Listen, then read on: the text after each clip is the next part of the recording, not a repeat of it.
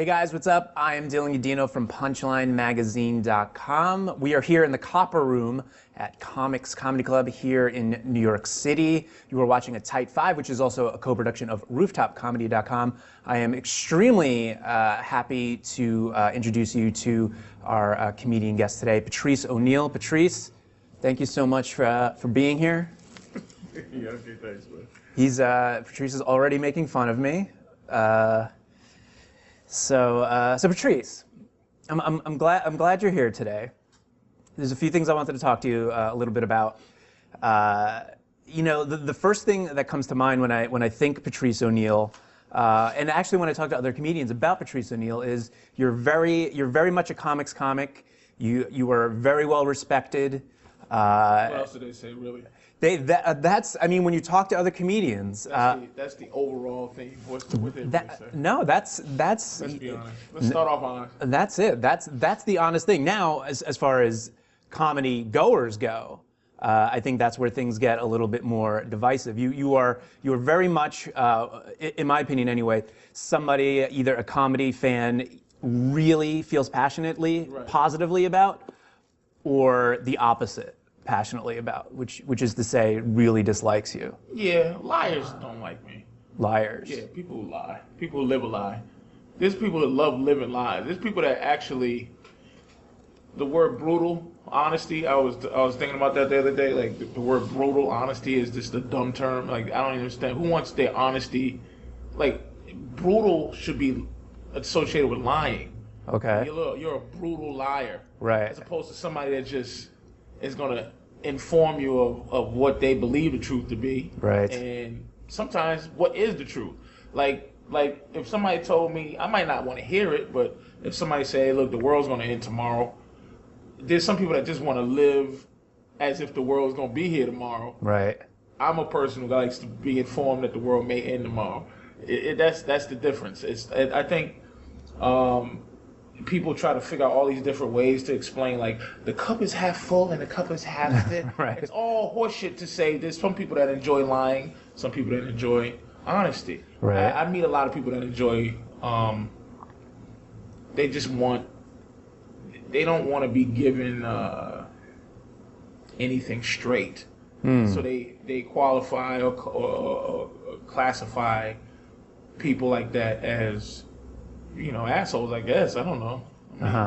But I don't steal jokes. I don't steal concepts. I've never taken food out of anybody's mouth behind their back. There's a lot of comics I hate their guts. But if somebody goes, oh, what do you think of this person? I go, oh, they're fine, man. I never go. I never collude with people to destroy people like that. But I'm the one that, makes you feel uncomfortable. I'm not. Just like right now, you can feel how uncomfortable you are a little bit. But it'll work out at the end of the day. You know Why do you think I feel uncomfortable? Because you don't know, because you've heard things. I've heard things about you. Yeah, and you wondering if they're true. Yeah, it's true. Some of them are quite true. Yeah. I've interviewed many comics and talked to a lot of comics. You are not one of them. Yeah. This is really the first time. I have a reputation. You do have a reputation. So, but your point, I think I really appreciate your point. You feel it's more brutal to be this coddling liar. Lie to me? Yeah. You know what I'm saying? Like, just like this interview starts, right? People say you're a comics like, comics hate me. Really? More than people. People like me more than comics do. Really. Because I think, I don't know, I come from a place, there's a few comics that come from the same place where funny wasn't, like, comedy is a lucky place for me to have been able to go. Yeah. In relative to my life. My life, if there was no such thing as comedy, but I still was the same person, I don't know what I'd be doing. Right. I got into comedy based on the fact that there's a place that a funny person can go to make money and live his life, with some respect. Right. A lot of people get into comedy because they've never been funny, but they get into comedy because it's a business and they enjoy the business part of it. I'm not a big fan of the business part of it. That's why, you know, that's why I'm like I am, because I wish I could just be funny and it all be fun, but it's not. The business part of it, I don't excel at the business part of it, because the business part always lends itself to a lot of things that you just don't want to do. Like if I want to be a curmudgeon, I want to be, you know, as long as I'm not hurting anybody. Right. Like I could be the Grinch as long as I'm not trying to fucking steal your Christmas. You know what I'm saying? You know, you can do what you want to do, but as long as I'm not affecting how you do things. But a lot of people want you to. Sometimes, look, I get up in the morning. It's 5 or 6 in the morning, and you know, you see somebody and they smiling early in the morning, like "Good morning, hi," and it forces you to go, "Well, good morning to you." But right. It's like, well, I'm at 6 in the morning. I'm like, wow, I'm bullshit right now. I'm not ready. Right. So really, I have to adjust my curmudgeonry to your horseshit. Yeah. Your basic, fundamental nonsense. But do you think there's any positive to that? I mean, if you're kind of forced or urged to kind of lift yourself up a little bit. That's you just reading from whatever. What you just said is in some book somewhere that somebody. I barely read, so I don't know. You gotta write your own books, man. It's like, what's the word? It's like I learned, one of the few things I learned in college is good if it's good for me. Yeah. And I enjoy the people I enjoy. I enjoy things the way I enjoy it. I don't want to enjoy life set up by someone else's rules of how to enjoy life, if that's what it means. Because you'll say, well, that lifts you up. But if I'm going in there, if I shake your hand, right? Yeah. I don't like you, but I'm shaking your hand, yeah. I'm smiling at you and everything else, yeah. right? That makes you feel good externally. But internally, we might not have a connection. No. I'd rather have a connection with you. I'd rather, things are forged in fire. Everything is forged in fire. And fire is hot, man. Or even better, you know, diamonds come out of pressure. Everything good comes out of pressure. So I know you got some things about you that ain't shit. Right. That you probably desperately try to hide. I know it. I can feel you. I'm smelling you. Little creep. But you'll hide it the best you can, and then when they find out, you'll kill yourself. Just like Tiger Woods. As opposed to fucking lying his whole life. Right. Why that nigga just don't fuck his 13 women right. like he want?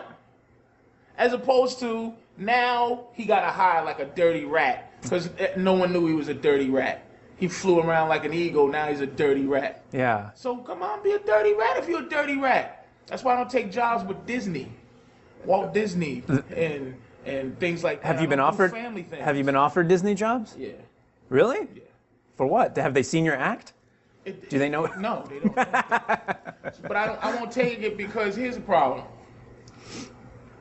Pee Wee Herman would still have a career if he just was honest. The fact that he might go into a movie theater, right, and possibly get caught messing around. Yeah, and that's nothing compared to what's going on today with celebrities. Yeah, that's like child's play. Look at if Gary Busey or Tom Sizemore, yeah, or Flavor Flav, or I'm trying to think of a controversial celebrity. Charlie Sheen. Charlie Sheen knocked this woman upside her head. His career is still going strong, and his show's still #1. Yeah. Because Charlie Sheen. And she's coming back to him. Because in reality, women look. I'm not saying women love to get socked in the head, but women, if they are honest, women will never be honest with you about there's something attractive, not about getting beat up, but it's something attractive about an asshole to them. But they won't admit it because Oprah and them, you know, the vagina mafia tells women how they're supposed to think, but they still don't know why they still attracted to this dude who's not as nice as the guy for Valentine's Day who brought them flowers and chocolate, and they don't know why they hate that dude. Right. They want to be with the guy that's home watching the game, and he goes, "Oh, baby, go out and do your thing. I'm not going out, but I want to go out with you." But the other guy that comes and he's like, "Well, I'm the guy who loves you." She don't know why she hates that dude. Yeah. But all we gotta do is be honest and have a conversation about it, as opposed to, you know, the mob telling you how to go against how you feel. That's what this world is right now. It's a bunch of people who want to legislate and control how you feel. Forget what you think and how you act. They don't even want you to feel anything no more. So that's why I'm like I am, man, because I don't like to be told what to do. And it ain't about authority, because in honest, in truth, what's authority? You know what I mean? It's a lot of, what is it? Am I your authority? Like, it's what's inappropriate, what's not. That's what makes the world great, is that you feel how you feel. You know what I'm saying? Sometimes you want to take that wedding ring off, man. You know, when you're out. Yeah, I don't know. Of course. Yeah. Look at you. I barely go out. What does that mean? This is what you... Yeah, well, no, I don't know. There was a lot of lying going on there. There was some truth, there's a lot of lying going on. Right. You want to just put that in your pocket so you can, you know, be sexy again. Maybe. Yeah. Patrice, if you make me cry by the end of this interview, it's not going to be. I'm just saying, I want you to get down to what you really feeling. Right, but you can't. Upon meeting somebody, you can't just be. Why? 100% combative. I'm not being combative. No, not right now. But why can't you be 100%? I mean, don't you have to go through the pleasantries a little bit, like, you know? Why? So I just met you out. I just saw you outside.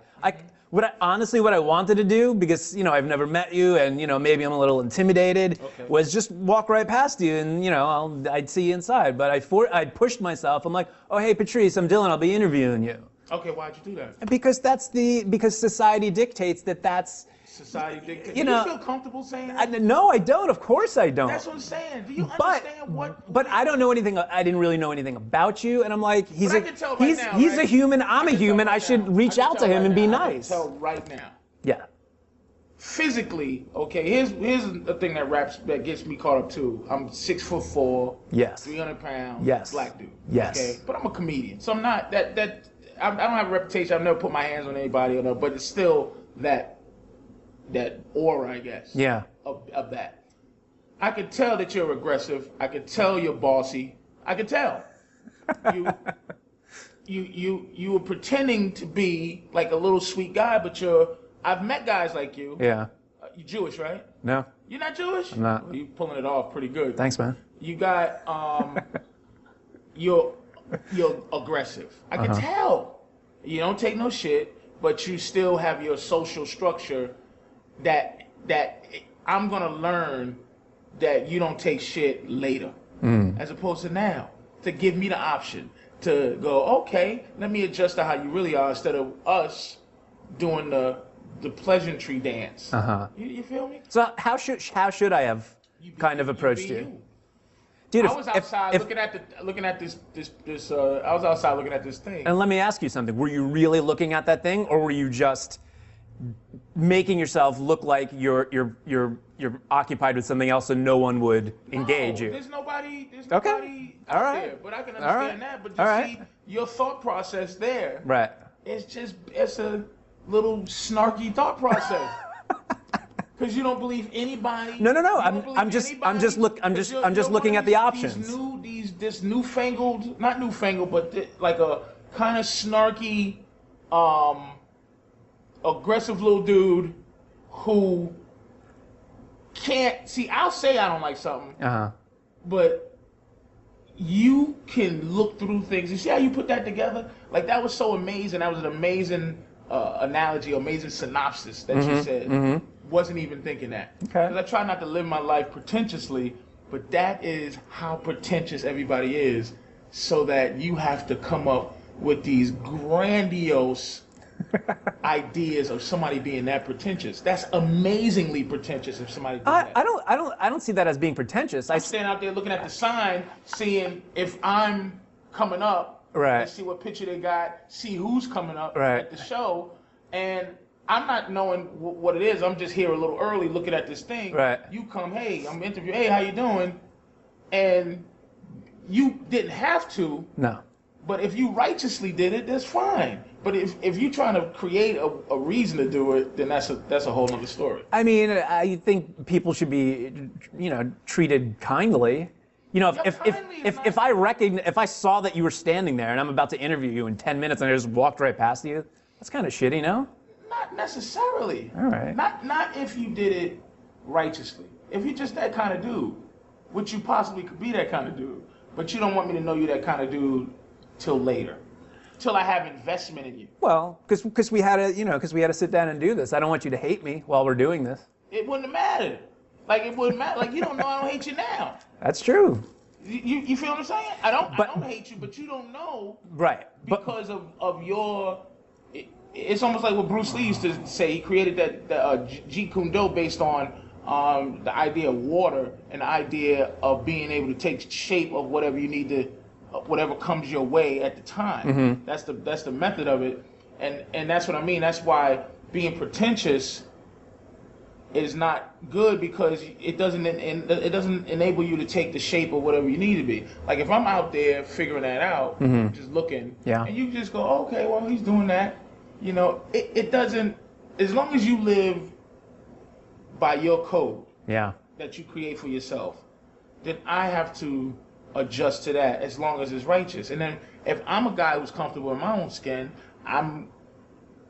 me and your philosophy are gonna meet up, and then we'll create something either really good or we'll just not. Yeah. But as opposed to trying to, like, my girlfriend has a daughter, right? She's not my daughter, but I love her. Right. She goes, when she was 5 years old, right? She's 11 now, okay? When she was 5 years old, she used to say to me, I love you, Mr. P. She calls me Mr. P, right? So I said, I love you, Mr. P. She goes, I love you, Mr. P. I go, you should, right? And she starts laughing, okay? Now she's 11. She goes, I love you, Mr. P. I go, thank you. She goes, you're supposed to say, I love you too. Right. Okay? Now, I love her. But my thing is, I'm doing something for her that makes her love me. Right. Okay? So meaning, she loves me outside of whatever I say or whatever I do. Now, I'm trying to not set her up for failure, because I could easily, because she's emotionally ready to say she loves me. Yeah. She doesn't know where I am emotionally. All she needs to know is that I do something that makes her feel like she loves me. So if I go, I love you too, just because that's the pleasantry of that, that's a lie. But I do love her. Right. But I'm not gonna love her on her time. You understand what I'm saying? Right. I'm not gonna do it on her time. You don't force me. You're not the boss of what I do. So I'm trying to teach her that a dude out there could easily say, just like the handshake, right, good morning. And it doesn't mean anything. It's empty. Right. You understand? Right. So whatever I'm doing for her to make her love me, that's the truth. And the rest is horseshit. What she's doing is horseshit, not what I'm doing. But do you choose other times to be verbal about her when I'm giving her life lessons, when I'm talking to her about how to be better in life, and I assure her that I love her while she's upset. Right. You know what I'm saying? That's the time where I go, okay, you know, I love you, but I'm telling you this because I love you. If I didn't love you, I wouldn't have these conversations with you. So at the end of the day, you know, it's a basic thing of how you feel. Mm-hmm. You know what I mean? As opposed to, you know, how to get through life with a lot of liars. You know, I mean, this is like comedy though. This is a comedy thing here. It's like, well, he's not being funny. That's okay. Gives a shit. I don't care. Like, that's what I'm saying. It's like, funny's not now, do it this way. It's organic. It builds. It might take us an hour and a half to build to like, wow, this is great. Mm-hmm. Sometimes it's not great. And you gotta just be happy with that. You know what I'm saying? You shouldn't even worry about this interview. You'll interview a couple other people. Who are you? Sarah Silverman's coming in? No. Who is it? Sarah Benincasa and Tom Green. Oh, that's gonna be hilarity. I don't know. Hilarity. I don't. You know, I don't know about that. You know what I mean? Let me ask you this. You seem to have this kind of life philosophy where you're not a liar. You're not. You know. I mean, I've lied before. Don't get me wrong, but I'm saying. But you try to live as honestly as possible. Yeah. in theory, it sounds like that should be a lot less demanding than someone who's constantly living lies and trying to be nice when they don't want to be nice. Is it? Man. I don't know how it's done. Do you feel more relaxed, or is it draining and exhausting to live honestly? It's draining when most of the people you're around want to live their way. Mm-hmm. You know what I mean? Where the preponderance of the people are like this conversation where you go, well, isn't it better to do this or isn't it better to do that? People who live that way, it is exhausting if it's just a bunch of people who just don't live that way. So you have to come in, be you, and then the people who are actually searching for something, they gravitate towards you, and then you build and you build on something. You build on the truth. People build on the truth. Lies, you got to remember what you said. You got to you got to do this and do that, and you just don't. It's hard to do. Yeah. You know what I'm saying? And when I say truth and righteousness, it's not biblical. It's just basically if you go into a place and they put mayonnaise on your sandwich instead of mustard like you asked. Yeah. And you're feeling like, it's okay. Right. But just. Okay, so you'll tell them that they made a mistake, but how do you go about telling them? You just say it. You don't go like it's not aggressive. You don't have to be aggressive to be. But do you want to be aggressive? Sometimes you have to be, because. So you don't. I like being full on aggressive as opposed to passive aggressive. You ever had anybody ask you to do something? Sure. But it's really a demand. Sure. They go, hey, would you like to come here? Would you like to do this? And you go, is that a question? Right. Or you. But that's passive aggression. Yeah. That is putting them outside responsibility. That's making them, would you like to? And if you go, no. But that's the rule is you go, yes. Right. But that's what I mean. That's a dishonest way to live. Right. Is passive aggression is probably as a life experience for me, it's probably bigger than a pet peeve for me. It's probably the worst thing I can deal with is someone wanting you to do something but really not going to say right. Instead of just saying it, they not giving you the opportunity to go no. It's always in a position to make you look like you're an ass, as opposed to, this is what we want you to do, and I go, well, I don't want to do it, and then they go, well, right. But that's what I deal with. But that's why you know me, that I've never met you, and that's why I have a reputation based on little things. Like if you ask people, well, what's Patrice really done to you? Oh, well, like Bobby Slayton, he don't like me, right? He'll tell everybody. He goes, oh, he's just a jerk. Bobby, you're a jerk. You're a jerk. But he don't like me because he wants to be top jerk. Right. But I'm like, dude, there's room for many assholes, man, in the game. There's tons of assholes. There's room for you. But he has no real reason. But I tell you what, there's been times where I've been told that I was the best, and I'm not trying to victimize myself because it is what it is, that I was the best man for the job. Yeah.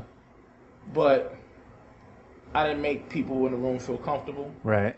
So it's like we are in a business where they will take the fifth best person as if they're the number one nicest. Okay. They won't take the best person who might be the fourth nicest, which seems to me to be ridiculous. It just seems ridiculous. Yeah, but maybe sure. it's not based on, again, that's my own thinking. You know what I mean? Right. Again, you got you got points that you're making that's interesting. You know what I'm saying? Like never ever let me stop you from making your points, because I'm a collaborator. I like to go, oh, okay, that's very interesting. Just like the pretentious scenario that you said. Yeah. That shit's pretty interesting. Yeah. It makes you go, wait a minute, was I? And you go, oh, okay. I don't think I was, but it's very interesting.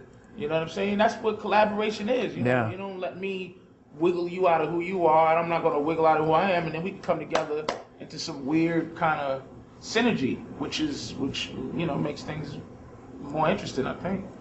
Well, let me ask you this, Patrice, as we wrap up here. How did this go? This interview? Yeah. Nowhere. It's a nowhere interview. What did you want to ask me? What do you really want to know?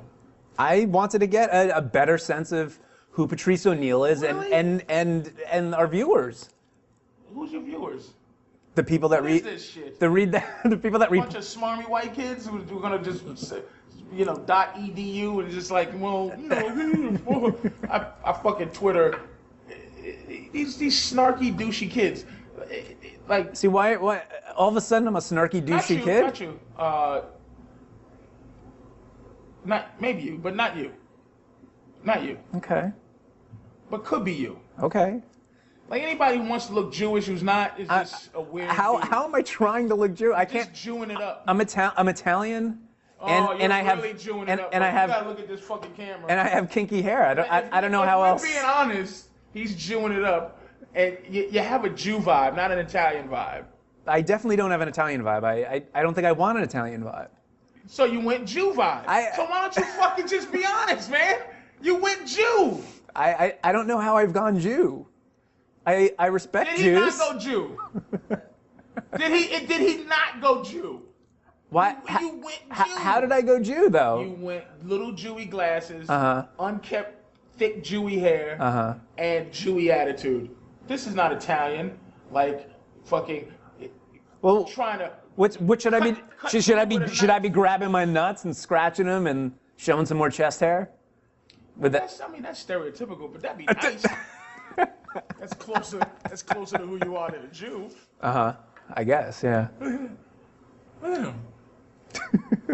But that's the thing. It's like, okay.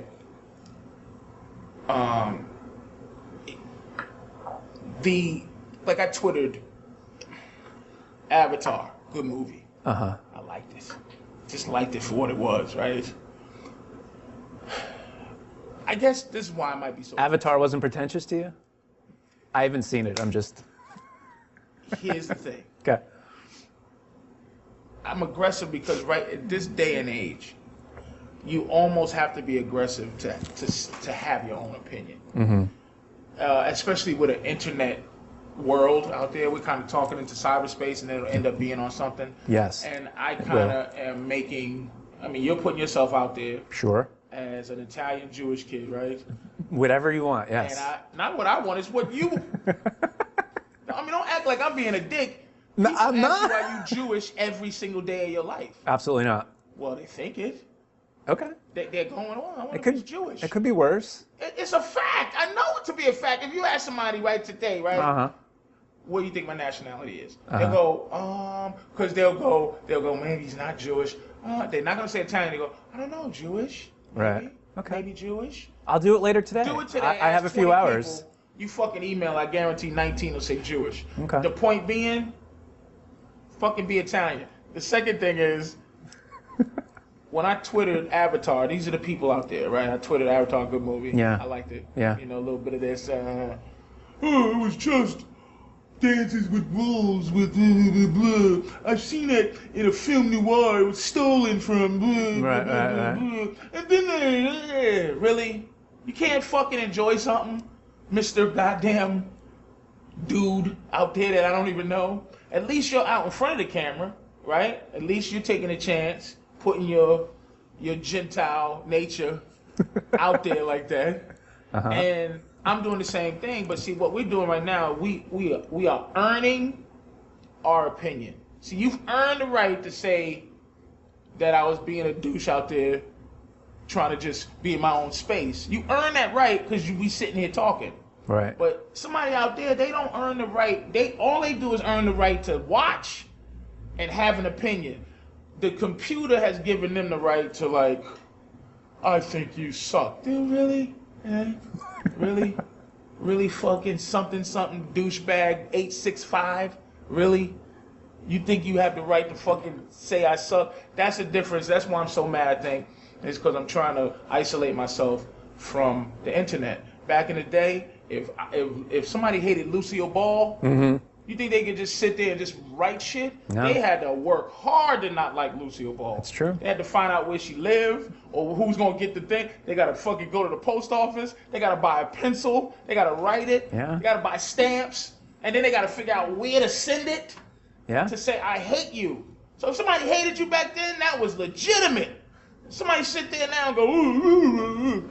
It's too easy now. I don't respect that. Anonymous aggression. I worked anonymous aggression. Yeah. So I put myself out there like with a name to the face, which counts. A faceless opinion don't count. Your opinion counts. You're sitting here and you're doing your thing. You count. Thanks, man. You really know how to confuse a guy. You count. Thanks, buddy. See, that was smarmy and sarcastic what you just did, but I picked it up. What was sarcastic? That I called you buddy, or or that I said you really know how to confuse a guy? Which I know you're not confused at all. Patrice, I wish we could sit here for. We could. You know what? I don't really give a shit if we sit here. Let's end it. Somehow you think you're supposed to end it. Patrice, say what you gotta say, man. I'm gonna say some things I have to say. Spit it out, man. And then I'm gonna shake your hand. Spit it out. Because I want down to 5 minutes. Because I want to shake your hand. No, this is definitely, there will be a 5-minute version of this, but this is definitely got to be seen in full. And I'm funny. For sure. So somebody be sitting there like, what's hilarious. wrong with him? But it's like we just having a basic conversation. We are. Next conversation we'll have, I'll be like, hey, what's up, man? Like I don't even remember your name. What's your name? Dylan. Dylan. I'll remember it. I'll try to remember it. Maybe we could. Dylan. Maybe we could swap. Now you a comic? No, I'm not a comic. No. What do you do? I'm a writer and editor. I just appreciate. Of this is you? PunchlineMagazine.com. This is you? This is me. I thought Punchline. You bought it? It's mine. It's been mine since 05. I thought it was a magazine. It's an online magazine. But I thought it was an actual. No. It was at one point, wasn't it? That's for losers. No. Nope. Nobody wants real magazines. 2005. Very. How old are you? Like 22, 23? I'm 32, Patrice. You look young. Thanks. That's that Jewish skin, buddy. Yeah. I try to do. His fucking mother's gonna knock him in the head. How dare he call you? You what? I want to show you something now that you keep on talking about my hair and see this is what it used to look like. Would I be Jewish there? A little bit. You look a lot more Italian there, like a lot more not Jewish. And I think it's the glasses. Look at that. That's fucking. Yes? Yeah, a little situationist. Look like a situation, like you got abs. Like I definitely don't have abs. I wish I did. So you're gonna talk to after this? Some like who? After you, Sarah Benincasa and Tom Green. What does she do? Sarah, she's a comedian. And I heard, what do you got? 12:30. Yeah. So you got another hour just to relax. Yeah. I figured maybe I'd hang out with you, grab a bite. That probably won't happen, but. Are you sure? Because I'm feeling something. It could. I'm feeling something special. Because I'm digging the real you out, and I feel it. Yeah. I feel that you are a real, what they call a live wire, my friend. A real Italian Jew. Something's in you. You got some evil demons in you, man. Sure, don't we all? Yeah, that's the whole point. And what's your demons? This is about you, Patrice. See what I'm saying? We almost had a connection. If you was honest right there, that was your big opportunity to be my friend. Well, geez, I'd have to write a list down and... You got kids? I have a kid. I have a 1-year-old, yeah. I think you're lying about your heritage, man. There's something real Jewy about you. Dude, if anything, there's probably a little black in me. Because I'm a quarter Sicilian, and you know they're not... We all see True Romance. We know... You know they're not pure. We know the Moors and did something with your great-great... Right. No, I've seen the scene. So if anything, I'm closer to an eighth black than I am to Jewish. So what did you really want to know? I think this is it. We did it. What did you really want to know? I'm not here to... What did you really want to know? What did you really want? Ask me what you really want. I wanted to have this type of conversation. What did you really want to know? I wanted to have this conversation with you. What did you try? About your philosophies, about life, about how you view the world. This is it.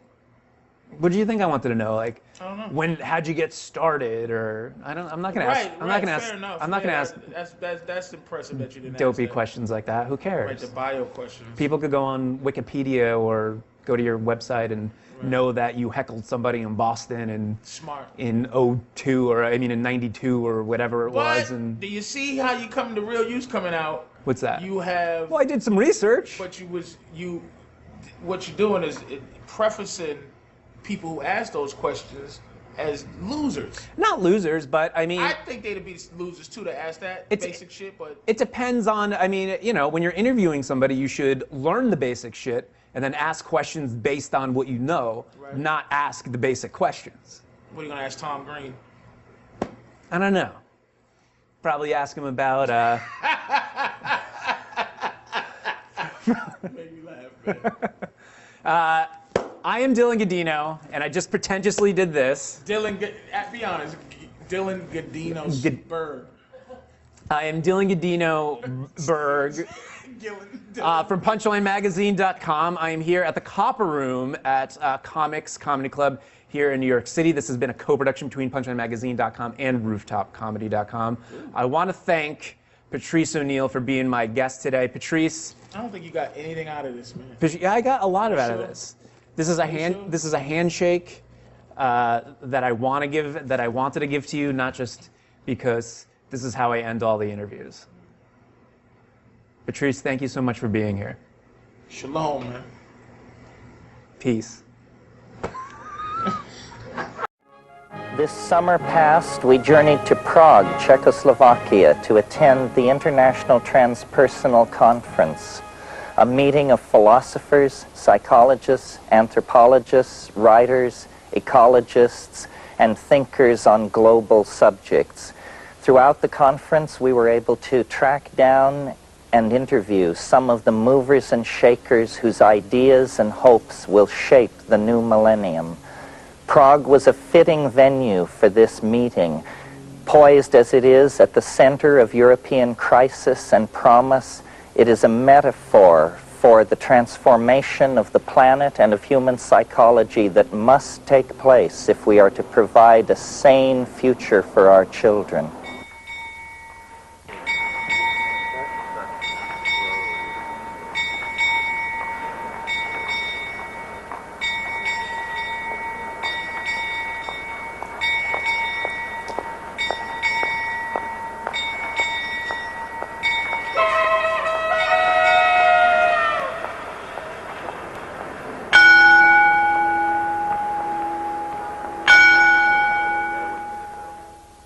I'm standing in the center of one of Central Europe's most beautiful and mysterious cities. This is Prague, Czechoslovakia, and I'm Terence McKenna. We're here to meet with some of the world's most outstanding thinkers to discuss science, spirituality, and the mounting global crisis. And it's fitting that we should meet in this, the capital of ancient Bohemia, for Prague and Bohemia have always stood for intellectual innovation, chance-taking, and the life of ideas. In the Jugendstil splendor of one of Prague's most famous concert halls, we encountered Richard Alpert and persuaded him to have lunch with us. Alpert, who now calls himself Ram Dass, is one of the most enduring figures from the American cultural upheaval of the 1960s. Alpert, whose career reaches from Harvard University to the plains of the Punjab, has transformed himself into a spokesman for humanity's ignored and downtrodden. And Ralph Abraham was sitting across the table watching me have this conversation, and when after Steiger left, Ralph leaned over to me and he said, "So you see, Terence, the mushroom is telling you that it can reach out and touch you anywhere." And I thought that was amazing. Well, anytime you would like to or feel that you have the time to guide me through anything at all, I'd be happy to be your... Excuse me, sir. You are not the famous Terence Mushroom McKenna. That is you, my friend. It is. I am aware of. That's him. It is. Oh, how wonderful. Yes, please do welcome you on our Bohemian highway. I especially bring you very good black coffee and espresso. And if you may tell me, who is the attractive elderly gentleman you brought on your side, on your companionship here? This is Mr. Doss. Oh, the MS DOS, yes? No, the Ram does. Oh, the CD-ROM. The CD-ROM, yes. Oh, CD-ROM DOS. The LSD LSD DOS. does, yes, the one, Oh, yes. wonderful. Take this, it will be Oh, making thank you, thank very you. bohemian. And this... I am so room happy of to mine- be in your fair country. Oh, my country, very fair, and happy to have the LSD experience. You know, you What know is your sugar name? cubes? What is your name? My name is Waiter. Waiter, how do you do, Waiter? A Okay. pleasure. Yeah, see you later. Okay. See you later. You don't think there's any, it would needs the external form of the mushroom? It would never have happened for me. I only argue from my own experience. Yeah, but you and I were both so thick in crap when it had, you know, that's why we needed it. Well, but there are a few others out there. We didn't corner the market on Yeah. being thick in crap. Yeah, but I'm talking about somebody like a Ramana Maharshi or somebody like that. Oh, well, these You know, people. I mean, there are people Sure, who, but the idea is not to come up with something that the best among us can make hay with, but a democratic, something which addresses the species. The thing that seemed to me so important about the psychedelic experience was that it happened to me. I wasn't reading John Chrysostom or Meister Eckhart. Exactly. Of course, those guys. right on, it happened to me. It happened to me, yes. And so I assume that I am a very ordinary person. Therefore, if it happened to me, it could happen to anyone, and that's really That's a questionable, something. that was a set of assumptions there. One, that you're a very ordinary person, and whether the same chemical given to a dozen people would bring about 11 other people like Similar this, and I think it would be not, the outcome would be very different. And that's, I keep getting cast into an evolution of consciousness model about individuals, because there's such marked individual differences as to 3 people come before my guru, one completely goes, and the other 2 get a chapati. And people take psilocybin, and some go like that, and they go like that, and some go like that. Well, don't you think a good metaphor for it would be sexuality? Apparently, there are some people who can kind of take it or leave it, and others of us, it rears its ugly head with great presence.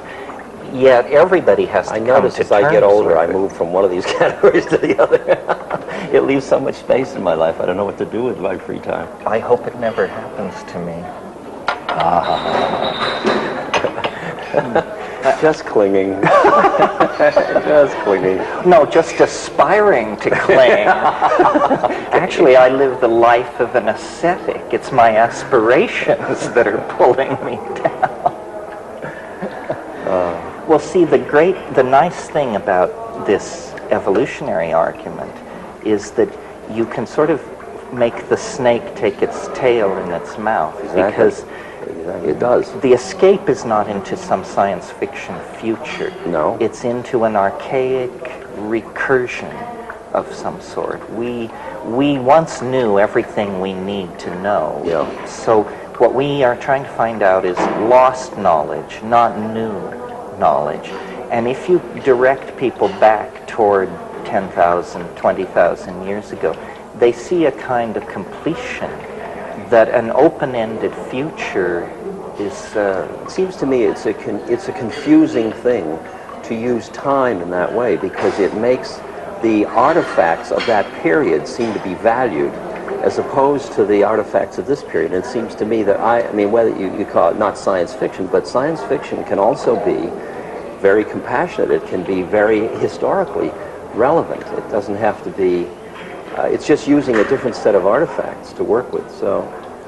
Well, for instance, I see most of what's happened in the 20th century as being unconsciously driven by this fascination with the archaic. Fascination with the archaic. Yes, I mean... Wow, that was, of all the things I predicted you'd say, it wasn't that. Tell me what Well, happened. for instance, Impressionism deconstructs the hard image of realism and gives you a feeling toned thing, which was very antithetical to Victorian Edwardian thought. Then Freud and Jung describe different aspects of the unconscious, but to do it, Freud has to talk about repressed, primitive sexual imaginings. Jung talks about folklore, fairy tales, and mythology. Meanwhile, the Dadaists and the Surrealists are saying we have to break up the linear expectations of the bourgeois mind.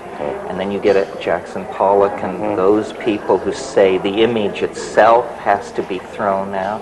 And then, to my mind, the psychedelic thing in the 60s, based on rock and roll and a boundary-dissolving psychedelic, we, almost by a random walk, are finding our way toward shamanism, tribalism, nomadism. Go beyond the isms to find out, tell me what we're really finding. We're finding a world made out of mind rather than stuff. Great, okay, we're finding a world made out of mind.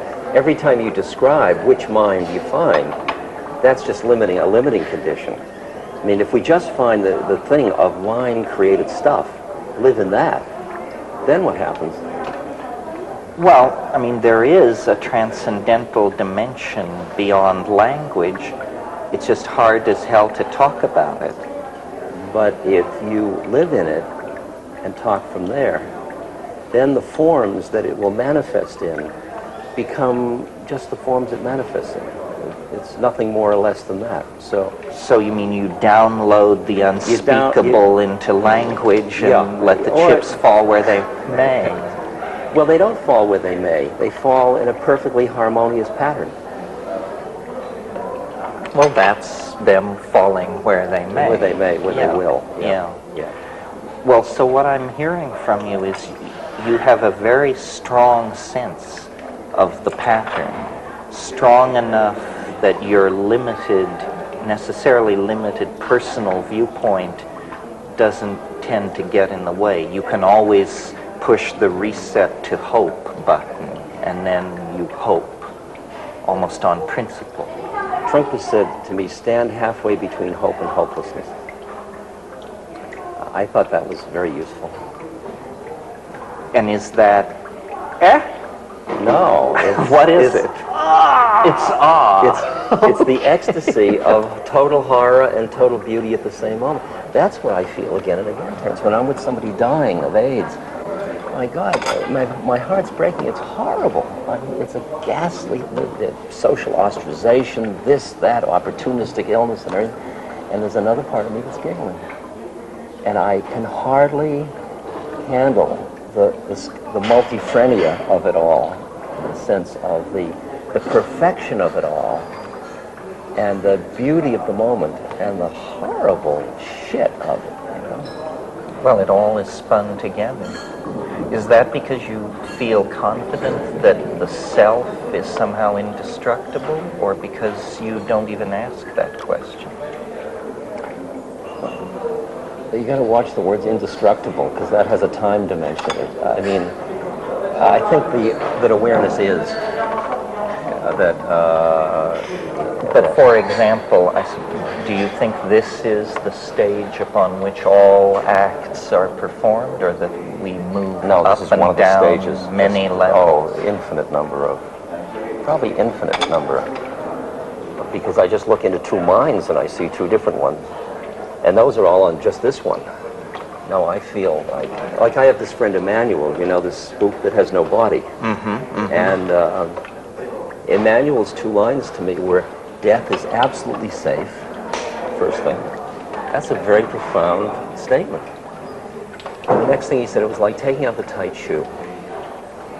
And then I said to him, Emmanuel, what am I doing here? Who made this error? What am I doing on this plane? He said, you're in school, why don't you try taking the curriculum?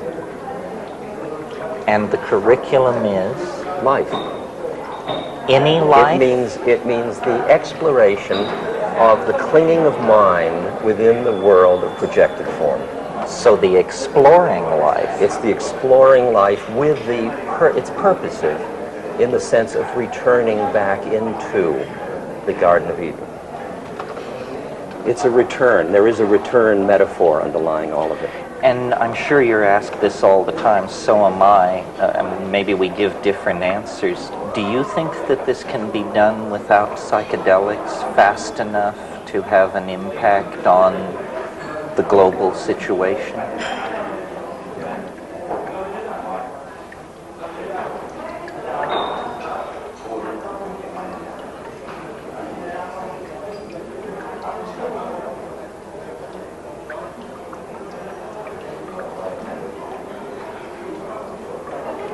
I could conceive that it could be, yeah. You asked, do I think? I don't really have an opinion whether it will or won't, but I could see it go either way. Well, I mean, like John Seed said to me, it's too late as far as the rainforest is concerned. He says the inertia is too great in the whole system. It's too late. So I said, okay, John. I mean, it was the first time somebody said it to me just like that. He said, it would take a miracle. I said, oh. That threw me back on whatever that was. And then he said, but after all, he said, we came up out of the ocean and came onto land.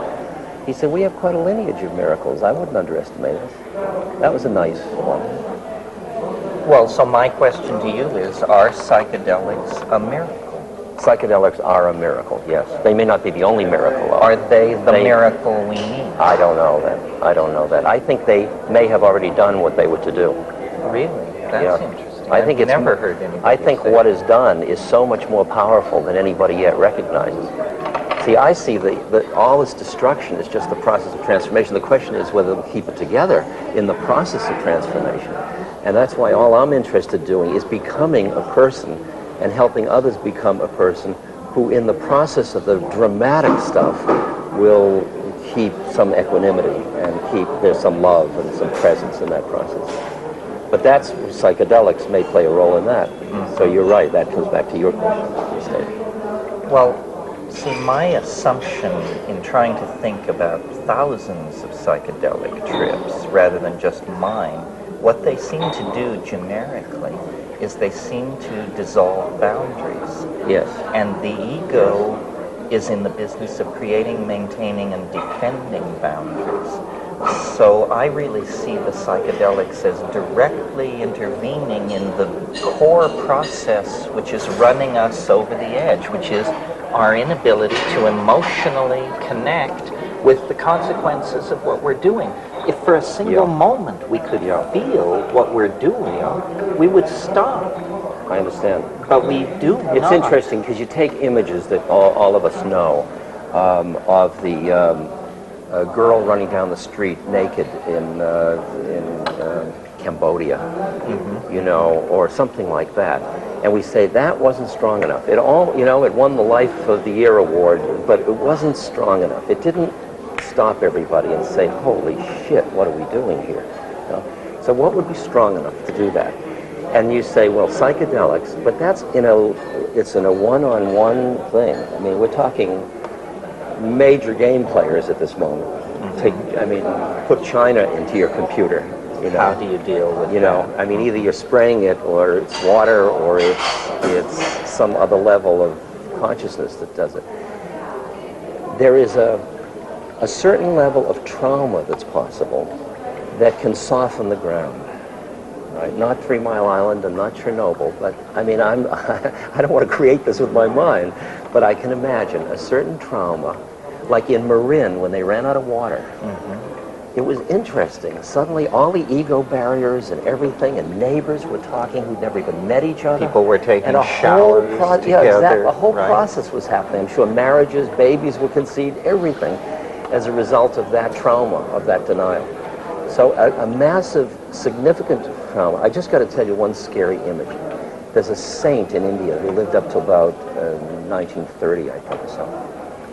And one of his devotees said to me, one night he was sort of looking off in the distance, and he said, there'll come a time, he said, when you'll walk 5 miles, and he said, you'll sight the light from a fire of another person, and you'll be so happy to know another person exists.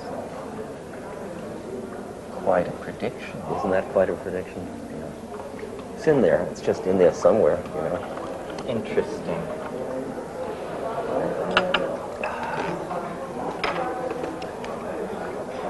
Yes, well, I agree. I think that what's going to happen is that... Gentlemen, everything is fine with the evolution of coffee and consciousness. Both very good with you too. You have come just at the right time. Yes, this is just what I want. How did you know? You tuned into a higher level. A higher level. A higher level. High, very high, yes.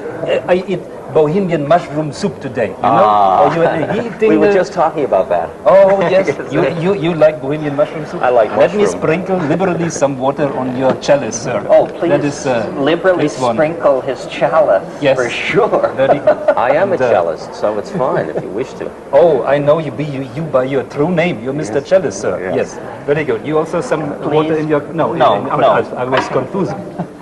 Let me put this here. And have fun with the shaman strudel. Bohemian, very good. Thank you very You much. call when things are getting dangerous. I'll Okay. call you. I'll be right back. Not to worry. Good, good.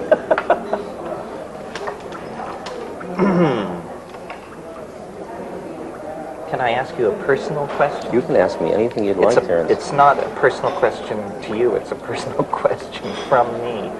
How do you like having the projection of special identity constantly laid on you? It's a sadhana. It's my practice. That's a good answer. Although you didn't say how you liked it.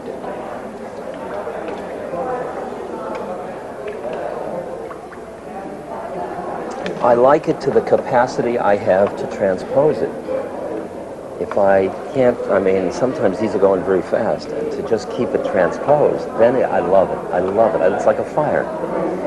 If the minute I start to lose it, it's a fucking drag. It really is. Because, I mean, you know, I was in a situation in Miami where all these women with blue eyes and coiffured hair were grabbing at the buttons of my jacket. And I thought, oh, I don't want this. Whatever this life is, I don't want to be part of this. I mean, this is, they eat your flesh, finally. Sure. But I realize at any time, I can walk away from it. And it's my, you know, I'm a free agent. So do you never get in a situation where you say, gee, I'd like to do X, but Ram Dass would never do that?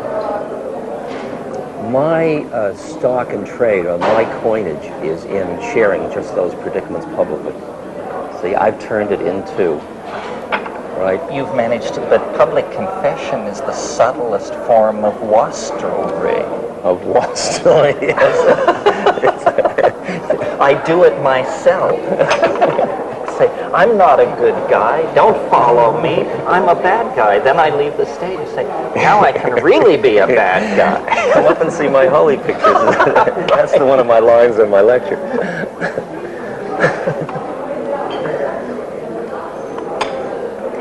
I'll tell you, I only see the stuff that would disturb me is inside myself. It has nothing to do with out there. Out there is just being what it is, and I'm responding with my own stuff. And if my stuff is my enemy, it's going to get too much for me. And if it isn't, you know, depends on how much I can consume it, joyfully participate in it, passionately, all of it. Well, you've sort of achieved a unique synthesis. I mean, you're almost a secular holy man, because I don't think I don't care much about what you believe or who you light candles to. Basically, I think I heard you describe yourself once as a kind man. And you've gotten incredible mileage out of that because there are so few. It's far out. Right? Yeah. Yeah. I mean, this is...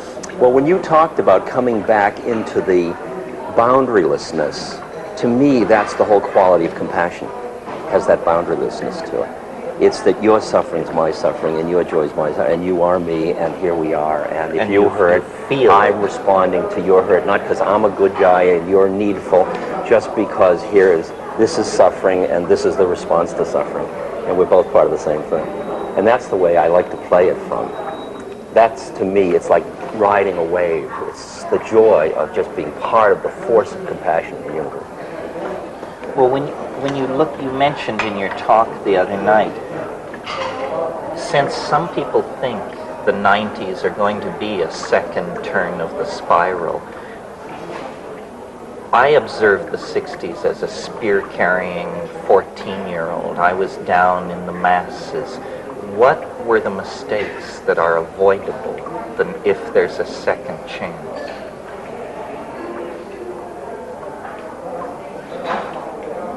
They're inevitably going to be avoided. The first mistake was idealism. The first mistake, and the mistake was thinking that because you had seen it, you could just go like that and everybody else would see it. And you could just say, it's all love, and then everybody would love. I mean, it was a naivete. It was naivete. It was not working on ourselves deeply enough to be without the clinging of mind that made us try to use it. It was our lurking righteousness that got in our way. Can you make a revolution, though, without an inner righteousness? That's the far-out question of where would the action come from? And there's this line in Buddhism that says, out of emptiness arises compassion. And what I experience is that there is a way in which I can sit down in front of a truck or feed a person or go make love or go surf, and there is an appropriateness in every one of those acts. And for me to hear that, I've really got to shut up. And my work is to keep shutting up, to hear which one it is. And if it is a revolution, so be it. Mm-hmm. So be it. You know the story of the monk and the army general, and the army general's disemboweling all the monks? And his reputation has spread far and wide as a cruel, cruel man. And he comes into this village and he says to his adjutant, tell me what's happening. And the adjutant said, all the people are frightened, they're bowing down to you. All the monks in the monastery have fled to the hills but one monk.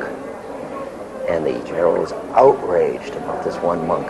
And he gets up and he goes to the monastery and he pushes open the doors of the monastery and he walks into the courtyard, and there's the monk standing in the middle of the courtyard. And he walks up to him and he says, don't you know who I am? I could take my sword and run it through your belly without blinking an eye. And don't you know who I am? I could have your sword run through my belly without blinking an eye. That's great. That's the place from which revolutions can heal, rather than just starting the cycle all over again. Then this is the place we never found in the 60s. Mm-mm. I mean, I've always said it was all well and good. We reduced it to revolution, and although we had the taste of evolution, we reduced it to revolution. Well, and the day they came with machine guns, we didn't stand like that monk. Everybody said, oh my God, you could get killed playing this game. And I flew to Laos and India for 3 years. But already we had produced the they by being so busy being we. True. Because so that they even noticed we. The fact that they noticed us was because we were busy making statements instead of just being it. So maybe, I mean, this is just occurring to me, that being in a place like Prague, the real thing we have to learn here is how to make velvet revolutions, non-confrontation. Exactly right. Exactly right.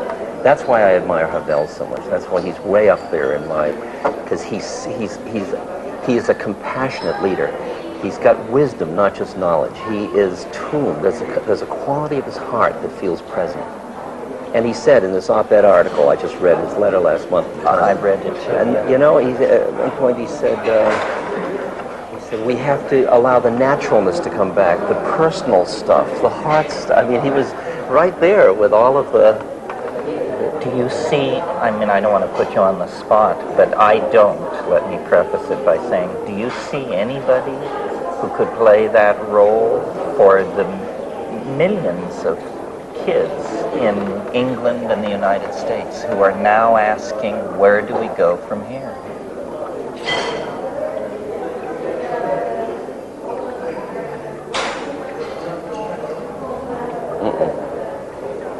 No. Is that good or bad? I guess the situation hasn't demanded the emergence of that being it.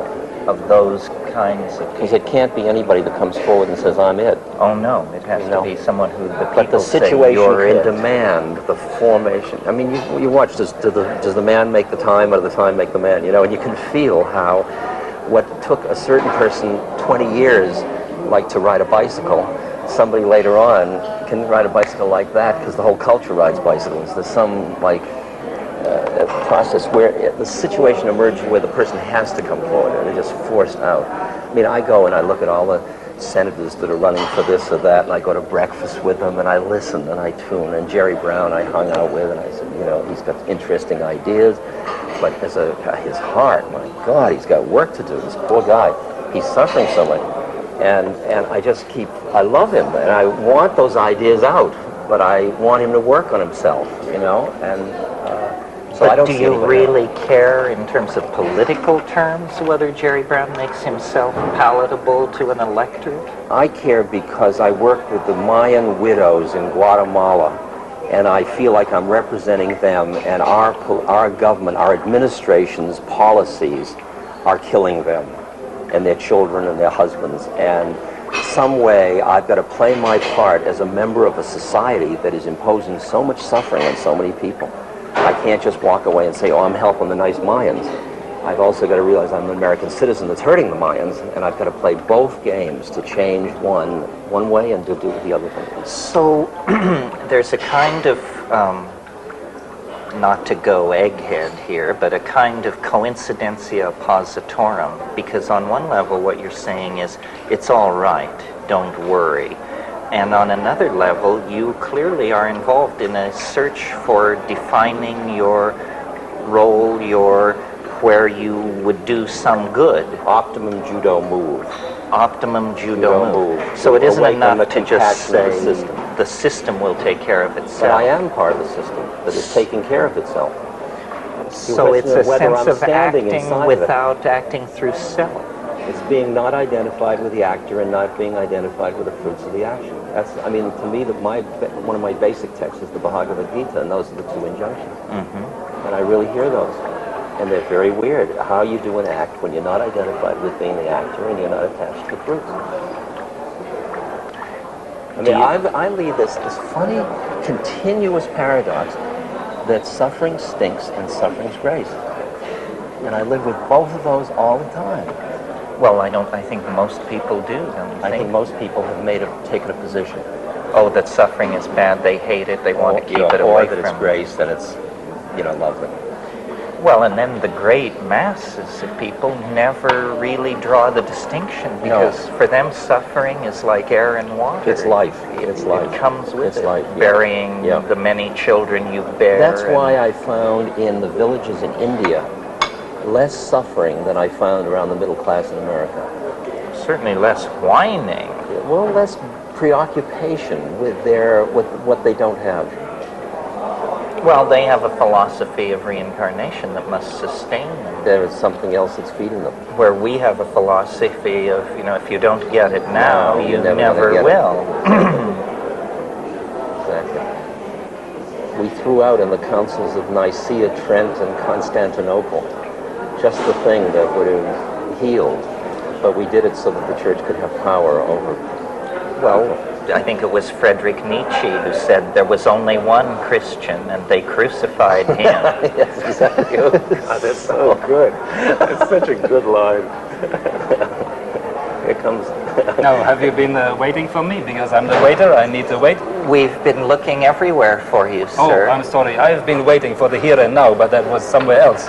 Well, but can I help you here? You can help us here, and you can help us now. there. Very good. I'll help you here. I hope you enjoy my conversation. Yeah. No, I mean, do we get a check, or is this all on the house? No, I am the check. I am the check. This is Prague, my sir. God is everywhere, but Czechland is here, Okay. I keep one more bottle for you in the refrigerator. Hold it and but not in the here and now. In the somewhere else, maybe later. But see you.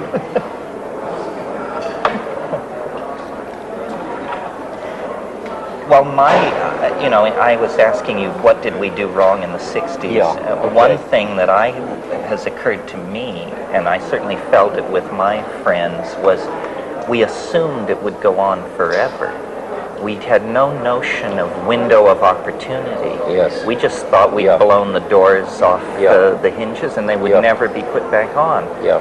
To me, the most amazing transformation in my lifetime is not the revolution of the 60s, but the counter-revolution of the 70s, where they managed to put the cuckoo clock back together again, even though we'd kicked it all Did they or over didn't they? That's what I'm... see, you keep thinking there was that opportunity and it closed, and I think it happened then. And all of the 70s and 80s, and all that was this kind of reverberation to this process.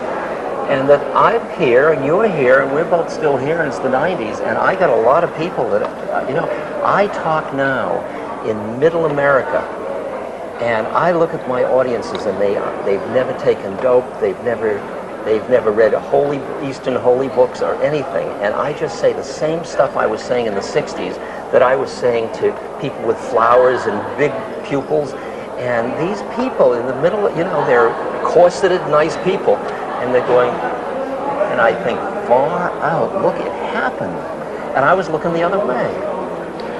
Well, that's true. And that's where you're looking for the resonance of a person to come forth that speaks from that consciousness with the assurance of the truth of it. Right. That's what I think, why all this business of a Christ figure, I mean, I see how seductive it is, but how we've gotten very cynical because we've projected into such a person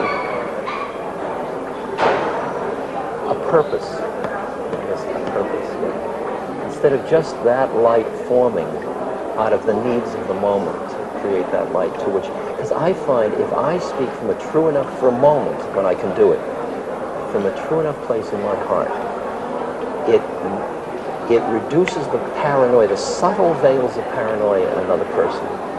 I don't do it to them, it just falls away, because they're testing, and they don't get from me anything that says like that. And I just watch them like a flower, like that. And I think, boy, I give a lot to just be that instrument. That's worth working for. Well, that's a great role. But there's a role for every one of us. That's the role. That's what I said to the ITA. I said, just don't talk about it. Exemplify let's do it. it. Let's be it. Do it. Well, Blake said a wonderful thing. He said, if I can get it right, if the truth can be told so as to be understood, it will be believed. Right. Exactly. So all you have to do is say it. Exactly. When can you say it simply enough? Is it only said in silence simply enough? Or are there words? Or is there music? Or is there what? Or is there... There's words, there's music, there's silence, there's gesture, because it's always going to exceed one's grasp. See, my mantra is the Gandhi line, my life is my message. Yes, you said that the other night. That's very good. Of every level of being.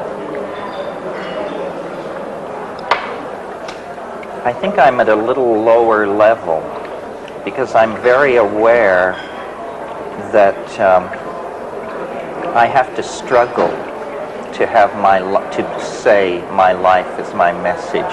I would almost rather say my message is my message. Please don't look at my life because I'm a fallible human being and I'm constantly fucking up. But you see how that weakens your message. You see how that quality means that the message doesn't come from the root, the central. There's a way in which it waffles. True. And that's the thing. I really can't. Once I saw the possibility of that, I said, why waffle? What is worth holding on to that's worth waffling about? Well, I once said to Leo Zeff, I'm sure you knew Leo, I said to him in a meeting, I said, Leo, you're finished, you're completed, you're baked. Me, I'm half-baked. And I hope that the rest of my life will finish the baking process. You're not half-baked. That's what's interesting. I mean, when you and I talk, you and I hear each other perfectly. Truth. And so where are we hearing each other from? I mean, then we each play our game, the way we play our game, and you can play your game saying I'm half-baked. That's your strategy if you choose. It's a mercurial strategy. Yes, I understand that. Here's to Mercurius.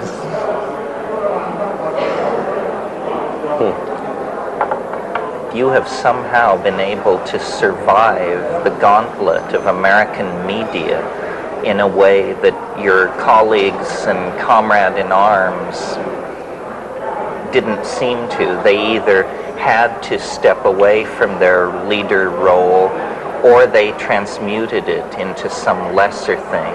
So now Allen Ginsberg is poet laureate, Tim Leary is, keeps the club scene in Los Angeles interesting. Yes. But you, in a sense, never backed down, never retooled. You were also not first among equals back in the original thing. But when all is said and done, I was always the second. In a way, it's like birds. If you stay just behind the lead bird, you don't have to do much. You're just kind of riding along on the. Well, and Ralph tells me to be third is the real good position.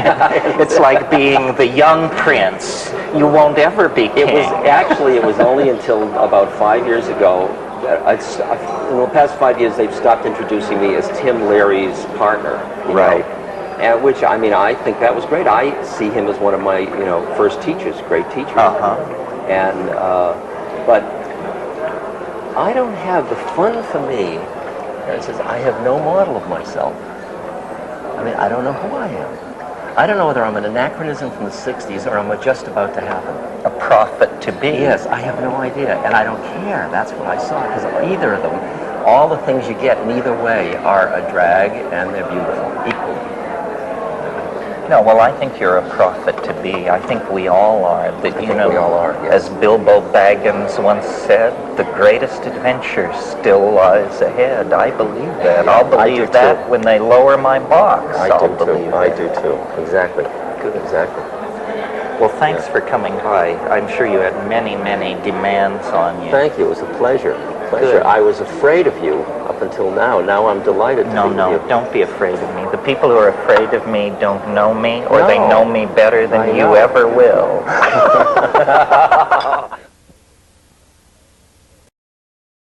Hey gang, this episode of WTF is sponsored by Stamps.com. Go to Stamps.com and type in WTF when you click the radio microphone to start a no-risk trial and get a $110 bonus offer. That's Stamps.com. Enter WTF. Do it up. Lock the gate!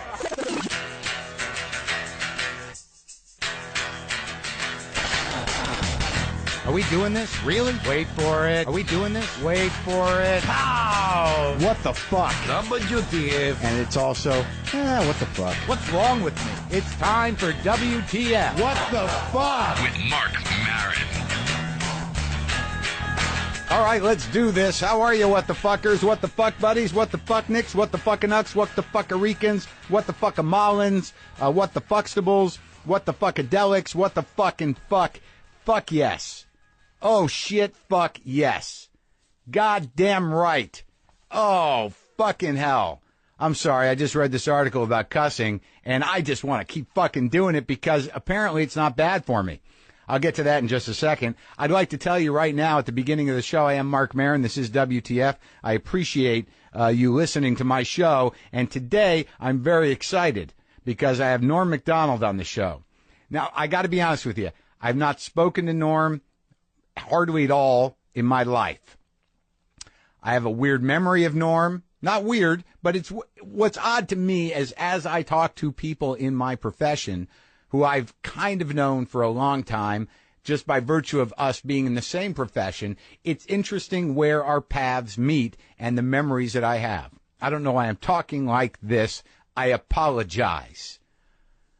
But it's going to be very interesting because I definitely have, a certain way that I think Norm is. I like Norm. I think he's funny, but I have an idea of who that guy is. So I'm very excited to talk to him. Now, I would like to say this. I don't promote myself enough. I do promote things on this show, but I tend to forget that I have shows coming up. We actually have a live WTF coming up at the Steve Allen Theater here in Los Angeles, October 25th. Interesting show. I'm going to have Josh Molina on. I'm going to have Jonah Ray on. I'm going to have Maron Vance on. I'm going to have this guy Steve Mazan, who made a movie about getting cancer and trying to get on Letterman, and fucking Mojo Nixon. Mojo Nixon. I got in touch with Mojo Nixon. Someone suggested it. I thought, like, shit, yes. I love Skid and Mojo. Let's see what Mojo Nixon's up to. So he said he's going to come up. He said bring a guitar. He'll make something up. That'll be good. Eddie Pepitone, Jim Earl, of course, on that live show on the 25th. And for you Bay Area people or people who want to make the trip to the Bay Area, San Francisco Punchline, I will be appearing November 2nd through 5th, and then the big show in Seattle. Very excited about this. It's really my first small theater show, Neptune Theater, Seattle, November 25th. Go get tickets for that. I'd love to see you up there. So fucking A right. Am I fucking right? Don't get offended by the fucks. Because I just read an article that psychologists, this is in Scientific American, this isn't bullshit, psychologists have found that swearing may serve an important function in relieving pain. Oh yeah, shit yes. Now, look, the article's all about, it's based on these college students. They did a test where they had these kids put their hands in ice cold water, and they were able, one group said a sort of, a kind of repetitive non-curse word, a neutral word, and then they let the other kids say a curse word like fuck, shit, goddamn, this is cold, holy fuck. And that bunch reported less pain and actually were able to keep their hand in the water for 40 seconds longer.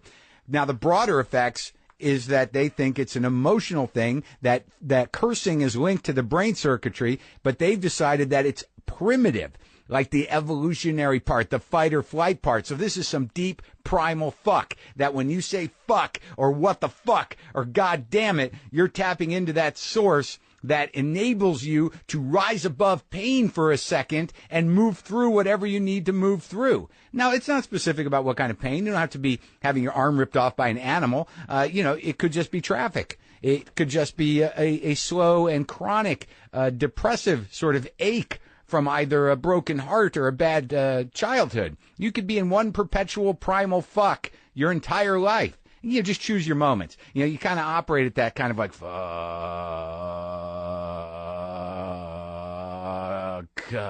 fuck. That's kind of going, that's humming along at the core of your being, and every once in a while you punctuate it with a little fuck, and then like, bang, man, you get that relief. You get that transcendence from pain. How do you like that? Scientifically validated that getting a little more fuck in your life will help you get through those tough moments and enable your fight or flight response and ease a little pain. I recommend it, as I always do on this show. I recommend the fuck. Oh, that's out of the way. Let's do a little of this. Bow. Oh, yeah. Just shit my pants. Fuck. And I said shit too. Like, I am feeling so good because of the amount of fucking I'm doing. And in terms of saying it, and there's enough going on in the other area of my life as well. But I just wanted to share that with you. JustCoffee.coop. Do that up. I hope there's not a lot of kids listening to this. I apologize for the profanity, but it's helping me cope. That's how I'll rationalize it. And I don't think maybe you should be teaching your kids how to cuss as opposed to telling them that they shouldn't. And maybe when they do it and they're reprimanded by strangers, insinuating that you're a bad parent, have the kids say, look, I am dealing with pain in a very primal way. I am honoring an evolutionary instinct that goes back to the beginning of mankind by shouting an expletive to deal with this situation that you're causing me. You're causing me pain and anger. That's why it's happening. We got to change up. All right, look. My cat Boomer apparently doesn't like me anymore. I don't know how it happened. It's just all of a sudden he's nervous around me, and he's decided that he doesn't like me anymore. And that's going on with LaFonda as well, because Jessica's in the house, and she's taken the love of my cats away from me.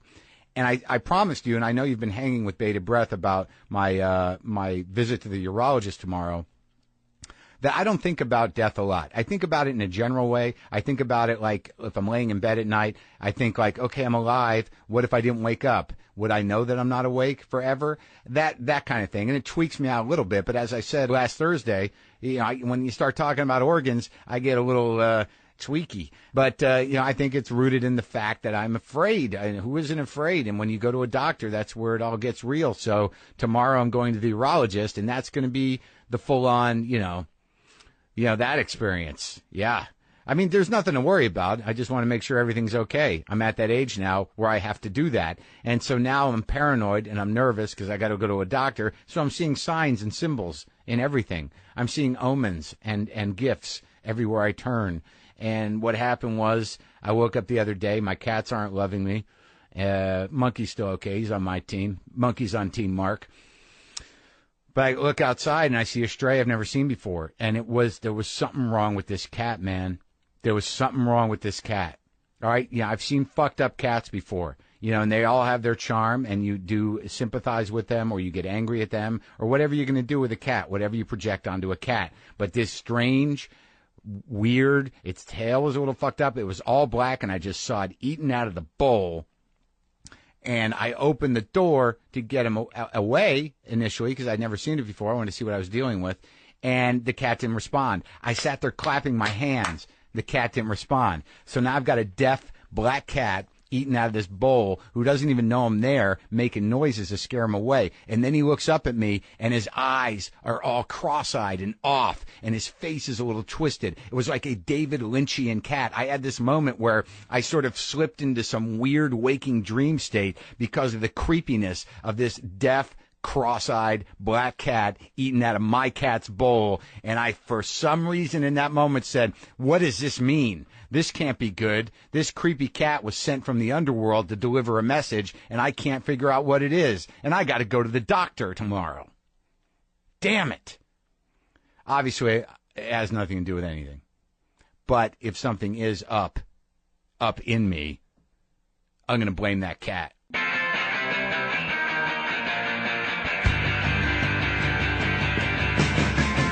Hey, folks, I don't want to interrupt, but I'm gonna, because I got a thing to do, got a thing to talk about, got an email here. Okay? Subject line, maybe for stamps. Hey, Marc Maron, your new sponsor, Stamps.com, is freaking me out a little. My last name is Stamps, so hearing you plug the sponsor is like you're trying to get my attention constantly. Imagine someone saying, do you use Maron? Let me tell you about Maron. I'm sure you would love some Maron. Thanks, Michael. You can assume what his last name is. The reason I'm bringing that up is Stamps.com is our sponsor today, and I've been using Stamps.com. I'm not pulling your leg. It's incredibly easy. I still mail a lot of merchandise out of my house. And all you got to do, it takes you like 5 minutes. You just get it, go on to Stamps.com, and you can print U.S. postage for any letter or package using your own computer and printer. You really don't even have to go to the post office anymore. If you organize yourself properly and you time yourself right, you can just give your mail guy or gal a big bag of stuff that you've already stamped because you went to Stamps.com. I know you're going to miss waiting online at the post office, but think about it this way. Stamps.com never closes. Huh? How do you like that? Also, you can do international stuff. They have customs forms. They got like an entire post office right there, and you don't even have to go to the post office. Right now, there's a special offer. If you use my promo code WTF, you get a no-risk trial plus a $110 bonus offer, which includes a digital scale and $55 of free postage. This is for a limited time. So don't wait. Go to Stamps.com. Before you do anything else, click on the radio microphone at the top of the homepage and type in WTF. That's Stamps.com. Enter WTF and make your own stamps. I mean, come on, have a little fun.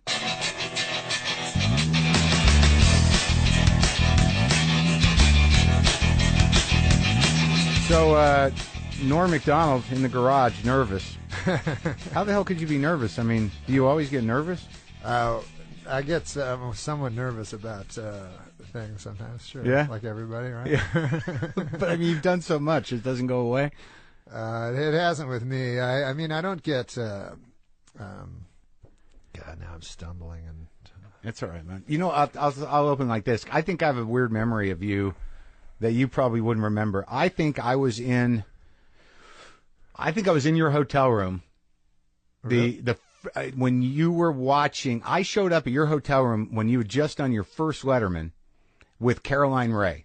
yeah. Yeah, and I think that I actually watched you not watch your first Letterman on television. Is that possible? I'm thinking. No, I would know I would not watch it. That's for sure. It was like 1989. Is that about right? Yeah, I think I'm not 88, good with dates, 89? but probably about that. Yeah, that's funny because I know Caroline and I remember you, and I remember Caroline. All my memories are so vague. Right. Well, it was weird because I barely knew Caroline. You know, we were sort of hanging around, and with this group of comics, and I had a car, and she goes, "Let's go to the hotel. My friend Norm, it just did Letterman tonight." So we go over there, and that was the first time I ever met you, and I don't know how much you even played the States, because it was I didn't know any comedians from the States. That was my problem. Yeah. Right, and so I go up to this room, I meet you, and you're about to go on Letterman, and I'm standing there with Caroline, and you were on your bed face down with your hands hiding your eyes for the entire time. Does that sound like a real thing? No, that would be me. I can't. Well, you know how it is when you know how bad you are, and you know what I mean. Did you know? You know I mean, I know that's how we perceive ourselves. I don't know if it's really true. You did well, right? Well, we probably know more than another person. No, we don't. About ourselves, I don't know. No, but I mean, how can are you not able to watch yourself now? No, it's pretty hard. Because. I really like comedy. I love comedy, like I guess all comedians do or whatever. But it's always you always think you're better than when you see yourself. Yeah. In the moment, it feels like you've won, right. And then you watch it and you're like, oh, why am I doing that with my eyebrow? No, it's fuck. No. It's like when you hear your fucking voice. Especially me, because I don't think I sound weird, but then people come up to me and go, "Hey, I can do an impression of you," and guys fucking sounds like a retard. He's like, and I go, "Fuck, man, is that what I sound like?" So it's funny when you have a weird voice, because a lot of times I don't give a fuck why people laugh. I don't give, but I've always been very material dependent in my stand-up. Mm-hmm.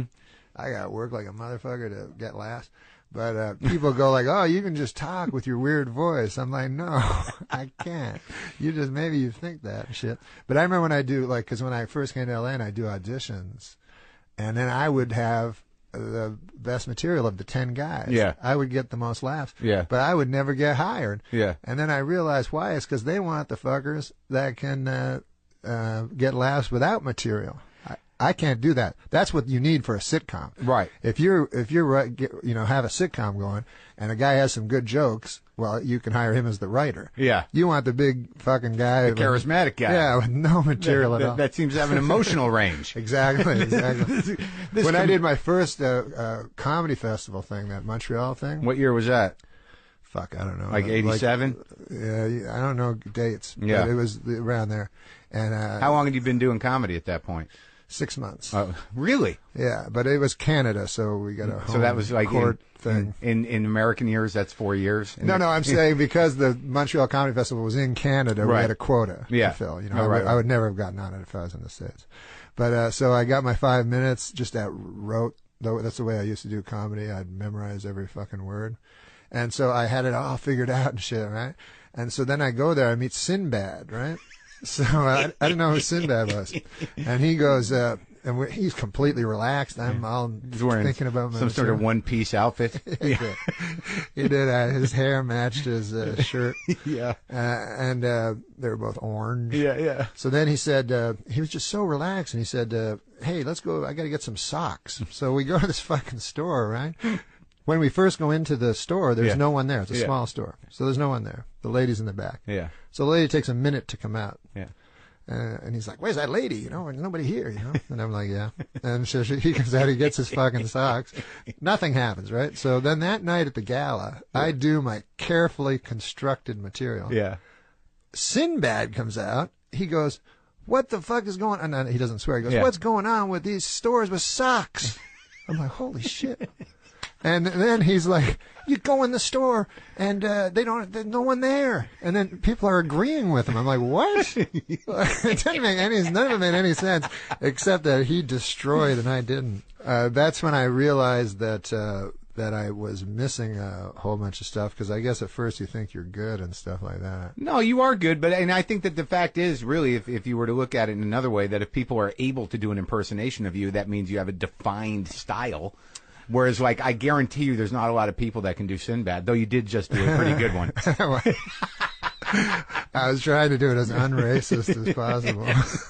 But no, I think I don't know that much stuff, but I think that with stand-ups, a lot of people, it's hard for a person that creates material. Yeah. Is usually a kind of a sensitive, shy kind of person, at least in my experience. Yeah, of the with people you? that I've known. In your experience with yourself? Oh, yeah, I was always crazy shy and stuff like that.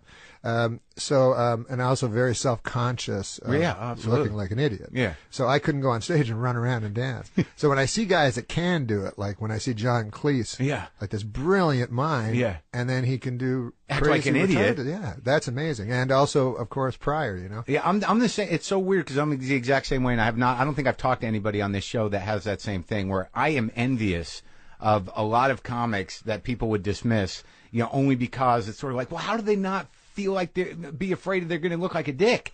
Like, like as soon as I've ever done anything physical, if I even think about it for a second, I'm like, I'm an asshole, and they don't laugh. I know, yeah. Like just recently, I was on Fallon and somehow did an impulsive. I saw you. The Dane Cook was very funny. Never done that. Yeah, it came out of nowhere. I didn't second guess it, and it fucking worked. But if I would have said like for the 5 minutes I was sitting there like I'm going to do this Dane Cook thing, maybe it's because you were embodying Dane Cook, right? That I actually had the confidence of Dane Cook. Yeah, right. Maybe that's why, right?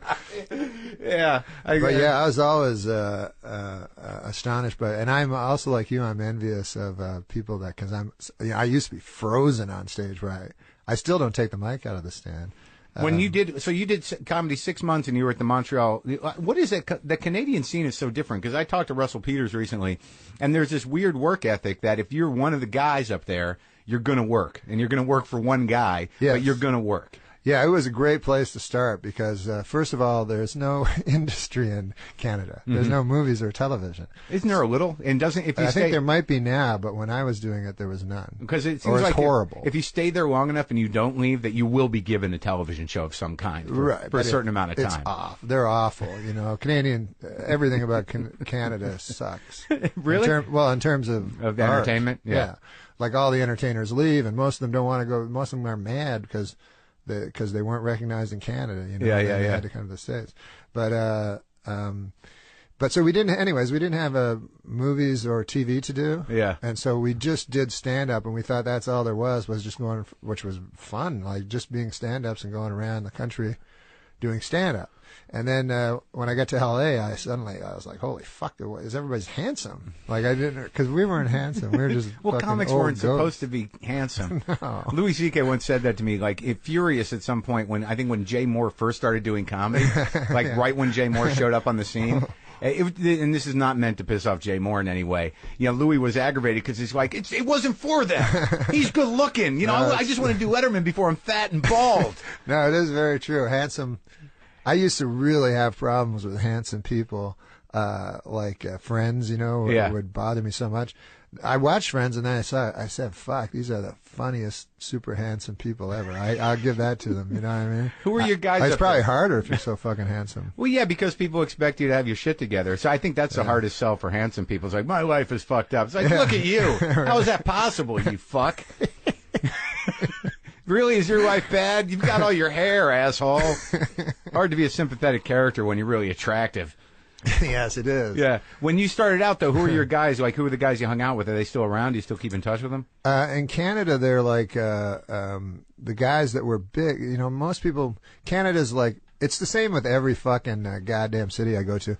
Everybody's like, this is the fucking best comedy city and all that horse shit. Yeah, yeah. And I remember I'd be on the road, wherever the fuck you were, you know, you'd be in Dallas or something, go, oh man, these are the funniest guys ever. Wait till you, and there was always, I remember. The one mythic guy? Yes. Yeah. Go fucking Kenny, that guy, the funniest guy ever, but he's a heroin addict. Yeah, if he wakes up, he's hilarious. And then he would shamble in on Saturday night. Say something about AIDS or something. You go, what the fuck? He doesn't seem that funny. I guess he's funny if you know him. Oh, that's hilarious. The local hero that could never get out.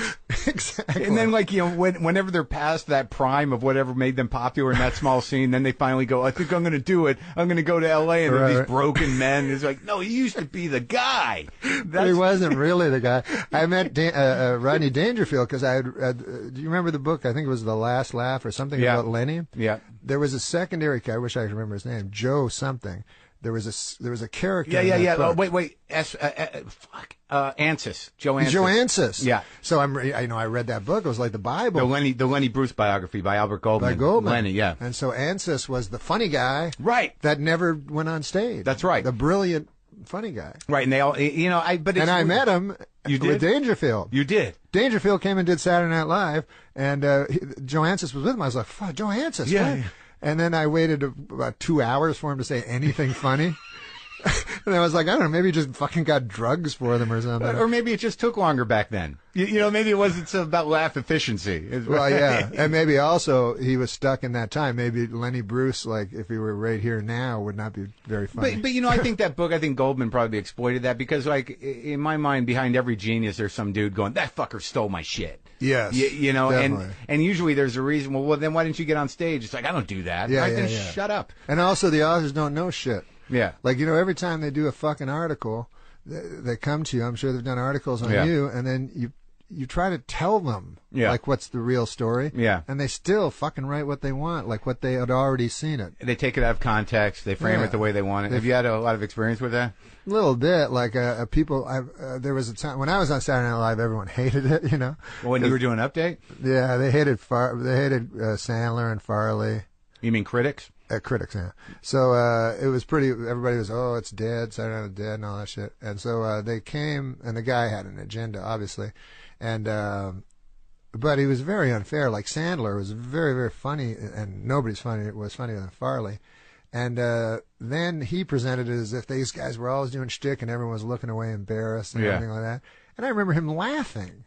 Yeah. So it was very frustrating. Did you fucking? And they made Farley. I never forget. It was on cover of New York Magazine, and they had Farley do a photo shoot where he had a television on his head. Yeah. And it was kind of funny, but Farley's doing a big, crazy physical thing with this big TV on his head, and then they put it on the cover and they said, "Is comedy dead?" And how did he respond to that?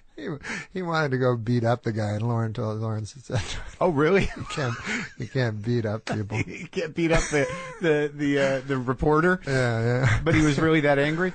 He was more angry because they not for him, but because they attacked Sandler. Actually, he was very protective. Well, that whole crew, you were part of that crew. They seemed tighter than most SNL crews, like Farley, Sandler, Spade, you. Like you guys seem like a real kind of Rat Pack of comedic. Well, we were talent. pretty tight because except for Farley, we were all stand-ups. Mm-hmm. So we kind of we didn't know how the fuck to act or anything. And like before us, was Chris there too or no? Chris, Farley? Rock. Oh, Rock was there too. Yeah. So you're all sitting around going, well, I don't know how to do a character. Yeah, we didn't know anything. So all we knew is how to directly talk into the camera. You know? Right. I mean, that's the only good thing we were good at. And but the rest of it was real tough. And so I would plead with people not to put me in sketches, because sometimes I would think of a good idea and write the sketch and knew I could do it, but I was but anyways, the point is, like, before us there was this great cast, and even now there's this great cast of actors, right? Which probably should be what Saturday Night Live is, not stand-up. Yeah. As a matter of fact, I think all acting should probably preclude stand-ups for the most part. But now they know how to talk to each other, shit like that. Me and Spade and fuck, what we didn't know. I just can't remember. I can't imagine the cynicism approaching a sketch. Exactly. With you guys. No, that's what we'd mostly do is we'd spend the first half of the night writing the sketch and the second half of the night crumpling it up, saying how shit it was. Because this is another thing that I noticed coming from stand-up into, because I was never had any desire to be anything other than a stand-up. Everything else would just accidentally happen from the stand-up, But for some reason in Hollywood, they go, I guess because of Bill Cosby or Roseanne Barr or some people who've had success in stand-up, they go, well, he can do other stuff. Let's build a show around him. He can do anything. Which is not an experiment. Give him some children. Throw him in a living room. Not an experiment that's worked. Well, was that part of Lauren's thing? Wasn't that the season where he's like, let's use stand-ups? It's sort of like that scene in The Right Stuff where he's like, I want test pilots. I want stand-up comedians. And what was the struggle? Like, how often did you deal with Lauren around that stuff? Well, the great thing about Lauren is you could do anything you wanted. He would tell you wise things, like wisdom or whatever. He's like a little Buddha guy, right? Yeah. Did it ever make sense, or to me? You'd always walk away going, "What the fuck?" To other people, it did. Like, I remember one time he wanted me. Like, this was actually with Weekend Update. They wanted me to do Weekend Update with a lady. Yeah. Like two of us. Mm-hmm. And I was like, that sounds like shit. I don't want to fucking, that sounds like shit. Like, I'm like, if there's a lady and a dude, like, what are we making fun of local news? What the fuck is that? He's like, no. He's like, you'll be, he had some crazy, he goes like, I think he liked me because I didn't understand what he was talking about all the time. And he goes like, you'll be Fred Astaire and she'll be Ginger. You'll like, give her the sex, a comedy, and she'll give you the sex. And I was like, the dancers? What? I didn't know what he was fucking talking about. So anyways, I go, I don't want to fucking do it with a lady. Let Franken do it. Yeah. So Franken was going to do it? Yeah, it was Frank and me or somebody else. So I didn't care that much about it. So because I could just do stand up. But anyways, what happened was funny. Like Steve Martin walked in because he was hosting. Yeah. And Lauren, to embarrass me, went, let's see what Steve thinks about it. And Steve Martin doesn't give a fuck about anything. So, but he goes, Norm wants to with the lady, and what he thinks, and he does this big long spiel, and Steve Martin's completely uninterested. Been dragged into something he wanted no part of. But luckily, he fucking just said out of the blue, he goes, oh, fuck. He goes, I did this award show with some broad, and they paired me up with her, and she fucked everything up. Like, I guess they stuck him with something. Yeah. So then Lauren goes, oh, there's some support from an unexpected place. And that's how you got the solo update? Yeah, Steve Martin, because he was such a hero to Lauren. You had a bad experience with an award show, and you get to run the solo on the update? Yeah, it was awesome. That's a fucking good moment. But I would have been in big trouble with a lady. But then later they did it with a lady and a dude. Because he kept saying, oh, remember, because I know Saturday Night Live, like all of us, right? Yeah. And he was like, remember Jane and Dan? And I was like, that was shit.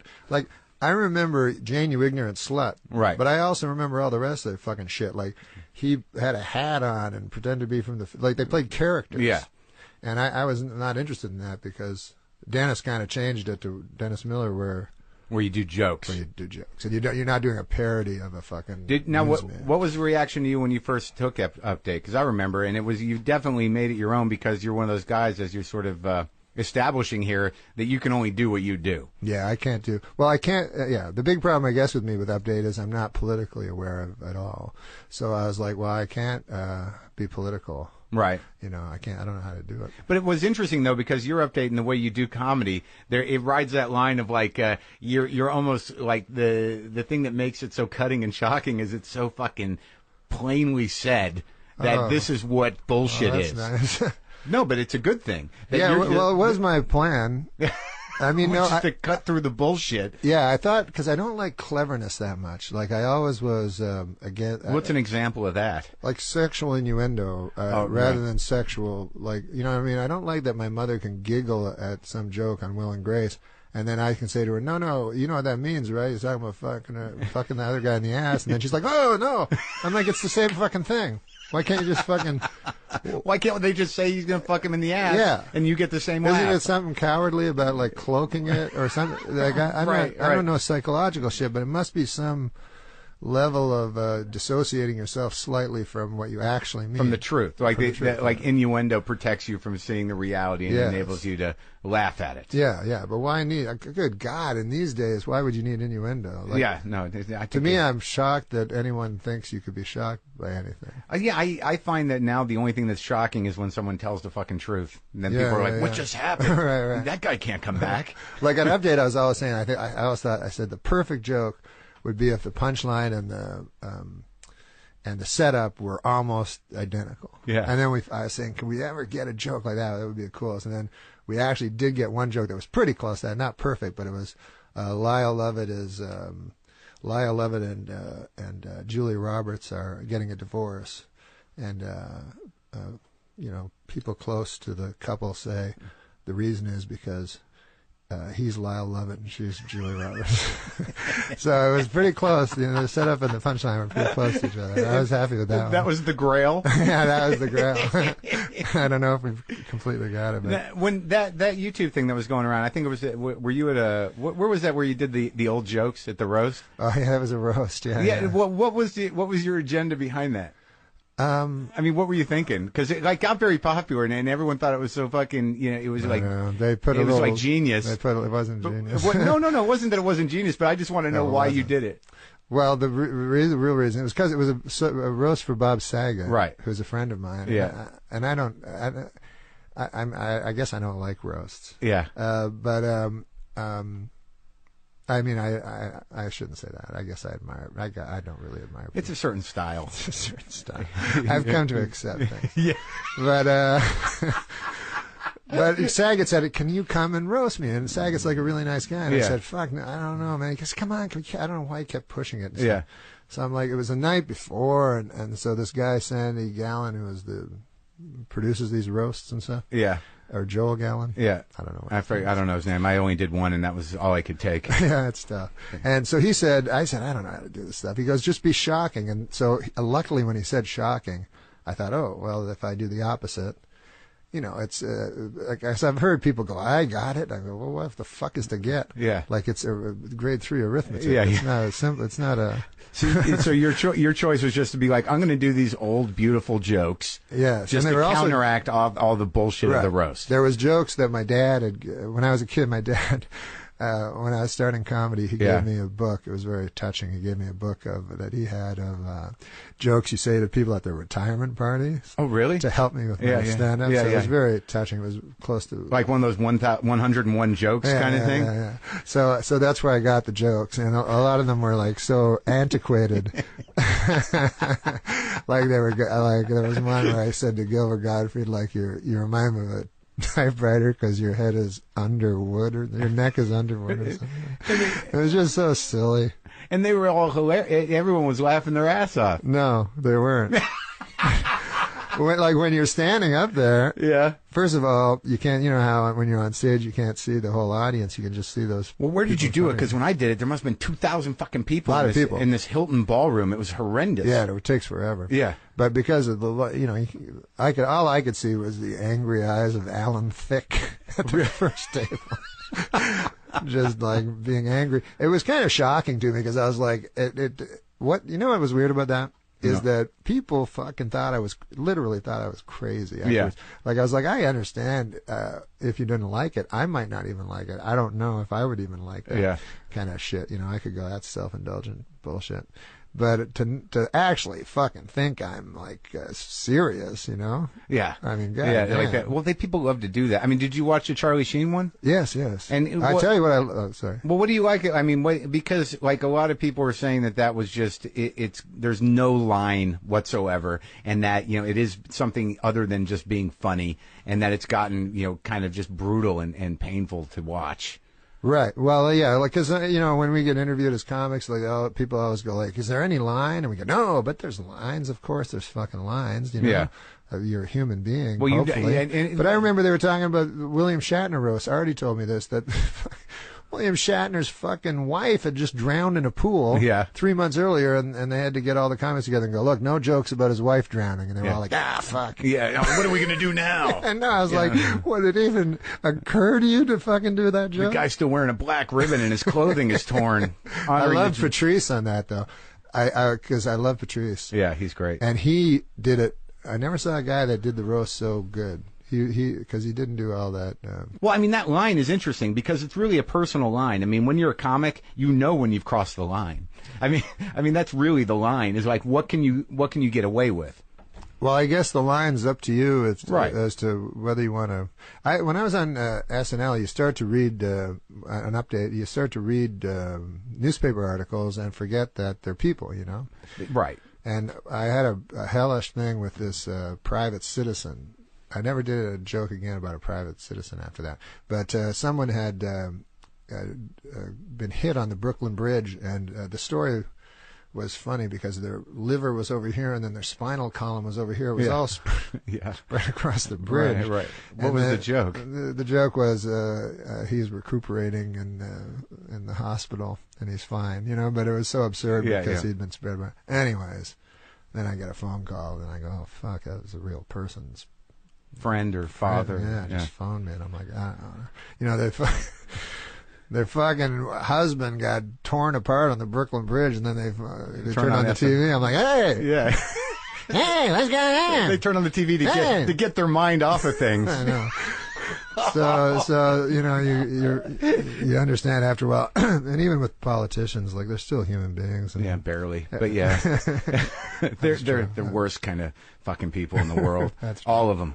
I'm glad to hear you say that because everybody thinks you're all leftist and everything. Well, I mean, I definitely land on the lefty side of things on ideological terms, but I found that from doing political talk radio, just being carrying water for any of them, you just got to realize the quality of people you're dealing with. You're dealing with fucking corporate whores who are operated by business interests. So really it's going to come down to however you view politics. The question is, do you give a shit about poor people, and Right. And are we being taken advantage of? Right. Now, if people want to frame that as, Obama's a communist and draining us of our livelihood, well, that's your particular delusion, and that's fine. I mean, Right. but I just got disillusioned with all of it because these are not quality people. I mean, I did a joke about Michelle Bachmann on Real Time. I saw that. Yeah, and I was getting flack from this, a very small portion of the right, Yeah. that they were like, he's a misogynist. I'm like, she's a fucking pig. She's a fucking politician. Can you name me two politicians that command any respect whatsoever? Why do we respect these people? These people are car salesmen. They're idiots. They're more disingenuous than anybody as performers, and they basically figured out a way to bait and placate morons into voting against their self-interest. That's an amazing skill, but is it respectable? I don't know. Do you respect a guy that sells you horse shit in the guise of a health supplement? I agree with you. I mean, I think politicians are terrible. People attack evangelists, but at least evangelists offer something. Right. Well, they after the immediate relief of someone's pain and aggravation with another line of bullshit, but nonetheless, I mean, they're pretty evil too. Well, I mean, with politics, it's like. Yeah, I don't like to get into it that much anymore. Yeah, let's not get into this shit, man. Okay, buddy. Because it's getting. I can see people not laughing now. No, I mean, but laughter. But I know that you've gotten into a little bit of flack around it. But you're flack around what? Around politics. What do you mean? Well, just say you've said things that people have reacted to, but you're not like a political comic. I'm not political. I've only said things on purpose to provoke people. Right. Once in a while. You like doing that though. Once in a while. Yeah. But I've never. But I've never. Because I don't know enough. And because I don't respect political humor when it's nothing but gossip. Yeah, and mostly comics and people like us, people who are obviously First Amendment warriors to a certain degree. We like living the way we want to live. So it's really just going to come down to money. It's like, how do I keep my money? I mean, that's the biggest political question that most righties ask themselves. It's like, I'd like to keep as much of my money as possible. And if that's in a minority opinion, how do we get this majority of poor people to get me to keep my money and believe that they're doing the right thing? Yeah, it's a tough fucking thing because apparently I read this, if all the money in the world was equally divided among everybody would be dead fucking poor. Yeah. There's these moments where I don't talk about as much as I used to, but then there's moments where you're like, there's a moment that I was on a fucking radio show the other day.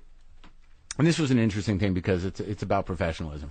I don't do political talk radio. I've got my political views and they're fairly general. I'm not trying to support any politician, but I have the way I think about things. But there are politicians that represent the opposite of what I think. So I'm on this talk show with a guy, it's a Fox affiliate, but I'm there to plug my comedy and talk about my podcast and be funny with this dude who's a talk show host. He's a radio professional. He runs an entertainment show for the most part, but he's been dying to talk to Rand Paul about the bridge situation because I'm in Louisville, Kentucky. He's the fucking senator. Right. They got bridges falling down, and he's been trying to get this guy on the show.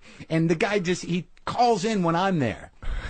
So now I've got, if I was doing political talk radio, I mean, it would have been what the fuck are you thinking? You and your libertarian bullshit, and how are we going to pay for this? I would have jumped in and done that. But there was this moment where it's I just done a segment with this radio professional. He was like, God, it's great to talk to a guy who knows how to be on radio. We're having a good time. Hold on, the senator's on the phone. And I got to sit there and go, oh, do I do this? Dude, would it be worth it to sabotage this for some lefty, credibility? Yeah, and then I realized like, dude, you know, he's a radio guy. You're a comedian. You're having a good conversation. He's trying to talk to this guy about a local problem. Just shut the fuck up and let him do his job. And then when you come back, you know, get back to what you were talking about. And I chose to do that, but I did walk out saying, like, you pussy, you had such an opportunity there. You know, I was on Politically Incorrect a couple of times, and fuck, man, you know, you have to have an opinion about every goddamn thing on that show. So, or you can just do a little homework and write some jokes. Yeah, but sometimes I remember at the break, like Scott Carter go, enough with the jokes. But I'll never forget it. Like I'm very unlearned, and so before the show, Scott came in, who was the producer. Yeah, he's been on the show. Yeah. So he said, "What do you think about China and Taiwan?" And seriously, I only know those as words, you know.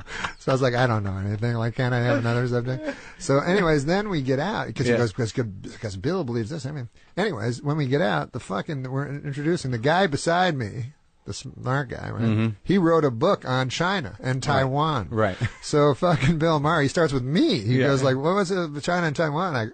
I go, I don't know. I'm fucking ask this guy. What do I know? I'm a nightclub comic. What? Like, that's what made me laugh with that show. Everyone's opinion's equal. Right. You know? Right. Like a nightclub comic and an expert. And then another thing I always found funny about that show is the comedians try to be very serious, and then the serious guys are trying to get jokes. Yeah. So it's like it's not always our shining moment. I do like Bill though. No, Bill's great at what he does. Yeah. Like he started out a straight up joke dude, and he knows his shit. And it's pretty amazing. You know what's funny about him? I don't know if I should say this or not, but I mean he's probably aware of it. When he does his monologue, you notice when he does his monologue, he does Johnny Carson. No, no, definitely. He definitely models himself. I think that's been his style for a long time. He definitely takes the posture. But I find it very funny because, you know, he's got the posture and the timing and everything, and he's like, and then she came in his face, you know, but it's like crazy words come out. Carson would have loved to have done that. Yeah, he probably would have. So when you grew up, I mean, what was the story in terms of, you say your dad gave you a joke book, but were you got along with your folks and everything? Oh, yeah. When I was very young, I was very, very, very shy and very afraid of everything. I mean, people say they're shy when they're kids, but I was like, it was a pathology. Aren't you still afraid of everything? I am. I mean, I try to hide it and deal with it, but on a day-to-day basis, no, I'm not afraid of everything. I'm afraid of very few things. Like what? Illness, death. Yeah. How'd you get peace of mind out of the other shit? Well, when I was this is a weird thing that happened to me when I was young. Yeah. I don't know if this means anything. Let's try it. I remember it, but it was a moment I had that was it wasn't religious or epinaphic or anything, but it transformed me to some degree. Is that I was always fucking so afraid of everything, and if I went to a store, I'd have to walk around forever before I could even face a person in the store to buy a pack of gum. I don't know why the fuck I was like this. Yeah. But anyways, when I was 9. There was we lived in rural Ontario, and there was a blind friend of my dad's that I had to, he said, take him to the store. And I was like, what the fuck? Like, I have to take this blind fucker? And I'm already shy and shit. So I'm taking him to the store, and then the fucker wants me to explain everything, describe everything to him. Yeah. So I'm like, there's some grass over here, and now there's a lamppost, and this guy's all happy. Oh, what about the lamppost? I mean, it's just a lamppost. Yeah. So it goes on and on, but something happened to me it sounds bizarre, but something happened to me where I was actually, instead of always looking inward, which I think I'd always done before that one time, I was looking outward. Anyways, while I was talking to him, I suddenly had a sort of a hysteria, like I was laughing. I started laughing and stuff. And I don't even know why I'm remembering this, but I started laughing about everything. And everything seemed like very, very funny to me.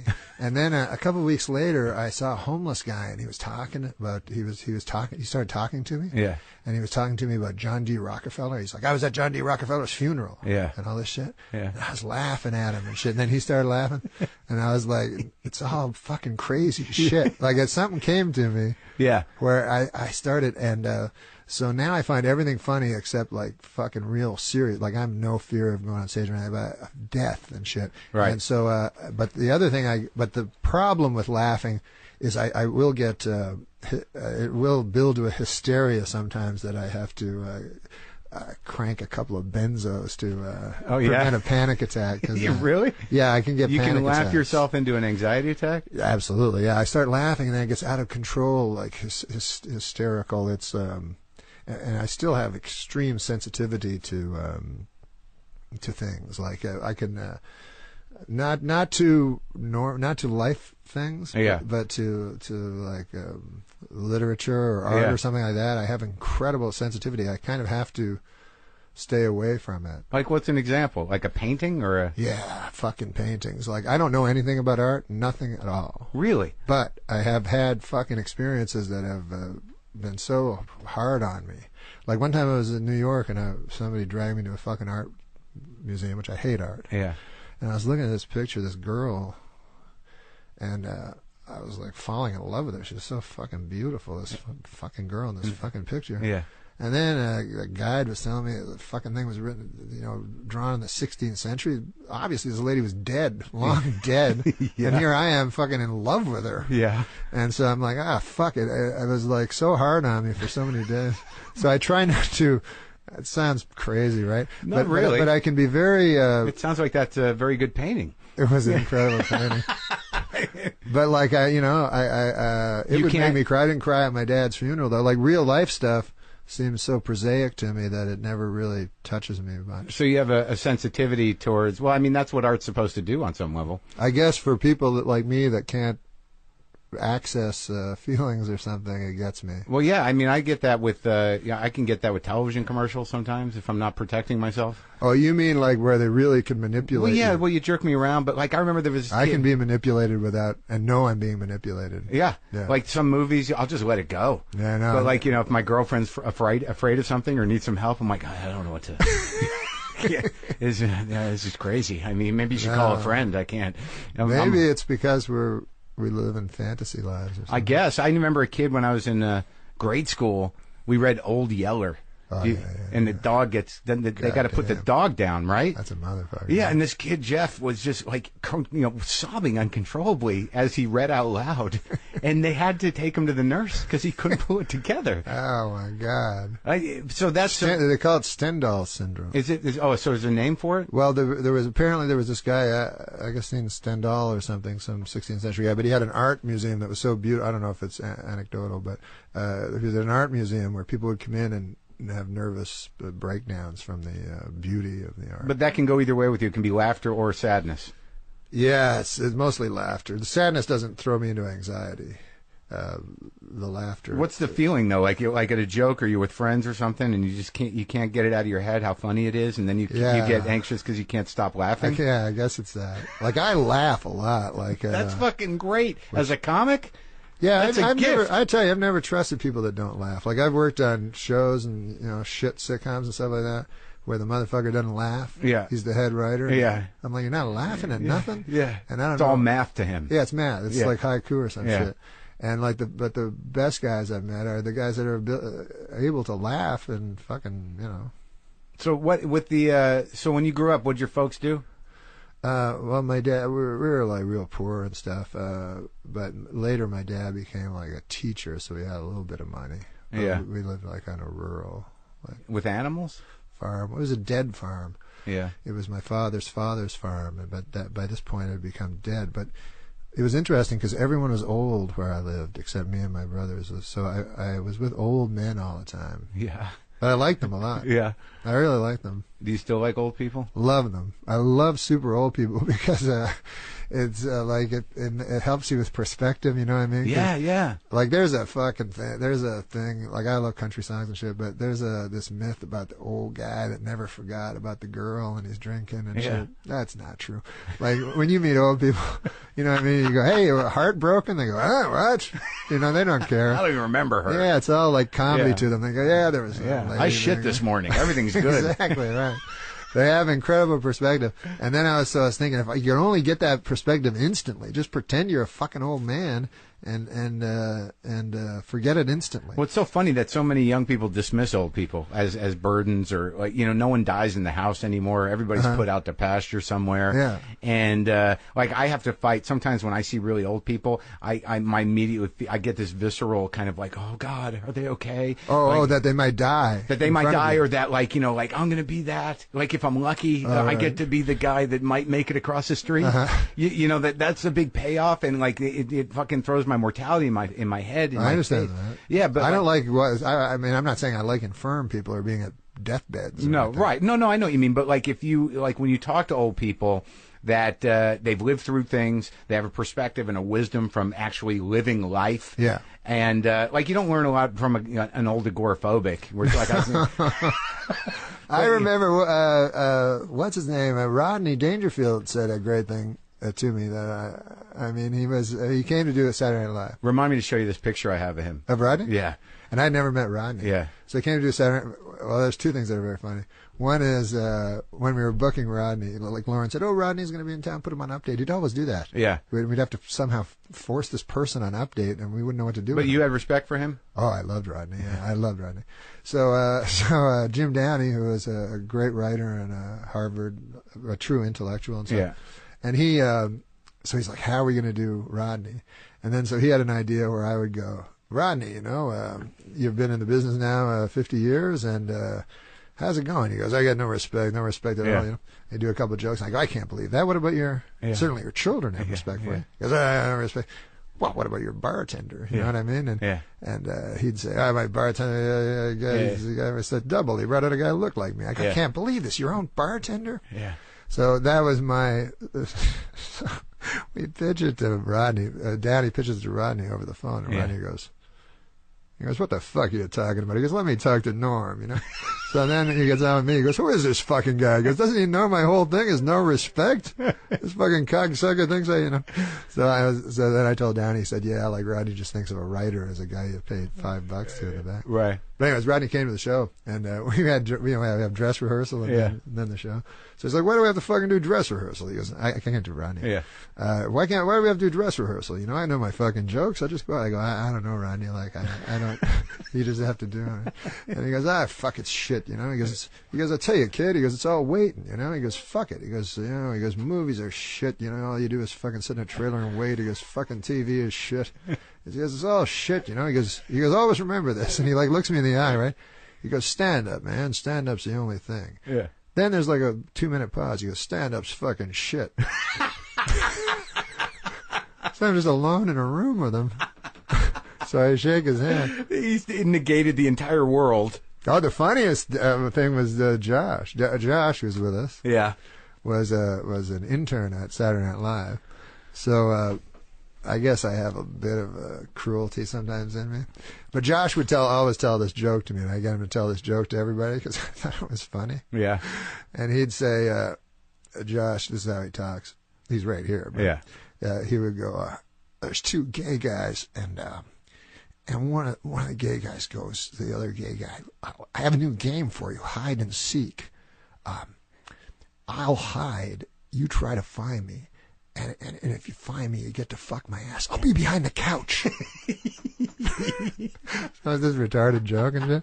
So I make him tell everyone? Yeah. So then do you remember I made you tell Rodney? Yeah. So it was the greatest moment. Fucking Rodney, we're stuck in this real narrow hallways of SNL. Rodney, you know, is standing there all curmudgeonly. And he's like twitching, and moving around, exactly. kind of rocking. It's like, "Oh, you got to hear this joke." And so then Josh stumbles through the joke, and at the end, Rodney looks at him and he goes, "I tell you, kid, I'm not much for jokes."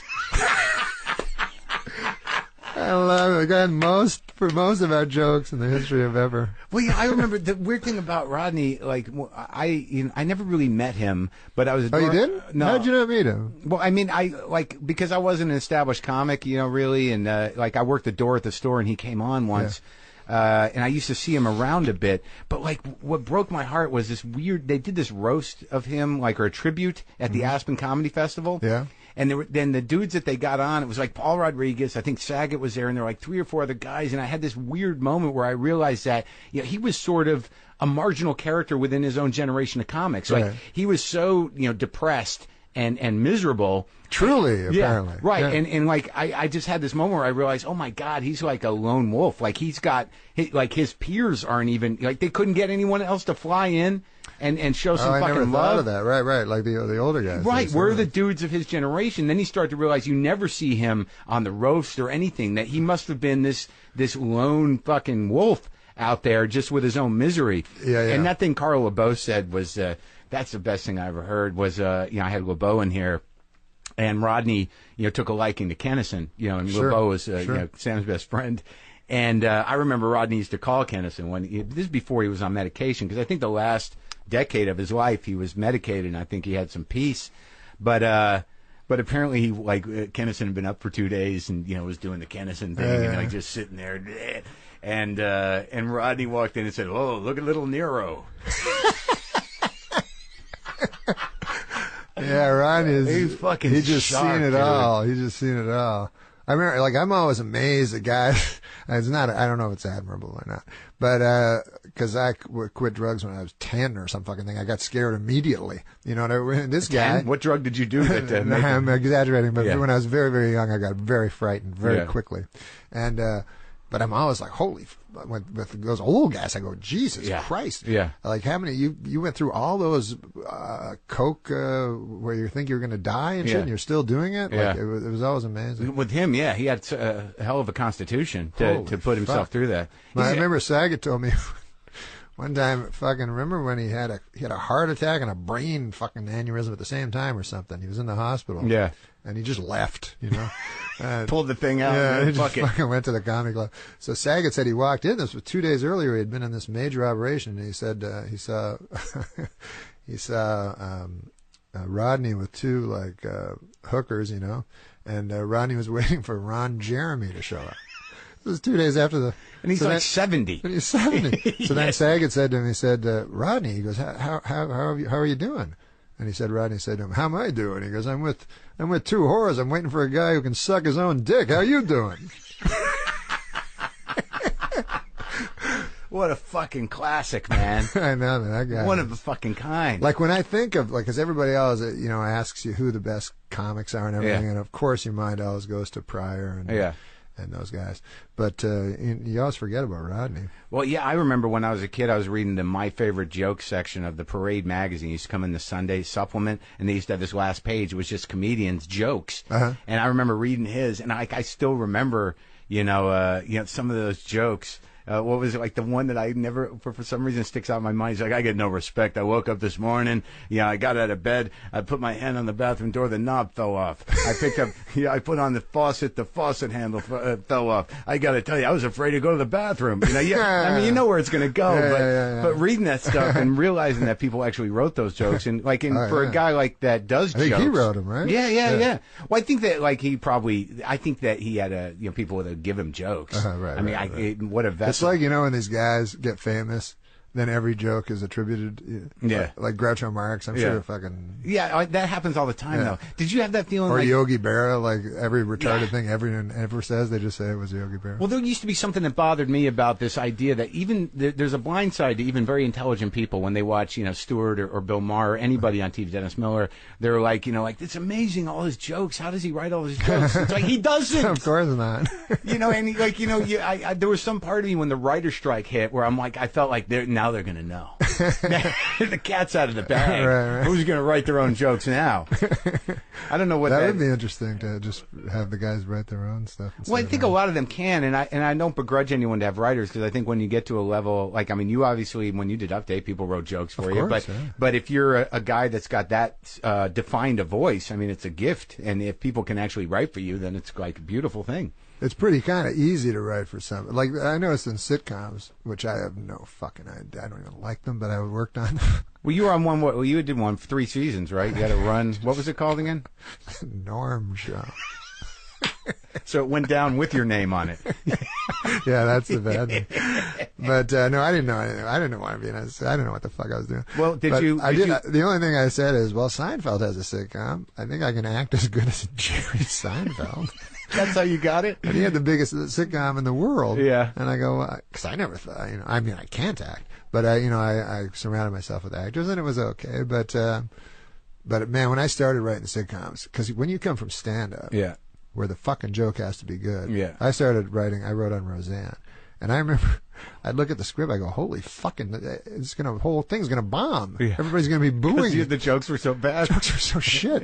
Because, a stand-up, it's so fucking hard to get a joke together. Yeah. And they're going, no, it'll work. And then, of course, it works because they lather up the audience. And they love those characters. And they love the characters. Yeah. And that's also the thing about people that can create a sitcom. They create characters and everything like that. Yeah. Then you can go on and write. It's very easy to write characters that are already I think sitcoms are all about the relationships between the characters. People gravitate towards the emotional dynamic of an ensemble, and it's got nothing to do with jokes. They after don't a got certain no point. jokes. Like you watch The Honeymooners, they got no jokes at all. No, you just love those A couple people. of fat jokes, Yeah, but other than that. You just want to see Art Carney and Jackie Gleason. But I remember on my show, I go, can't we think up some fucking situations? Like, it's supposed to be a situation comedy. Yeah. And the situation you're coming up with is I'm dating a girl. That's the funny situation. Because, I said, I remember fucking reading, like, you could read a thing of The Honeymooners and fucking be smiling. You go, Ralph thinks he's a millionaire. You go, fuck, this is going to be funny. But then it's like, on Friends, it's like, Jennifer thinks she might have feelings for Matt. That's what the fuck is funny about that. Yeah. So, so what happened to the sports show? Did that hit you pretty hard? No. I'm sorry. I tried to structure a question in a sensitive way. It didn't hit me hard. It didn't? No. What? Because I never expect success. I mean, you don't? No, never. No. But you can always go back to stand up. That's my luck. But you were out of that. Did you stop for a while doing stand up? No, I always did it. I mean, I did less of it, but I would always. Because especially when you're doing shit that you don't like, it's good to go on the road and because you have complete control of that thing. Yeah, and you can be funny. Yeah, and it's all on your terms, and you live or die by what. Because it is a very odd experience to be being not funny in front of a crowd that is laughing hard at your fucking not funny shit. Which is sitcoms. You feel that? Holy fuck, man! It's like you're in a fucking nightmare. You're like, what is going on here? Like, that wasn't funny. And they just wait till you stop talking. Yeah. And then they laugh. Because they're participants, these fucking audiences. Yeah, they're doing their part. They're doing their part, right. And that's what I loved about Saturday Night Live, is things could bomb. Like, really, only Saturday Night Live and the early Letterman, you could see people fucking bomb. Oh yeah, no laughs. And there's no other place on TV. Every other place, every joke works. It's an amazing moment. Even when you watch old Dick Cavett shows, and that was a popular show, and if you watch him now, the audience almost does nothing. Yeah, he'll get a joke off, and he's like, nothing. And you're like, oh my God. Right. Because people didn't have the same expectations that they do now. These fucking people who run who run TV made it like this. Right. That, there's something about, you can be funny without there being a ridiculous moronic joke every fucking 30 seconds. People can accept people just being people for a minute. Sure. There's that horrible fear. I wish talk shows would, maybe you can do it or something, but Carson, you'd never see the audience. No, you never see the audience? Now and he listened to now people? The audiences. They're out touching the audience. Yeah. I mean, that was the first thing that I noticed about Jay, and I've never done a show, and I got no beef with him. I just don't watch the show. But all of a sudden, he's out there touching people, and I'm like, what's he doing? That's bizarre. Is this a zoo? It's funny because Letterman and Leno do that, and really the guy who... Letterman doesn't touch him. Well, but I mean, they're there. They're like, he's... You know what I mean? That's a theater. It feels like a real thing. It is, but it's not completely separate like on late night. Right.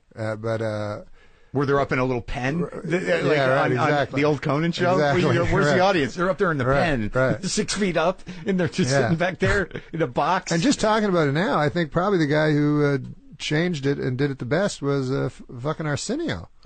He was the real guy that could. I guarantee you that's the only time this is being said in this country right now. No, but Leno is like so uncomfortable slapping people's hands. Yeah, you know what I mean.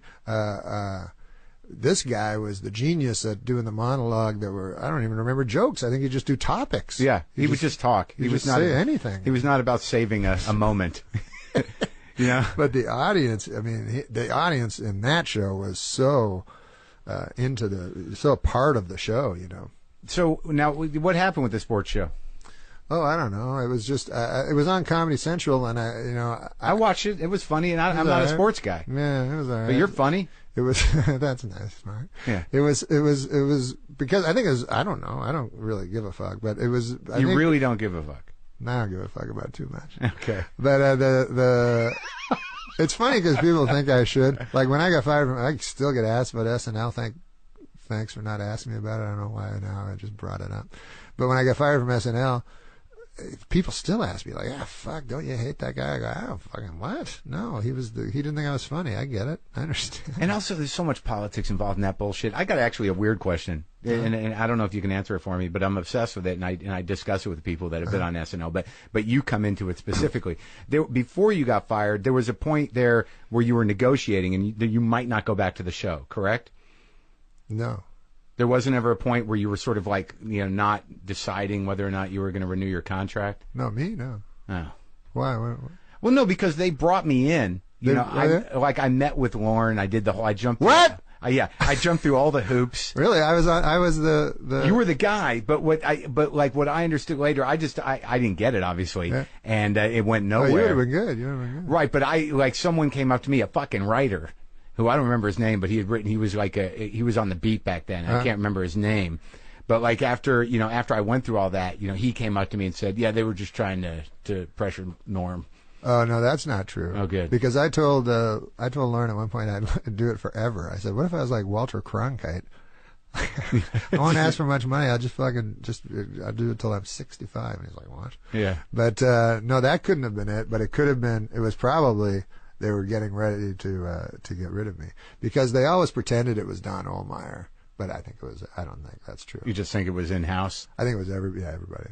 Because there was a particular thing where we had a lot of autonomy on Update. Well, and they tried to tie it to OJ and everything else. Yeah, they did that, but I don't believe it. And what do you think? Well, so you just think it was a business decision? I think it was that we had a lot of autonomy on Update, which didn't make the other people feel very happy. It was like the news division. It was like in that. network. Yeah, don't touch my news division. Right. Yeah. It was like that. And we had Jim Downey. It was me and Jim was very. Lauren was a little like rightfully respective of Jim and kind of let Jim on his own. So anyways, I think the whole show was tired of me not taking marching orders. Oh, really? I think so. Like Lauren hints at things. Like he would go like, I don't know if you really, because I do Michael Jackson jokes or something, because I don't really know if you want Michael Jackson you want a lawsuit by Michael Jackson. Oh, he's suggesting passive and then I go, that's cool. I like a retard. I'm just answering his question. I go, that'd be fucking cool. Michael Jackson suing me and I'm in court with him and shit. And he's like, well, I would never get his stuff till later. And then I go, oh yeah, that's it. So he would say basically in a slightly passive aggressive way, maybe you shouldn't do that. He would, and I'm such a retard that passive aggression does not work on me. I need aggression. What's that an innuendo thing you have a problem with? Can't you just say don't do that? I seriously, I keep missing it. Yeah. And I wish the guy would just go, don't do it, and then I wouldn't do it. You know what I mean? But he suggests things, and I go, okay, fuck it. That's hilarious. So are you working on something now? I mostly do stand up. I mean, there's always like you're not hosting the poker thing anymore? Retarded thing. Oh, the poker. No, I do. I don't know. Poker's illegal now, so I'm not sure. It's illegal? They shut down all the sites, so how you doing with that thing? the gambling thing. Ah, fuck, man. Yeah. Gambling is I don't know, I kind of I went broke like a few times when I actually had lots of money. Gambling. 3 times. Gambling. With gambling, yeah. And I mean broke, dead broke. So would you call yourself a degenerate gambler? Well, I don't. Degenerate has a epathetic negative connotation, yeah. But certainly compulsive. Yeah. But I don't know what it was. I'm not a psychiatrist, but I do know this: when I would go broke, because they say gamblers want to lose and stuff, which always seemed odd to me. But I will say the 3 times that I went broke for a lot of money, I had a very freeing feeling. I would go to the coffee shop and have a coffee and have nothing. And a lot of me is trying to get the fuck as ascetic as I can in my life. Oh, really? So it was a Zen thing? This was like you would recommend, if you wrote a book on Zen, it would be like, go out, make a bunch of stupid bets, lose everything, and enjoy.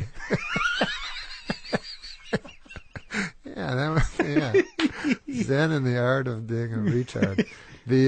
But I not because it would bring me peace of mind or anything, but because I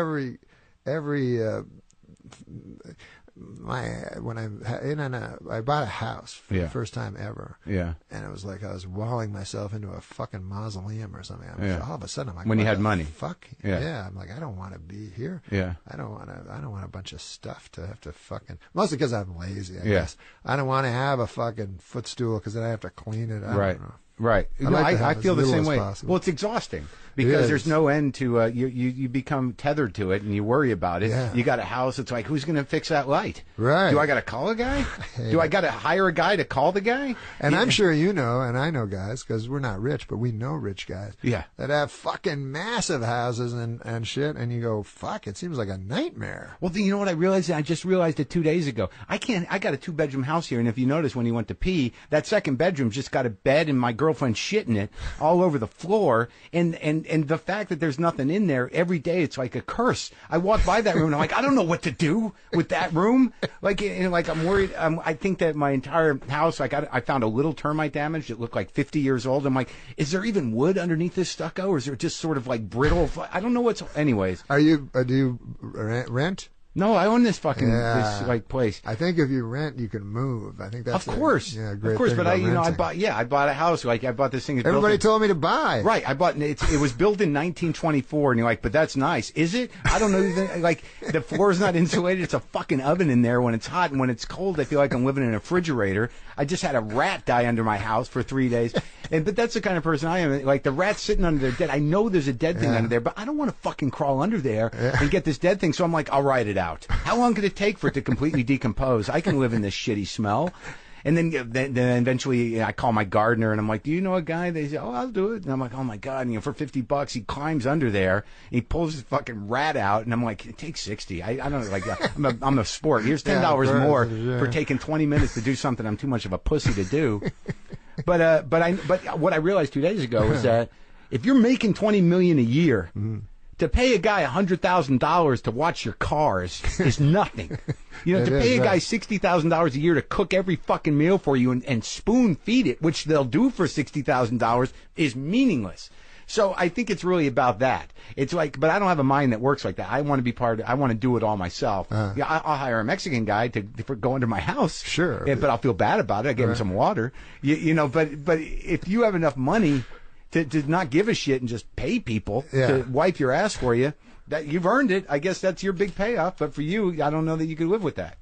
No, I that wouldn't be fun for me. What was the biggest bet you ever made? Oh God Almighty.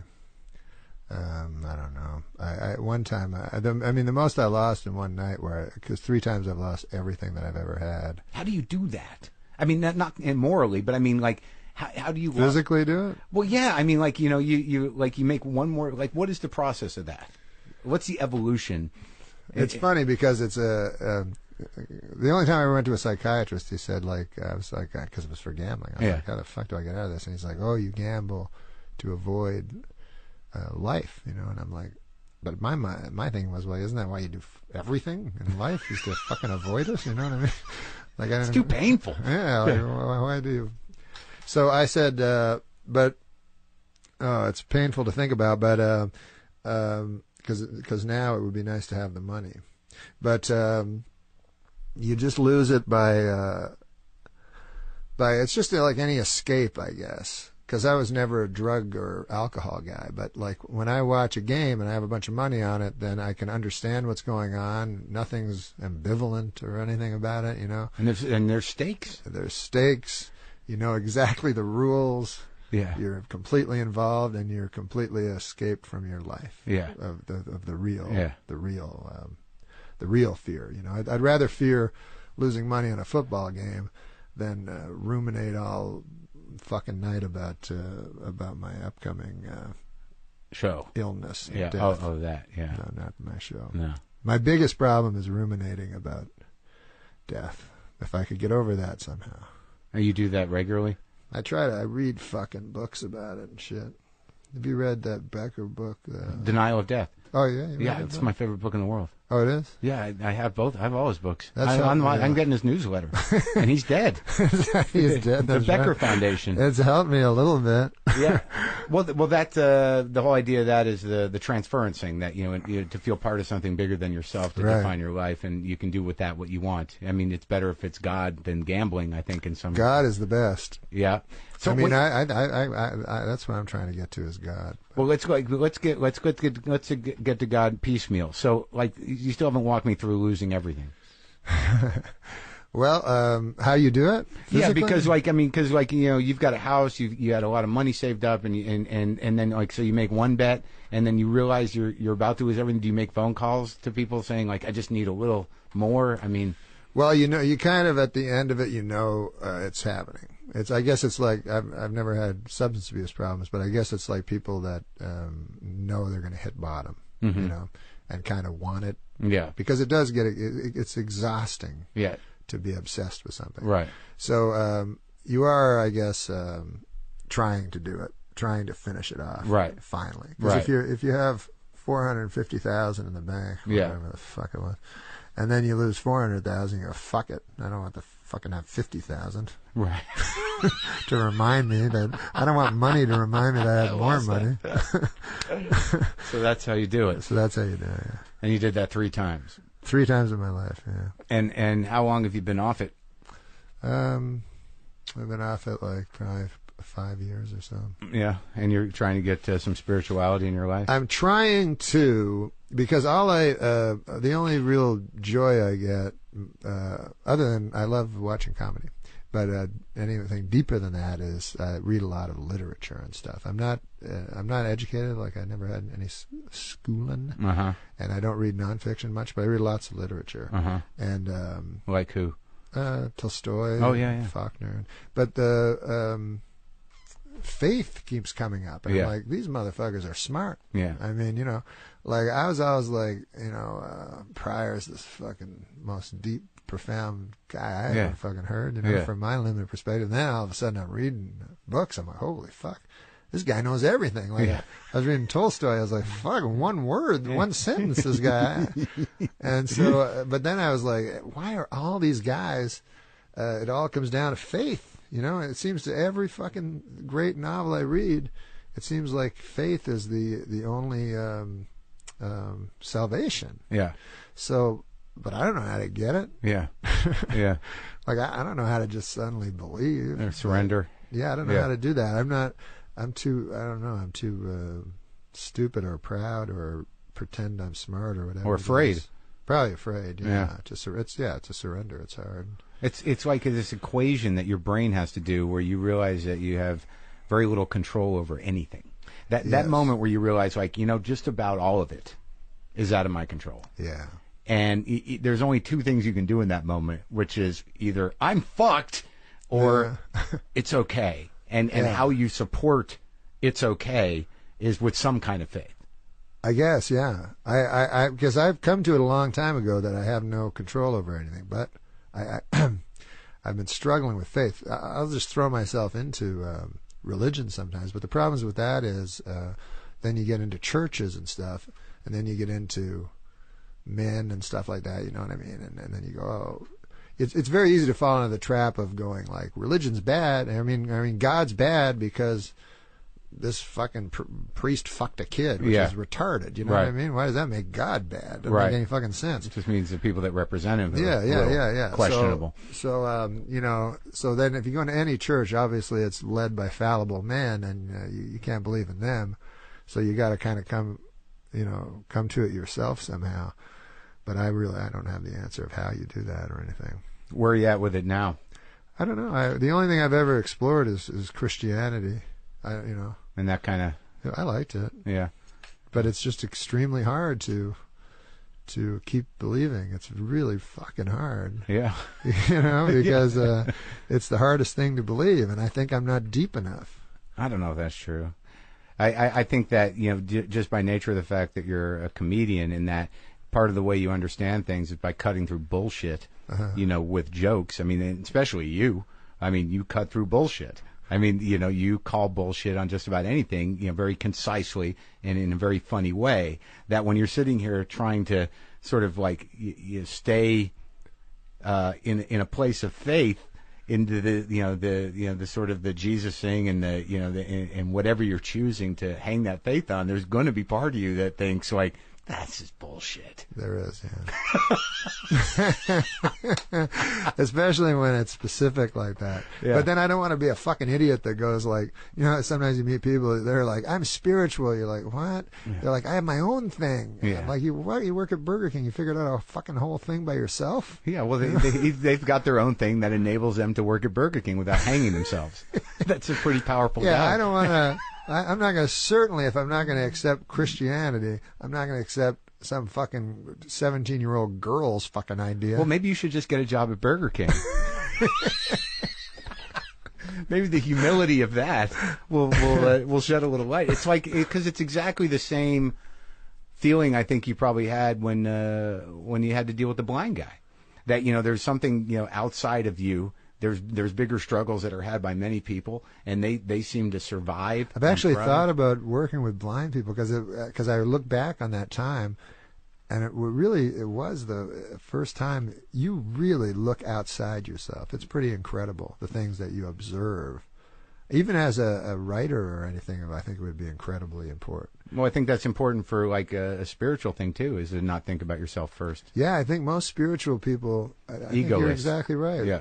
But I think a lot of people go, that's the way to find it, is to look inside yourself. But I think you're right. I think it's not. It's to look outside. It's to try to get past your ego. Yeah. To get that thing hammered down to almost nothing, to where you actually think about the better of somebody else over yourself. Yeah. And that's holy fuck, I would never be able to do that. Right. Well, that's very contrary to, like, there's this other whole movement now, the positive thinking people. Oh, yeah. All you got to do is throw that switch, man. Everything's okay. Hey, don't be negative. I fucking can't deal with that shit. But you can see in acting or in comedy that works. I know. Like the person that goes, hey man, I'm cool, everything's gonna be good, and it is. Yeah. Yeah, that's like, it's horrendous. But is it really? I mean, just because you're denying your flaws and everything else, I mean, you can sort of fake it till you make it, or there's a lot of slogans, act as if, whatever it is, but still, it's like, they say that eventually this will just kick in earnest. Yeah, until one day you're like, it's not kicking in, and this is fucked up, and you guys misled me, and fuck all of you. Right. The truth is, it's dark and horrible, and we die alone. Fuck you guys. The what is it called? Act as if. Act as if. I guess I understand what that would mean. Yeah. Sure. But act as if. Yeah. But all these books and all these things. The bowel cancer hasn't read the book. Ugh, you know what I mean? They don't read anything. They're fucking cancers. No. Yeah, I whenever someone, like, when people start talking about organs, I fucking check out. No, I mean, I can handle a lot of dark shit. I can fill my head with stuff. But when people start saying, like, I had kidney failure, I'm like, oh, God. Oh, no. Nothing. Yeah. That's why those fucking, the scariest movies always to me were the Cronenberg movies, because there's always the inside shit, I biological. I was thinking about The Fly recently. Yeah. Or that moment where it's like, when he's climbing up the wall and he's like, pretty weird, huh? Yeah. You're like, oh, God. No, and then when he breaks apart and there's a giant fly inside of him. Can we turn this around somehow to end this thing? It's like my act. When I do my act, yeah. I never think of a fucking ending. Yeah, just trickle off. Just fucking. Me too. Just unravel. I guess this is.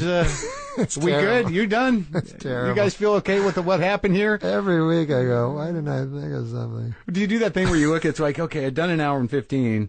And I don't know that how it's structured really matters. I'm done. That's what I'm like. And then I know people are kind of silent. They're like, "Where's the big matter ending? with him?" Well, I'm glad you're doing okay, man. I really. Oh yeah, well I'm glad you are, man. This is awesome. This is so. Sorry, it's so hot. It's so cool. It is hot, but it's cool. You got this thing that's your own, and you don't have to listen to. Yeah, no one can really tell me what to do except bad Marc. I talked to Bob Costas, and. He does, you're not a sports fan, but... Yeah, I like him. He's all right. He's great, but he does baseball. These fucking baseball guys know everything. And it was after I got fired and shit, and he said, fuck. He goes, I know how it is. He goes, I got people in my ear, these producers telling me. I'm like, you do? Like, he calls baseball games. Even he's got fucking guys like, they say this, Really? Yeah, he says people are saying in his ears, and he's like, it's always nonsense shit, Yeah. So it's nice that you have a place where a guy doesn't go, hey, ask him this. No, I'm very grateful that it's working out, and I love doing it. But I do have a guy within me that says, like, the other shoe's going to drop, dude. Oh, well, You're that's fuck of course. up. Yeah. But something is going to happen. Thanks, That's Norm. the bad part. All right, let's leave it there. Okay. Love you, buddy. Love you too, man.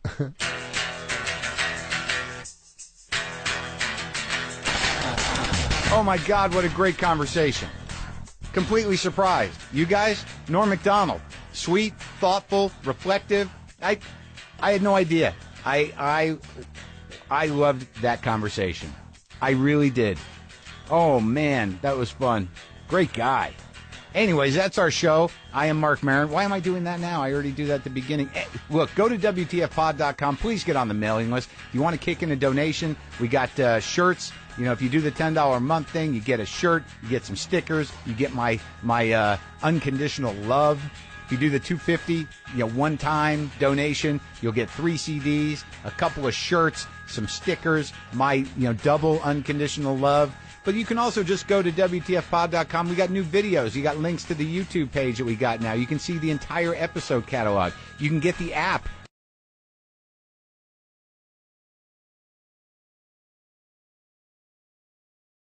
It may sound like a lofty thing to say on VH1, but basically, what are we doing on this planet? I think through the Beatle experience that we'd grown so many years within a short period of time. I'd experienced so many things and met so many people, but I realized there was nothing actually that was giving me a buzz anymore. I wanted something better. I remember thinking, I'd love to meet somebody who will really impress me. I don't mean because somebody like, Burt Lancaster, because he was in a movie. Right. I mean, I met Burt Lancaster and he impressed me on that level, but I meant somebody who could really impress me. And that's when I met Ravi, which was funny because he's this little fella with an obscure instrument from our point of view, and yet it led me into such depths. And I think that's the most important thing. It still is for me. I get confused when I look around at the world and I see everybody's running around and, as Bob Dylan said, he not busy being born is busy dying, and yet nobody's trying to figure out what's the cause of death and what happens when you die. I mean, that to me is the only thing really that's of any importance. The rest is all secondary. Do you think pop musicians are afraid to deal with subjects that are so big, or it just doesn't occur to them, or do people think, oh, it's not commercial enough? Who wants to talk about life itself? I don't know what anybody else thinks, and as the years have gone by, I seem to have found myself more and more out on a limb as far as, that kind of thing goes. I mean, even close friends of mine, they maybe don't want to talk about it because they don't understand it, but I believed in the thing that I read years ago, which I think was in the Bible. It said, knock and the door will be opened. And it's true. If you want to know anything in this life, you just have to knock on the door, whether that be physically on somebody else's door and ask them a question, or, which I was lucky to find, is the meditation. It's all within. Because if you think about it, there isn't anything, in creation, the whole of creation, that is perfect. There is nothing that goes wrong with nature, only what man does, then it goes wrong. But we are made of that thing. The very essence of our being, of every atom in our body, is made from this perfect knowledge, this perfect consciousness, but superimposed on that is through, if I can use the word, the tidal wave of bull that goes through the world. It's cable, you can say that. Yeah, so there's this, we're being barraged by, by bull. But not only that, the way the world is structured, or the way creation is structured, we have duality, which says yes, no, good, bad, loss, gain, birth, death. And it's this circle that you get trapped in. It's like the Memphis Blues again. And that's the hardest thing to to understand. What is causing both of these things? What's causing day and night, good and bad? It's all the cause and this is the effect. So, I mean, we're getting really transcendental here, but to say that our physical being is really on a very, very subtle level. It's just like the sap in a tree is the sap, and it runs throughout all the parts of the tree. Now, it's like that. Our bodies are manifesting into physical bodies, but the cause, the sap, is pure consciousness, pure awareness, and that is perfect and perfect knowledge. But we have to tap into that to understand it. And that's really why, for me, this record's important, because it's another little key to open up the within for each individual to be able to sit and turn off your mind, relax, and float downstream. And why do you think that it drove you to search for something deeper as opposed to someone like Elvis who had a hard time handling it? Actually, Elvis, I think, looked for something deeper too. Yeah, because I know that he was, you know, at different times he was involved with different organizations, and I mean, it was sad about Elvis. I think compared to the Beatles, Elvis, I always saw the problem for him was that he was the only one who had that experience, whereas like we were hippies, you know, so it takes more people to have that share the experience. I mean, the four of us all experienced the thing, and in a way we gained strength and supported each other in the turmoil. But yeah, I think fame is a good thing in terms of giving you heightened experience, or at least more experience, and but then it's what you do with that, or what that uncovers. I think for me, you know, as I say, I realize I want to, you know, I just want more. This isn't it, you know. Fame is not the goal. Money, you know, although money's nice to have, it can buy you a bit of freedom, you know, you can go to the Bahamas when you want, but it doesn't, it's not the answer. And the answer, you know, is how to get peace of mind and how to be happy. That's really what we're supposed to be here for. And the difficult thing is that we all go through our lives and through our days and we don't experience bliss. And, you know, it's a very subtle thing, and to experience that and to be able to know how to do that is something you don't just stumble across. You've got to search for it. Did you experience bliss on stage or in the studio? In a way, did performing put you in touch with that bliss? Well, we had happiness at times, and but, you know, not the kind of bliss I mean, where like every atom of your body is just buzzing, you know, because it's, again, it's beyond the mind. It's like, you know, it's when there's no thought involved. That, I mean, it's a pretty tricky thing to try to get to that stage, because it means controlling the mind and being able to transcend the relative states of consciousness, waking, sleeping, dreaming, which is all we really know. But there is another state that goes beyond all that, and it's in that state, that's where, you know, the bliss and the knowledge, you know, that's available is. I know the one benefit concert that you've done in England in the past couple of 20 years or so was for the Natural Law Party back in '92, I believe. What brought that about? Well, it was one of the things that made it easier was I'd just done a tour of Japan with Eric Clapton's band.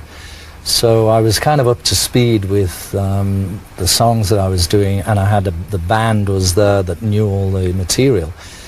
But that was, I think there was a general election going on, and as far as I'm concerned, whichever, you know, the Neil Innes, you know, from the Ruddles, he wrote a song once and he said, no matter who you vote for, the government always gets in.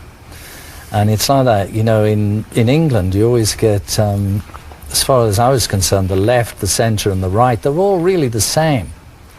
They're all different shades of the same greyness. And although it was a long shot, you know, Maharishi tried to get these people formed together into a party which would be called the Natural Law Party, which was the same Maharishi Mahesh Yogi. And the idea behind it really is to have consciousness as the basic thing, because if really, we get in government, or we get in any situation in life, we get the reflection of our own consciousness. We can't really complain about what we have, because that is us. It's a reflection of our own being. Now, if we could have people who are actually conscious in a spiritual sense, then all the underlying problems to society, I mean, it wouldn't be able to change just overnight, but over a generation or 2 generations, you could have things where, for instance, say in England, and I'm sure it's the same here, you get disease. So you've got a lot of expenditure on hospitals and on fixing up people who have disease. Now, the problem is that most doctors, they study disease. They don't know about health. So you'd need to reprogram stuff so that you teach people about how to be healthy. That way, you don't spend so much money on disease. You'd have, people would be healthier. You wouldn't have such a, a requirement for, all the various things that take up all the money. You'd be able to use that money for something else. So the natural law that operates on this planet or in the universe, everything, as I said earlier, everything works in a perfect order. And there's a scheme to things which has a certain intelligence that drives it and makes everything work. Now, if we as individuals could go to that level of consciousness where we can bring it into our being, and as Maharishi Mahesh Yogi once said, for a forest to be green, each tree must be green. So it's no use just 1 or 2 people being, like this. You'd have to make the whole of society, if they had that understanding. And that's what I think, really, you'd have to, school people. Right from being children, teach people about their health, about their bodies, about consciousness, because it's all to do with consciousness. Raise the level of consciousness, and then everything automatically becomes better. Do you think it can happen, or do you think people are totally on autopilot too much? It can happen, but it's something which will take a long, long time, generations of people. I mean, if you look now, just through, say, from the 60s or the 50s, there's a lot more people, thanks to, say, Indian music, thanks to rock and roll music, who have got much more understanding. You go out there on the street now, you can find Indian spice shops, Indian restaurants, and places to go for yoga, for meditation. There's a much higher awareness, generally, on those kind of things. And so it is seeping through. I mean, where did all the really good hippies go when they all dropped out? They're driving Volvos, George. Well, I don't think all of them are. I think a lot of them are, have, brought up, there's probably 2 generations of kids now who are much more open to that type of consciousness, and they've been brought up by, being vegetarian or whatever, that helps the society become, a much more balanced. It's all to do with the balance. We've got too much extreme going on. You're optimistic. You have to be optimistic, yeah. Me too. Yeah. I just it's so funny because when you talk to people, it's down the middle. Those who think it's getting better, those who think it's getting worse, and those who think it's reflected in the music in all cases. But it is getting better and worse, because that's the nature of relativity. Good and bad, good and bad. But the individual, if the individual gets that consciousness, then it doesn't matter, because in a way you can retain the balance between the good and the bad. Because really, good and bad are the same. They are. Yeah. It's the same sort of thing. So it's like in the middle is the safe path. Bitch better have my money. Hey, you guys. It's Marc, and, well, Patrice O'Neal passed away, and I'm upset. I'm sad. I feel a tremendous amount of loss. When I heard that he had a stroke, I was devastated. And the fact that no one was really getting in to see him, or I wasn't getting any information. I had no idea, what was happening, but I thought about it a lot in the days that followed, and just the thought of, all I heard was that he wasn't talking, and I thought, that's just horrible that Patrice, of all people, isn't talking. And I didn't know what it was going to happen, and obviously the worst that could have happened. And I'd just been thinking about it a lot. I knew it was bad, and now he's passed away. And I've had to do this a few times now in the last couple of years. I mean, since I've had this podcast, is say something about great comics. And Patrice was great. And I'm putting up this interview I did with him out of respect, in memory of, and as all I've got left of him in my mind. I mean, there's part of me I was very happy that I wasn't allowed to see him. I'm not in New York that much, but I did ask if it was possible. It wasn't possible. Because I want to remember him like this, like how he was when I talked to him, how he was when you're around him. I mean, this guy was a tremendous force of comedy and he just had some fucking magnitude, man. And I'm not talking about his physical presence. I mean, when you were around Patrice O'Neal and you were in his line of fire or in his focus, it was electrifying. And the guy had huge balls.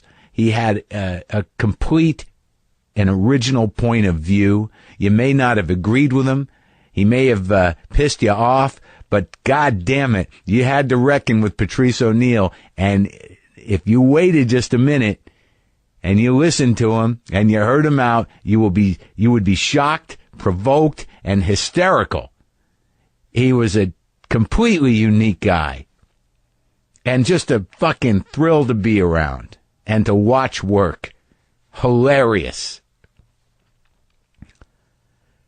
And I'm going to fucking miss him. It's just horrible. The thought of him being in a state where he couldn't express himself, or he couldn't talk,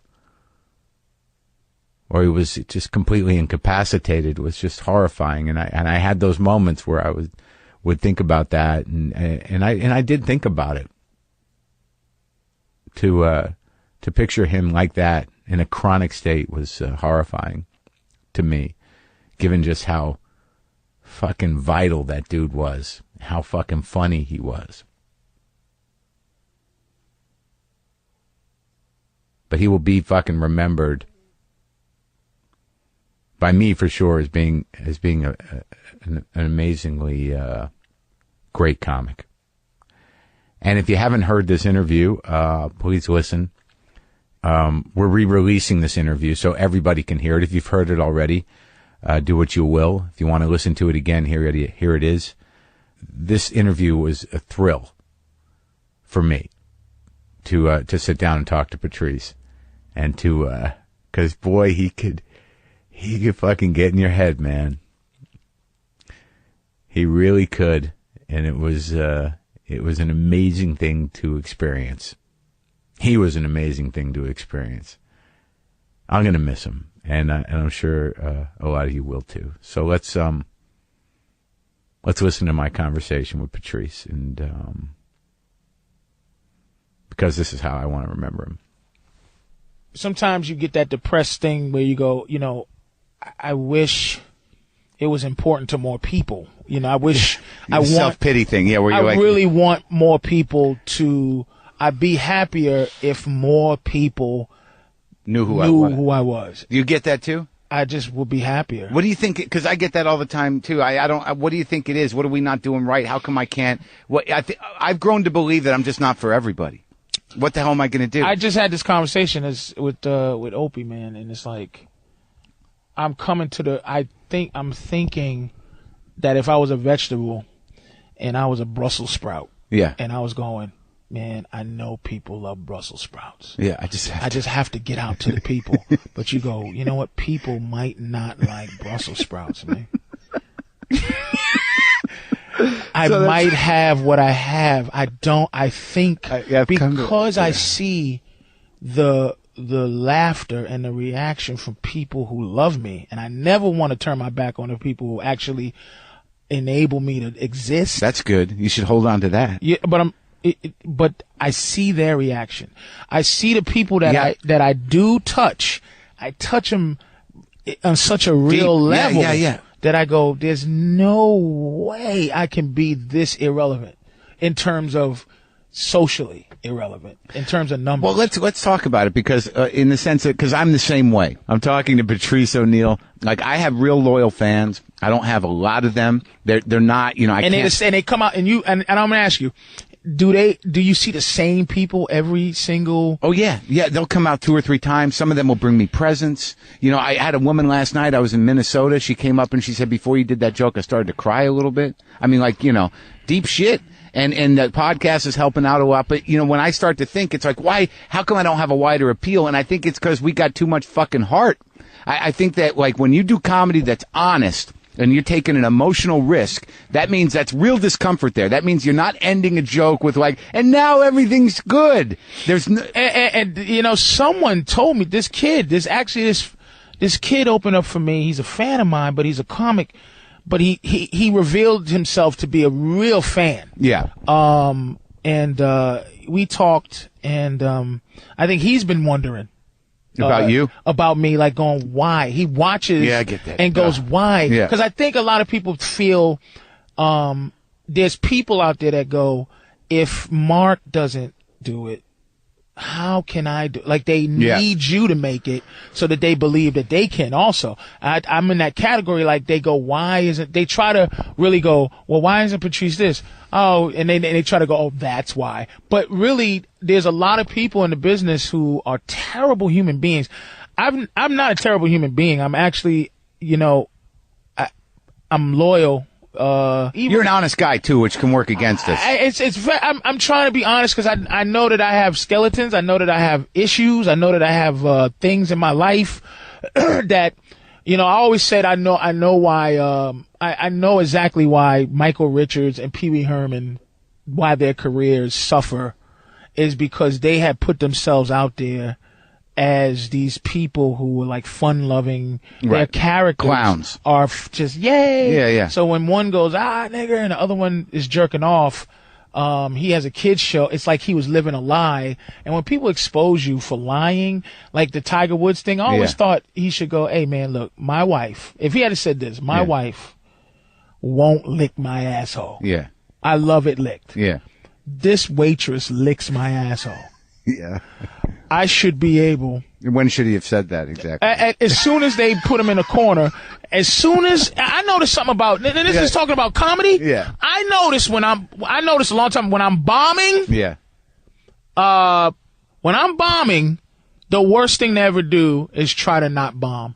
The best thing to do is take everybody to die. Everyone dies.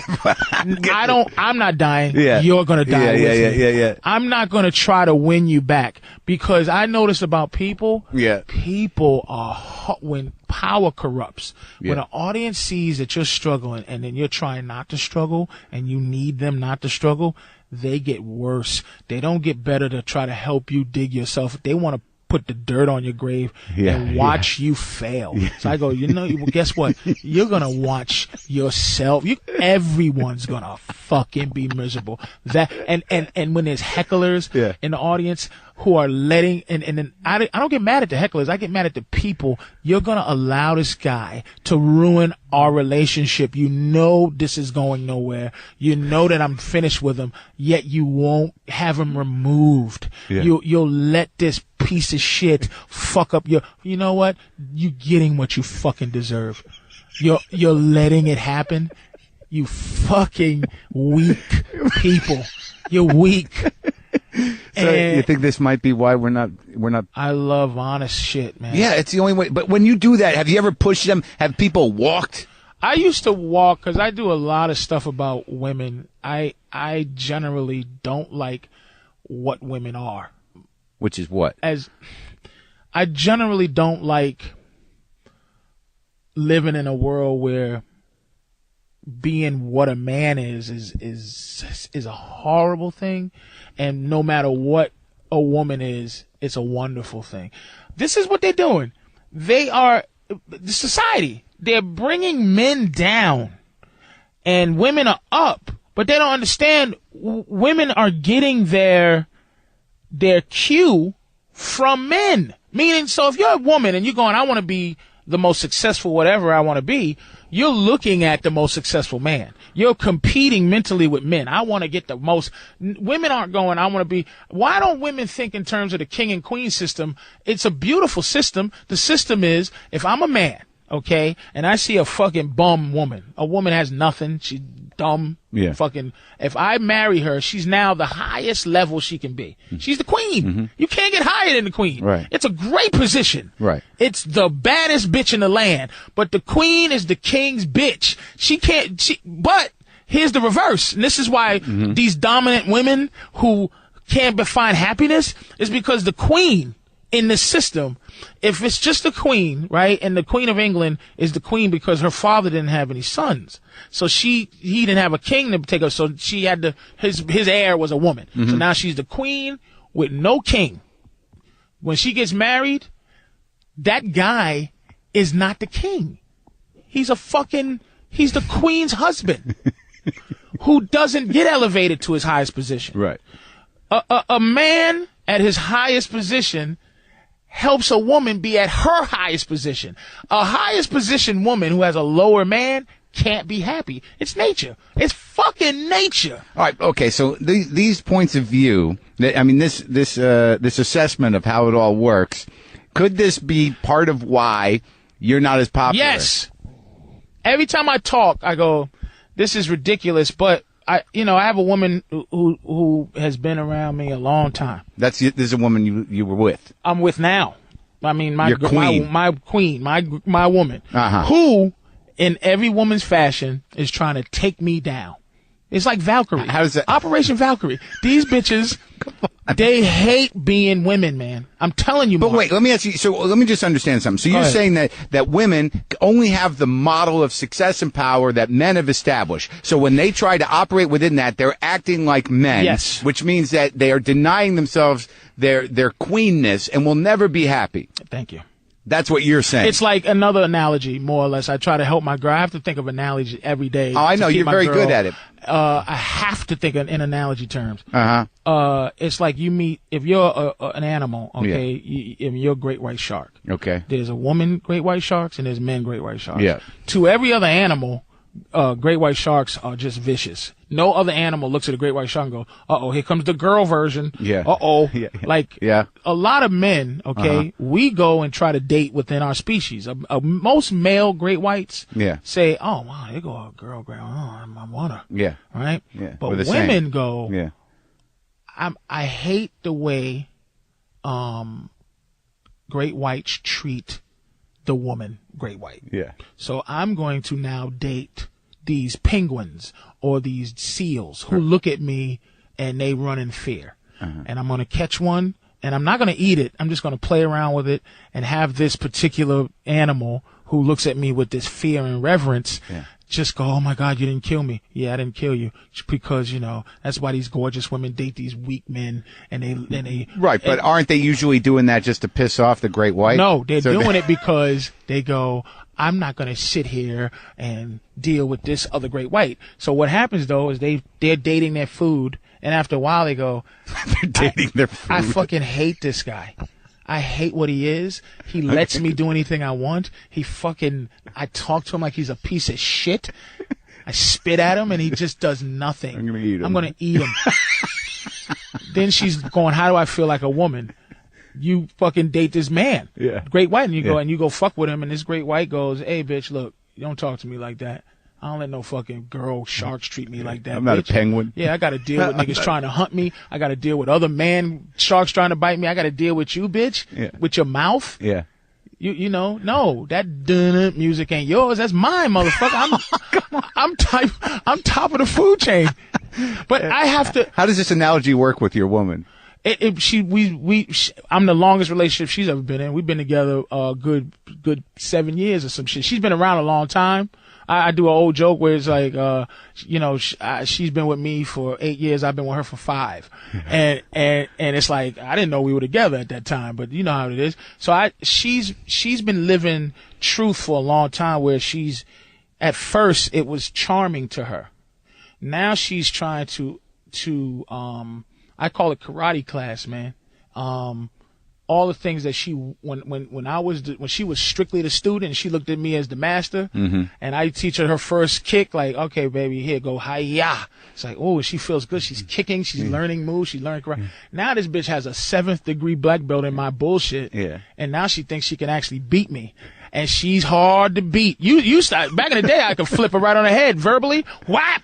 Yeah. She'd be like, oh my God, sorry, master. But each level she wants to go up, she thinks she don't want to go out into the world and try her shit. She wants to try it with me. And I'm the motherfucker who taught her, and I'm the motherfucker who loves her. But she's always trying to gain an advantage over me, and I'm the motherfucker and that's where things go bad in relationships, I think, is because, your woman starts to look at you like, he ain't the guy. I go, look, man. If you need to go find yourself another man, if you need to go do what you got to do, I'm not going to allow you to make me unsexy to you because I know how to not do it. I know that you're trying to gain something. So you're saying because I've been in situations where once they get hip to your bullshit, I mean, your model is good, but there might come a time where they're just sort of like, not only am I hip to your bullshit, but I'm tired. Yes, she is tired. She's tired of me. She is, but I'm like, go be tired, because I'm telling you, you're thinking like a square. You're thinking like all these bitches who don't have a man. Go join them, because as eventually what she's looking for out of me is to do some of the things that her food does. Can't you just be like my food once or twice? No, bitch. No. Why don't you want to give her a little of that? It's not giving anything. It's I'm living me and you're living you. At some point, you got bored. See, we don't have... This is deep shit. I'm not sure it's right. It might not be right. It might be sophistry. You know what I'm saying? It might be some bullshit. I think it is your life. This is just, it's a point of view. It's not, it's a deep point of view, and it's been around for a while. I think it to be fair. It's a fair thing. But what about mother? What about that? Be a good mother, take care of your shit. That's inconsequential, man. I don't even think. Look, I'm gonna tell you how far. But do we have kids? Do you have kids? I want kids, but I'm having. I don't have any, but I would like some. I mean, my girl has a kid she came with, and what the wonderful thing now, I think. The kid lives with you? No, but I was gonna say, I look at people with kids and then I go, as a stepfather, quote unquote, her father's still in her life, she has a good father. He's not an asshole. It's just that I'm with her mother, so, and we get along. She loves me. I love her. Yeah. But the thing that's great is I really like being sometimes dad. I'm like, wow, if she had to be my kid all the time, I'd be like, hey. Yeah, but isn't there a different level of appreciation for that woman you're with and her relationship with her daughter that transcends this objectification riff that you're going on? The thing is, I never waver from this is my standpoint. My standpoint is a natural feeling. It's a natural feeling. It's nature. This is not a social standpoint. Like, okay, being a mother, I understand, a good mother is wonderful. I love, my girl's a good mother. She's a good woman. But I'm saying, you're missing the part of me being a good father.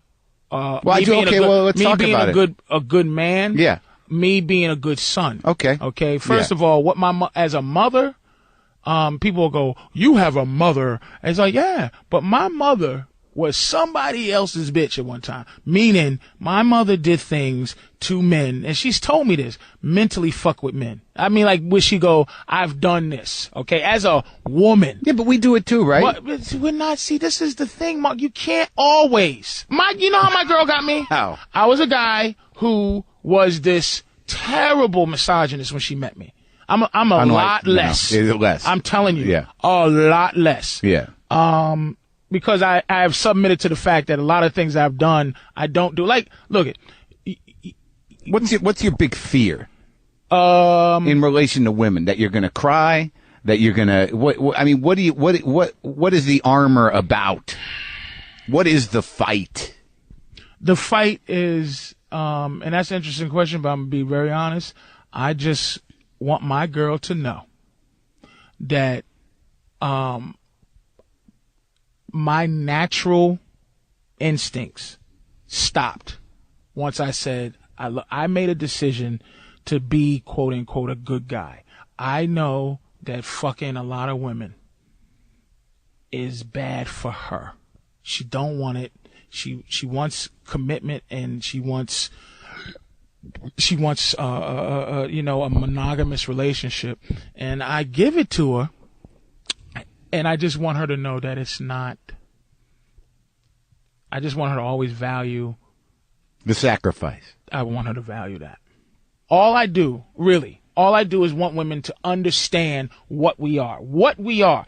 I want a lot of fucking women. Like, I just, every day, I see a woman that I go, man, I want the opportunity. I have a decent house, I have a decent car. I know it's like being a fisherman, right? Right. And this is, again, you fish as a fisherman, Marc. Yeah, as a fisherman. If you're a sport fisherman. Cast my line out. As a sport fisherman. Sir. Which is a lot different from fishing to live. Fishing to live. Yeah. And thank you. Okay. Do you see how you get that context? Okay. Now, you go out there and you try to catch this fish. Yeah. Okay. And you do. Yeah. Okay. Yeah. Like any other sport fisherman, you catch the fish. And you gotta throw you it back. show it to your friends. Yeah. You take a picture. Yeah. You look at it. Yeah. And you throw it back in the water. Right. Now, your girl is in your life, or your wife, or anybody else who's a significant person in your life. You don't show her. Is a fish that jump back on the boat after you threw it in the water.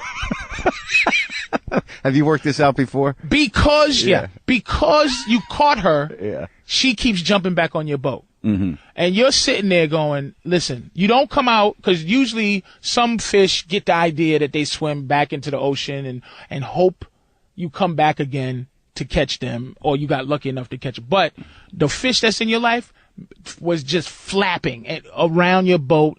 She'd run all the other fish away, so that at some point you go, fuck, I just, listen, and then she goes, you go, look, my job is to catch you and throw you away. Then she's like, what the fuck? Is that what I am to you? And as a man who has that dichotomy, you're just trying, no, I don't misunderstand. I'm not a piece of shit. Yeah. No, you're the last fish I wanted to catch you, and then, be the last fish. Then it's like, okay, good. Okay, now we're dating. So every time you come back, now, okay? Yeah. You go, okay, I got this fish. Now your fish goes, you love me. You go, yeah, I love you, fish. All right, now that you love me, why do you still have your boat? And why do you still have your pole and all your bait? So are you saying you want me to stop being what I was to get you? So what that means is when I stop being what I am, you start to look at me and go, you ain't even got a boat. There's a time where they go, you don't even have a boat. That guy has a boat. You used to be this great fisherman. But why don't you say, well, you can't even swim anymore? They'll never be able to not swim. My girl is gorgeous. If she plays her cards right, dude, there's never a time where she can't get something. Look, my girl got me to fuck with her. She was waiting. She just was waiting. She liked me, and she was waiting for some reason. You see my girl, and you go, why is she waiting for me to fuck her? Which gives me more arrogance, because I know that women are better than us, because a guy like me could get a girl like my woman. It's because they love differently than we do. Yeah. What she did is finally, after all this time of kind of waiting and kind of being there, she invited me up to the house, and she put a t-shirt on and went to take a shower and stuff, and she's talking to me, and same old, and she went to go turn the TV, and bent down so that her fucking pussy and asshole was just showing as she picked something up. And she knew I was looking, and I'm like, oh, okay, it's in my face. And so she's, and by the way, here's the arrogance of having a vagina. She could actually, if I didn't fuck her then, she could actually be officially have the right to say that I'm gay. Just cause she showed asshole and pussy and I didn't go for it then. Now, I am a fucking fag then.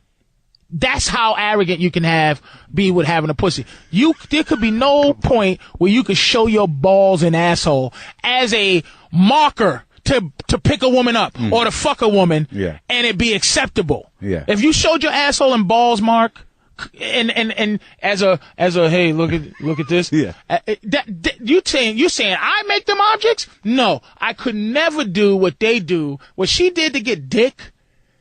I laugh at her to this day. Because it's like, do you see, you showed your asshole and pussy. That's right. But in your model, that's how else is it going to go? They're acknowledging that they've got this and that you want it, and let's they want go this. Back to, okay, where there's never, I know you've never met a woman, Marc, who has taken responsibility completely for what she does.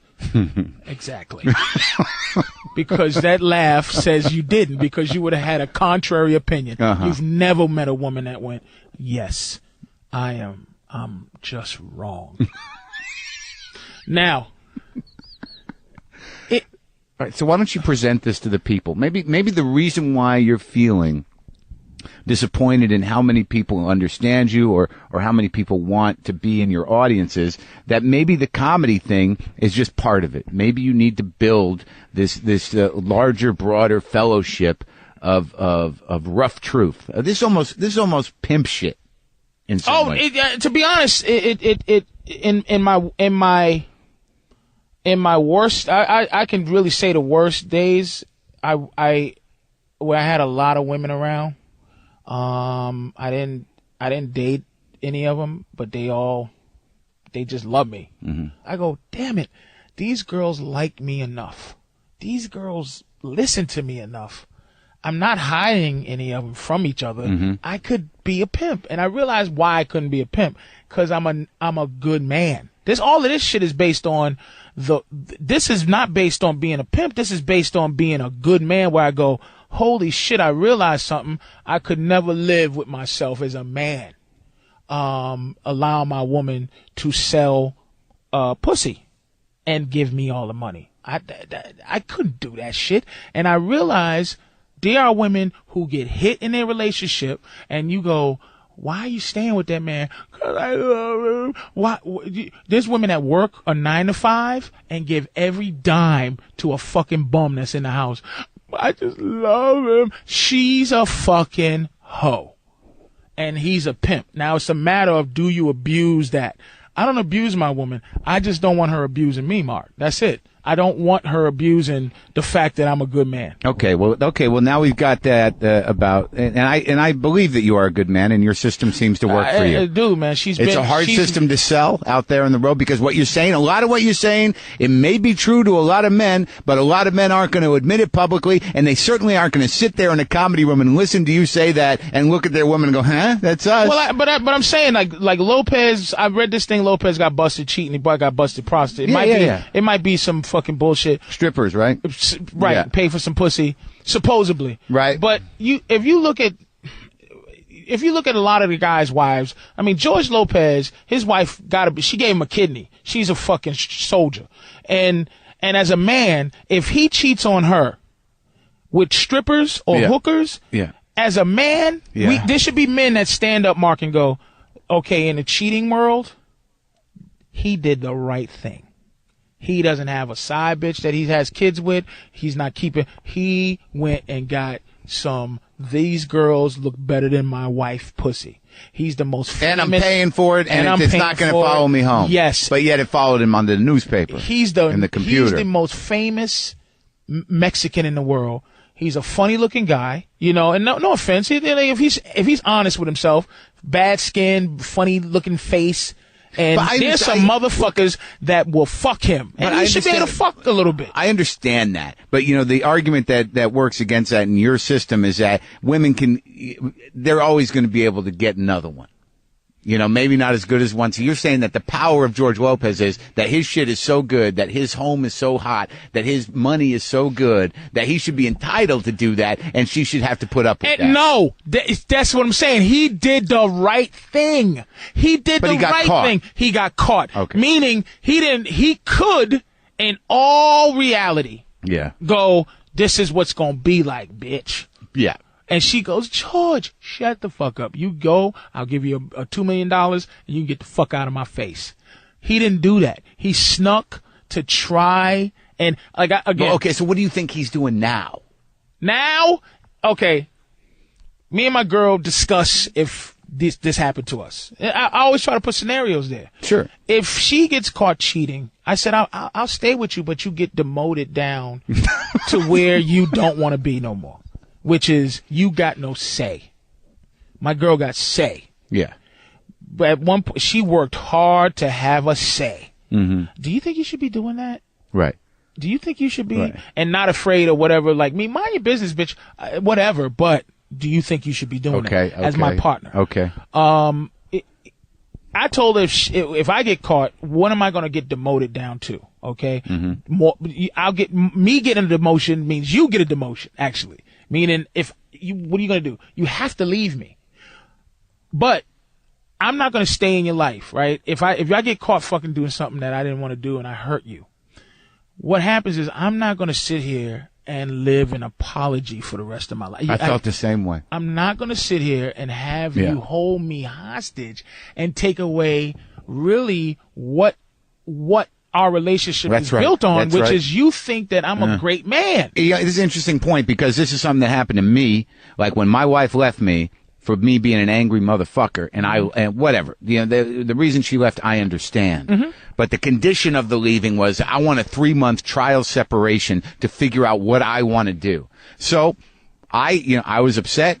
I did everything I could to get her back on some level. And quite honestly, I've never admitted this before. Anger management? Well, I tried that. I tried it, and and I was upset. You do it for yourself, though. Well, no, I did it for her. No, I'm saying that's what you do. You do for yourself. When I knew, though, like about 2.5 months into this, I'm like, fuck this. I can't hold on to anymore. I'm gonna go fuck somebody. Mm-hmm. And I know I did that, but I waited almost 3 months.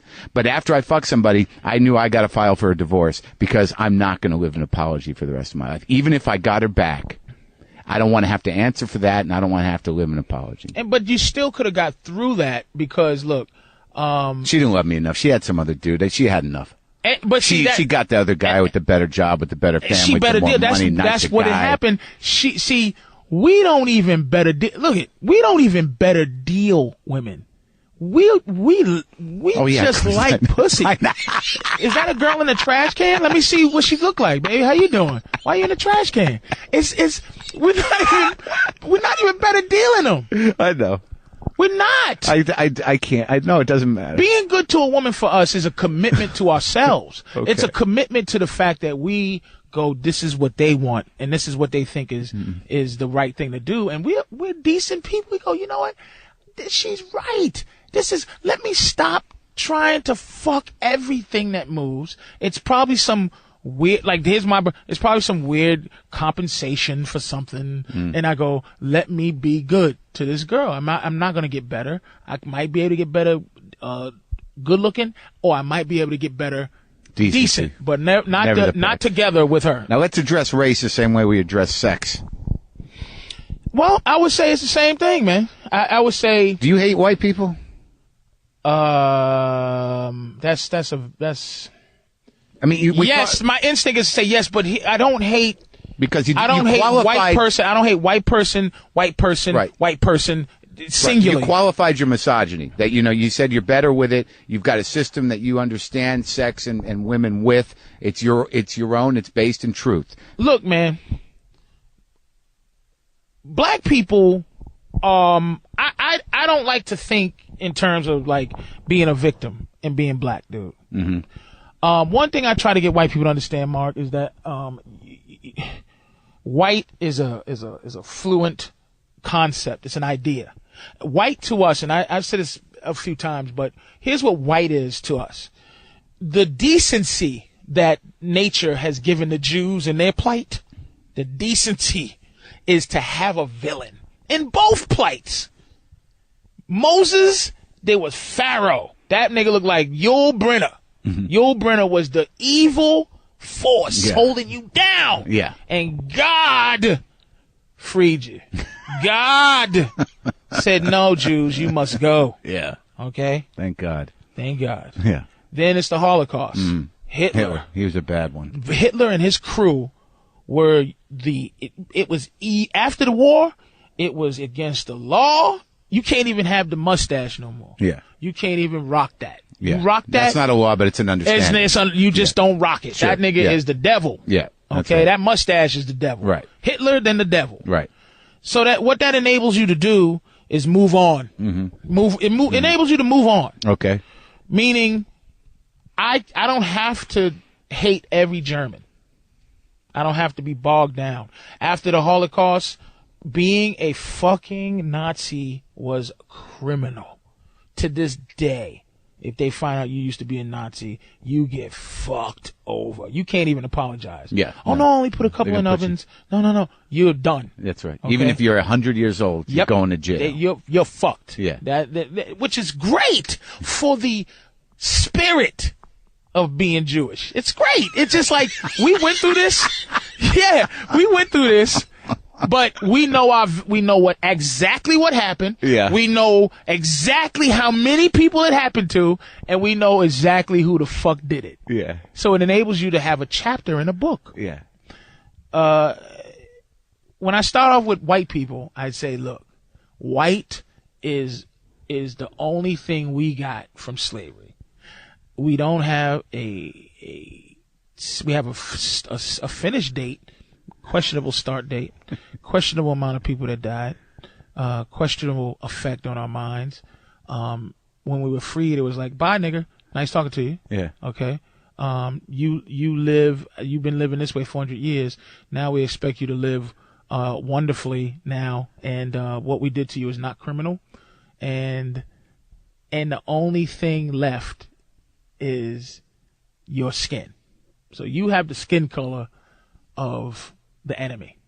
So every white person is Hitler's mustache, really. To my gut, all white skin is that. On some level. On some level. Really? Yeah. But you're not my oppressor. Like, so it's for me, when I say white, I hate that. I always hated when I watched Geraldo Rivera back in the day, and used to have racial conversations. Mm-hmm. And the race thing would be, today on Geraldo, we're going to have a race debate. It's, Negro, John Negroin from Negroin University. He's been at fucking, Negropolis State.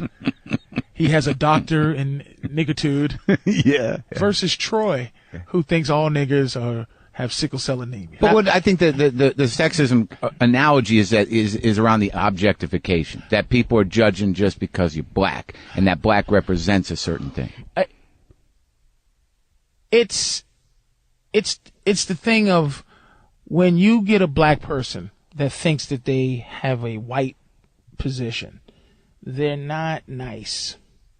Black cops are really hard dudes.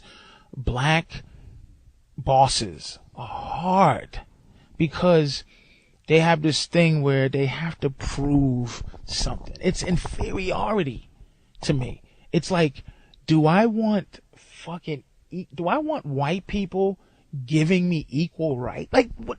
It's so. Do I want a white guy apologizing for slavery?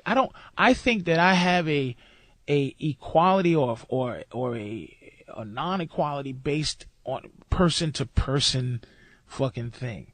And I think that black people have been put in a position where we have been given something that can be taken away. And that's after having been stolen and demeaned and dehumanized.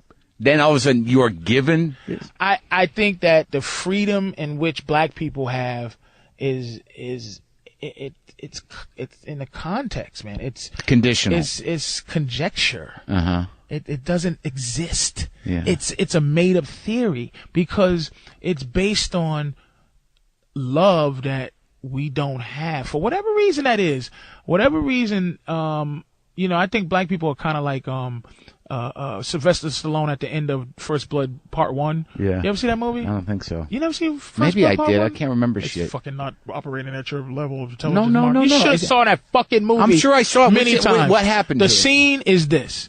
At the end when he goes, yeah, I just want this country to love me as much as I love it. He was this Vietnam guy, and he's ranting about why does the country hate me for doing what I was told to do In Vietnam, right. black people, I'm not speaking for all black people, but I feel that way. It's like, why the fuck do you hate me, motherfucker? Black people should be flying shit in the buildings all day long. We should be insurgents. We should be killing white families, but we're not. We're not. We're fucking good, man. And we get treated like dog shit, and we're always trying to figure out how to get white people to fucking, and like a lot of white people, I got that fucking monkey on my back where it's like, you know, don't fucking, you know, if a white guy goes, you know, you're very, shut the fuck up, nigga. I don't need you to fucking validate me, bitch. You know what I'm saying? I don't care about your fucking love for me. You know what I mean? Stop. We're trying to work for this love that it ain't gonna happen. And I don't want no legislated love. I don't want the fucking N-word in my life. If you feel nigger, you could call it flowers and pudding, but it's fucking feeling like nigger. So the N-word, I gotta listen to the N-word describe a word that I've never even heard before the N-word was exist. I never heard anything where I go, okay, put nigger there in place of that word. But the N-word was invented so that you can say nigger somehow. So you found a way to fucking say nigger. And I never heard nigger like I hear the N-word to describe nigger. It's some tricky horseshit. It's shit I learned in Boston. It's shit that I want all black people to learn. It's passive aggression. It's what do you call it? It's covert racism. How the fuck do you have a fucking racial conversation with somebody, right? Yeah. Who don't admit that they're racist? How the fuck can I talk to a white person and go, you believe in racism? Yep. You believe that there's unjust things happening or unjust things happening to black people, Mexicans all over the world? Yes. Are you racist? No. Racism is like Bigfoot. Like, we know it's here. I've never seen it. Only racist I see is fucking this asshole with a sheet on. But there's no functionally intelligent fucking guys who walk around and go, I hate niggas, I hate spics, I hate chinks, but they're liars, man. It's like we're not going to heal this thing until two things. One, black people got to stop lying about how we feel, and white people got to stop lying about how they feel, and we come together and we discuss it, because this shit ain't going to stop until black people find a way to forgive this country for what it did. It's a aching, that's the anger, to forgive the country for what it did. And without white people's, this is how deep white is. Hey, when'd your family get here? Got here in 1906, first person straight off the boat from Italy. And now I'm calling you a nigger like I'm better than you. Yeah. Are you serious? My family's been here since 1619, bitch. Making this country wealthy because it's got free labor. It's just collecting money. Are you fucking serious? And we get a hard time, and you get here, your skin's white, and you treat me like shit? You motherfucker. You're telling me, though, that growing up in Boston, you never personally experienced overt racism? Overt once. Just twice. Once? South Boston. Right. One time that affected me. When this kid, it was a summer camp, I think I was 10. And this kid called me a nigger. This little white kid called me a nigger. It was a game he played with me. Called me a nigger and ran. And I chased him. And he ran to where there was adults. And I grabbed him. And when I put my hands on him, he screamed like Banshee, you know. And I got thrown out of camp. I'm like, he called me a nigger. It's like, so I learned a lesson. What did you learn? I learned that you were one too? Yeah. Right. That, yeah, nigga. Like, I learned that A lot of things I learned about racism that you don't learn unless you live in a place like Boston. Boston's the worst. It's you the can't worst. learn it down south because you did in a weird way. Living down south, you actually have actually a great point. You know, back in the day, I get sprayed by a hose. Well, yeah, there's a history. Dogs. I actually did a line where I said down south there's an ignorance that runs so deep it actually has integrity. There's a history to it. Yes, it is. Hey nigger, and you go, hey white boy. Right. And then here's what I'm gonna do to you. Yeah. And here's what you better hope I don't. It's out. It's not covert. It's historical. Exactly what it is. It's historical. Whereas in Boston, it's all fucking suppressed. I've never seen a city hide its black people like Boston. And then when you learn certain things, look, like the busing thing. Look, here's what I learned out of all of this time that they wouldn't teach you. That I don't understand why they won't teach you. Is the busing. The Boston busing problem was this. They teach me as a Boston black kid, I hate white people, and that's what I'm supposed to do. They're racist. They're this. They're that. But what it is it was a design condition that poor white folks and poor black folks couldn't fight. It was certain people working on a higher level. South Boston High was a civil servants exam school. It taught you how to be a cop, how to be a fireman, how to be an EMT. It taught you how to pass the civil service exam. That's all it did. So what it did, it didn't prepare you for college. It prepared you to work as a fireman. That's why it was all these Irish firemen, all these Irish policemen, all these times. It was all mixed, man. And when they stopped busting these niggas in, they were busting out jobs. So now there's going to be some nigga cops and some, cops were the family business. So it was politics Yes. and power. Yes. I mean, you look at the Kennedys, but at the end of the day, I learned a lesson after that. I said, if I can, and I think this slowed me down a lot mentally, man. And then I got in trouble with the law when I was young, and I learned something about anger. I had a statutory rape thing when I was 17, and me and my friends, fucked this girl, and then this is a long story short. But basically, me and my friends hanging out, bumped into two girls. Yeah. My mother was out of town, so I had the house to myself, and we brought them back, and we had a good time. Yeah. And then dropped them. Everybody seemed to be happy. Afterwards, you don't know about not kissing and telling. When you're young, you're like, hey man, we had a great time. This girl sucked dick, and we basically were doing a porno. Yeah. And so we told the wrong people, and those people said, ooh, all right, I know that girl. So instead of just taking advantage of the fact that she was just a natural hoe and doing a little work, it was like, hey, I heard what you did in Boston. Why don't you do it to me? Well, I'm going to tell everybody. So they did it. And she's like, I mean, fair to her, she had to protect herself. And she's just like, crying and emotional about what's now imminent. Like, what is everybody going to come fucking blackmailing me for get their dick sucked? Yeah. So she cried to her brother and said, oh man, I got raped today. And her brother went to go fuck these people up. And then as that's going on, he's fucking, this is a week after or 2 weeks after we was messing with. So after after that situation, she's like, okay, I got raped today. And then it's like, I got raped last week too. Wow. So how old was she? 15. Yeah. 15 and 17. But I went to jail for that. But it was a weird thing. How long were you in jail? 2 months, 60 days. Yeah. Because it was like I got lucky. It's weird. I have this on my record, but I got lucky in terms of this. It's Suffolk County, and I know guys that have gone to jail for the rest of their life. I happen to have bad lawyers, but a great judge. In jail, what was that like?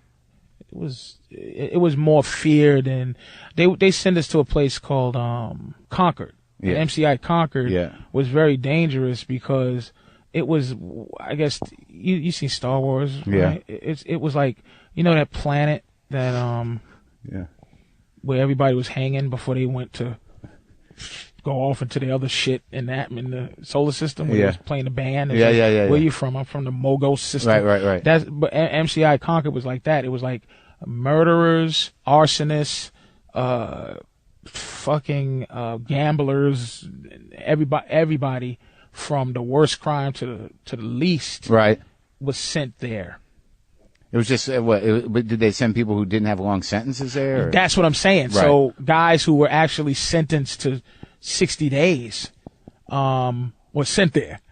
Kids. I mean, and it was my worst nightmare, meaning I was not a jail guy, man. I just wasn't a jail. I was like, I don't even know what the biggest, it's like. Well, how'd you handle it? What went down? Did it get fucking bad? I'm a big guy. Yeah.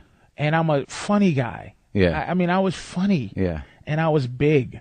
So the biggest thing was that I had a rape beef over my head. Yeah. And the idea is that, those guys get a bad time in jail. And I'm like, oh man, what's going to happen? I mean, you got to understand, I was not fit for that. Yeah. I don't think anybody is. Some people are. Some people are prepared to go to jail for things that they do. Gangsters are ready for jail. No, I get what you're saying. But I mean, fit to be a kid in jail. Yeah, I mean, I was a kid, dude. I mean, and whatever. I mean, so when I get there, I'm not trying to be hard because I know I'm not hard, but I'm just trying to be right, and I'm just trying to go. Oh man, fuck me. I'm hurt. I don't know what's going on. I'm in jail, man. I don't know, but I did all my soul searching because he sentenced us. It was weird. He was doing us a favor, but the only thing he did really wrong was I'm an adult and it's on my record for the rest of my life. And people unlike murder. It's like murder. There's a story. Yeah. Like you go, I went to jail for murder. What happened? I was fighting a guy and his head hit the hydrant. And you're like, oh, okay. There's stories. You hear rape, you go, oh God, he took pussy. You go, wait, no, there's the story is just a lie already. Like whatever the story is, it's gotta be you're bullshit. a rapist. No, wait. Nothing. I was 17 and my dick went into a 15-year-old. Now the rest of the story is the story, but I didn't go to jail for taking pussy. Now whatever there's all kind of mental shit that can happen to a woman under even any circumstance, whether she gives it up or not. Right. It's like psychologically, I don't know what that effect is. I'm not trying to be innocent sexually because I was doing some deviant shit, but it wasn't taking pussy. It was having a good time. Yeah, whatever. Train, whatever. Yeah, which ultimately in jail, I'm keeping my head low. I'm playing basketball. I'm just living. And so these guys, these guys that kind of had a heavy rap, and they were there because they were transferring these guys to another prison, and they all were friends. I think they all did the same crime or some shit. They were tough guys. Yeah. They were all named after southern states and shit. It was like these guys. And white guys, black guys. I don't answer to white guys if you're black in prison. Like white people, we played ball together, but what you did was you.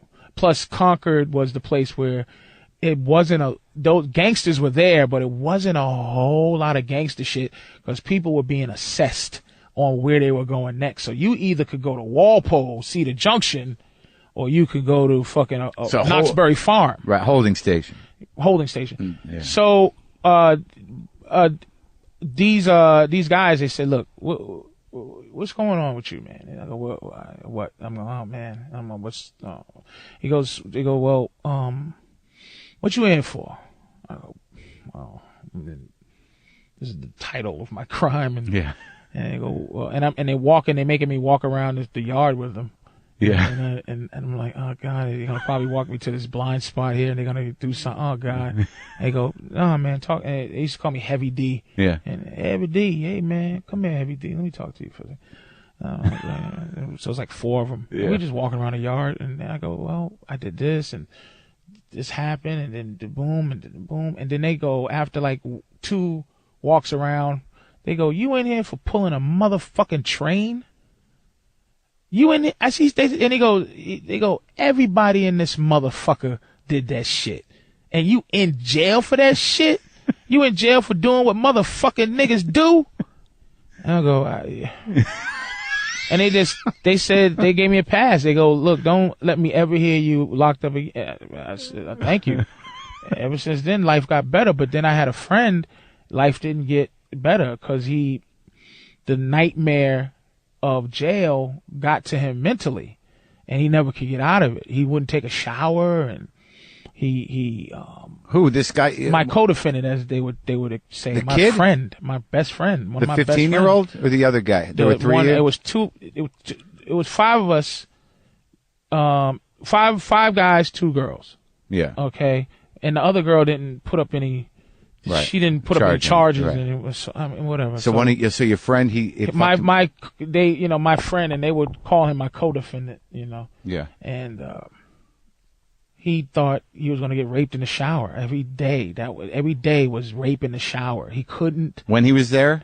When we were both there at the same time. And did it happen? It's just like you go there and all you've been watching is MSNBC, and sure. It's like someone's gonna shank me in my neck. So you just wear every day. You just wear a fucking phone book collar because you go somebody's gonna. And it's like, dude, take off that phone book. No, I won't take it off. Someone's gonna stab me in my neck. He would always think someone's gonna get him, and he wouldn't shower.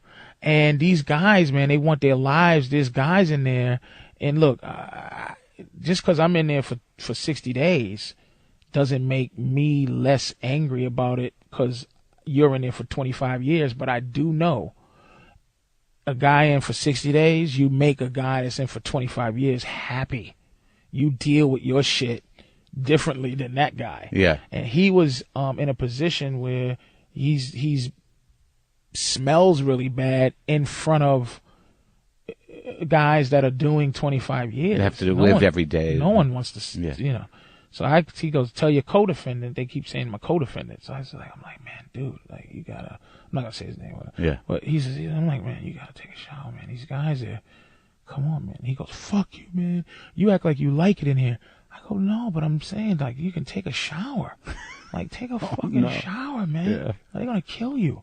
They start throwing piss on him and they started throwing piss on him? Yeah, to make him take a shower.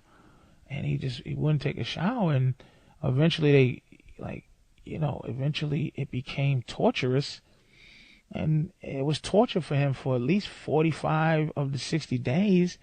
And things have been right since. The next time I seen him after we got out, he came to my house like with a fur coat. He had a fur coat and it was like boxer trunks and shoes. It was weird. And he was talking about what if Jesus was something other than being Jesus? Like, what if Jesus was a pimp, man? So he snapped. He snapped. And you talk about in terms of trying to have my mind deal with feeling like a victim, feeling like my life has been really ruined, Yeah. I go, okay, look, it's God's design, and this is what I came up with to help me. One, if I was a 15-year-old girl and that was happened to me, I might do the same thing. That helped me. I go, okay. Two, I could have been in there for 10 years, because the crime of statutory, you can get 10 years, period. I got 60 days with 1 year probation, and I was done. So your boy, though, he got fucked up and he never fucking bounced back. He never bounced back. This is my best friend when I was a kid. But it's weird. It's interesting because he did it to himself. And that, your system of thinking, that your ability to put things in perspective, as bizarre as it may be, in terms of how you make an understanding for your life, he was not able to do that. And I wasn't able to do that either. I naturally was able to do it, but I wasn't able to deliver it as a mental place, Right. To him. To anybody, even to myself. I just naturally, because I didn't have a father, which was a whole nother story. I always kind of recently, I just realized I didn't have a father. I always got through it and didn't care. But I recently said, wow, this is what you need a father for. You need him. You need a better man when you don't have any more understanding of how to fabricate how to be a man. So, but the last part of how I stop from hating this girl and not victimize is that I go, look, there's a lot of women who get raped, that the definition of it, humanity taken from them like that. And I think that it's God's way of evening out, meaning if women have to walk around and live the idea that a motherfucker might jump from behind a bush and with a knife to the neck and say, "Give me your pussy," against the will. God has to even it out by saying, some of us will get charged with rape and didn't do it. So essentially, in the theory of balancing out, I got raped because it's like, but I was involved. It's not like I was just walking on the street whistling and a bitch just go, "He raped me." Yeah. It's more or less, I didn't take pussy, but I got in trouble and have that word attached to my life. Yeah. And I could have, if they wanted to take it to that place, possibly they could have just been like, "You took it. We think you took it." I was lucky that it was statutory and basically I got through life and I didn't have to learn any more lessons. Yeah. But I'm still kind of living that thing for the rest of my life. But for the rest of a woman's life, it follows her if that happens to her. If a rape happens to her. So I know it seems crazy, but I'm saying it's a balance of what can happen to me as a dude, like a woman. God didn't make it so a woman could jump out of bush and go, "Give me your dick," against your will, and you not laugh. Yeah. You know, it's the only way we can see how serious it is. you know, is, but it's interesting because it provided you with a little insight and some sensitivity to women. Absolutely. Dude, when I talk shit, let me tell you, man, ultimately, I love my mother, man. I love this is so condescending. The shit I say about women is based on how bad I feel for what they are. It's a sad creature. They bleed every month. They sit down to pee. Like, how vulnerable do you feel when you sit? When you sit down to pee for whatever reason? Like, if you want to take a shit. I really thought this was going to go a different direction. You really, right? This is why you love your mother? I love my mother because I grew up with no dad, right? She's my mother and my father. He just was look, he was not there like anybody, whatever reason. Did you ever find him? Why would I didn't want to find him, no. Right. Because you know why? I realized a father is out of curiosity to see what you... Not even, I'll tell you why. I just realized learning, I got denied entry to Montreal recently because of that. I've been to Montreal a million times, but for some reason, now with all these computers and everything, it's just like they're not telling a story. It ain't a book. It's just you've been charged with this, and boom, and you went to jail for that. Went to try to do Montreal this year, and they turned me back. So on the way back, I was driving I was hallucinating. The rape thing? Yes. Shit. Yeah. So, I'm driving back, and mentally, I had reached almost the acme of my madness that I had on my own. And I driving. What do you mean? When you're driving back, you're hallucinating. I'm hallucinating. I'm thinking of things. I'm thinking of one of my pets that I love that got killed. I'm thinking about. I'm feeling sorry for myself. Yeah. I'm thinking, oh man, it's just, why do I need it? Why? I'm starting to think about God, like, really, my mother's saying things to me like she's being motherly. She's saying, hey, look, God takes things away from you, so your hands are empty to hold better things.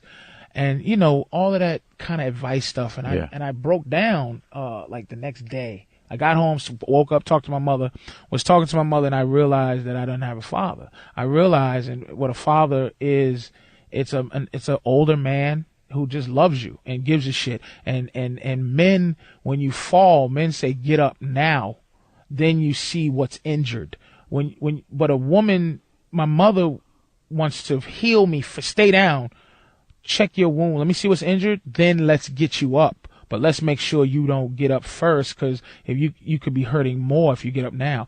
A father, I just never had an adult man older than me that I could just look at like, this is my mentor. I started getting emotional. I'm getting emotional now because I went my whole life. This was recently. This is like last week. This is last week. Just now. 40 years old, and I realized at 40 the concept of what a father was. Yeah. And that I didn't have it my whole life. And it's been killing me. Like when I first learned, I finally learned that, because I was always trying to be logical to what let me tell you, it's easy to not be in a child's life. A sperm could go on the floor. It's in you. If you come inside of a bitch you don't care about, it's the same thing as coming on the floor. So if you come inside of a woman that you don't want to be with, and she goes, "I'm pregnant," you go, "Well, here's the sperm, bitch." Yeah. So I realized anybody could be my father. I didn't have even a father figure, a mentor. I was raised by other men that I watched. Right, people you picked that you identified with. I just watched and said, he's cool, let me try to copy what he is. But in that conversation with your mother, I mean, was it sadness or anger? I mean, it was sadness for her. It was sadness for me. It was sadness too, because I have a lot of issues with God. I really desperately want to believe in God. I desperately want to believe in, and I go for what I want out of life. And I know this seems like bullshit, but I just want, I'm the only one in my life of people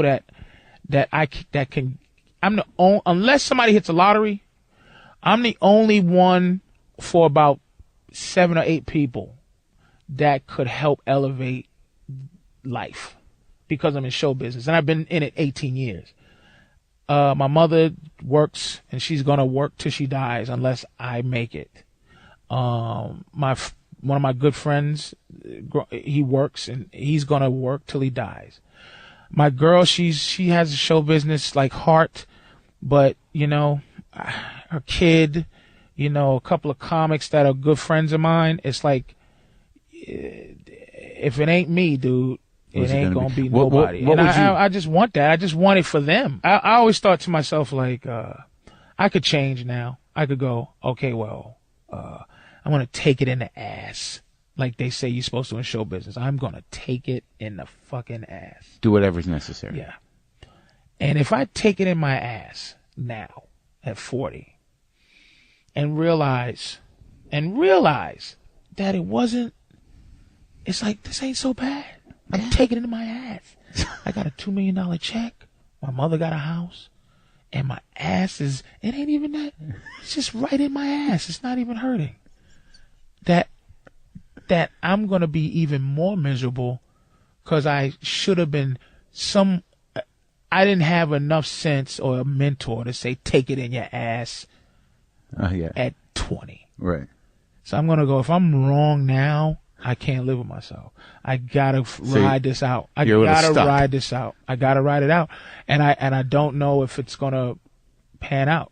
And I really would love for it to pan out, but it might not. And it made me sad, because my mother, she's diabetic, and I'm diabetic. Okay, and I cut my foot, and I think this got me emotional too. I cut my foot. You cut your foot as a diabetic. It's dangerous.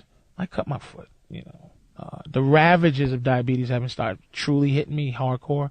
Starting to hit my mom's, feet looking bad, and, she's limping. She's breaking down. I'm watching her break down. And I cut my foot, man, and she jumped on, she just was mom. She cared about my fucking feet. And I'm looking at her feet, swelled up, and she just was making sure my feet were okay. And I'm just like, what for? Like I suck. I'm like, I suck. I go, my mother's still looking after my feet. And I'm like, I'm just want to look after her feet. But I would never motherly be able to look after her feet.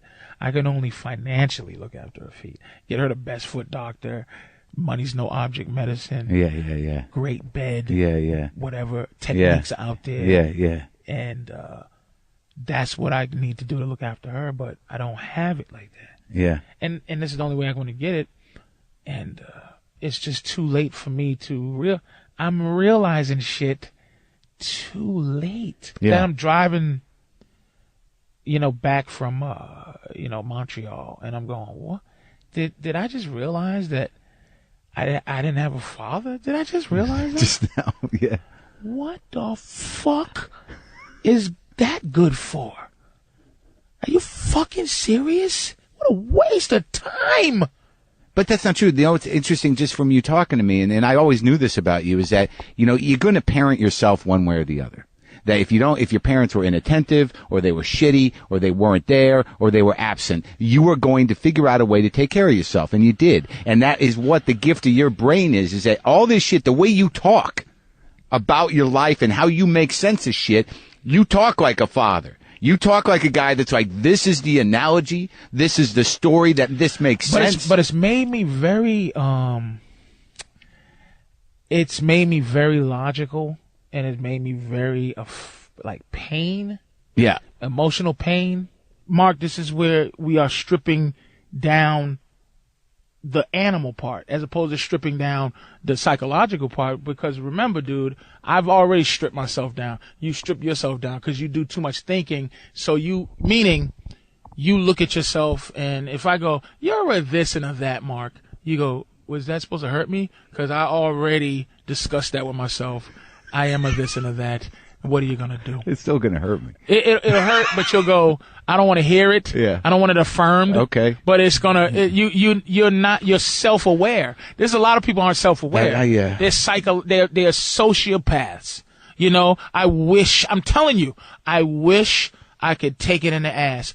I tried to take it in the ass in 98, and I realized taking it in the ass hurt my heart. Yeah. I wish I can steal jokes and buy my mother a house based on the fact that I stole not only jokes. It's not like you stole knock jokes.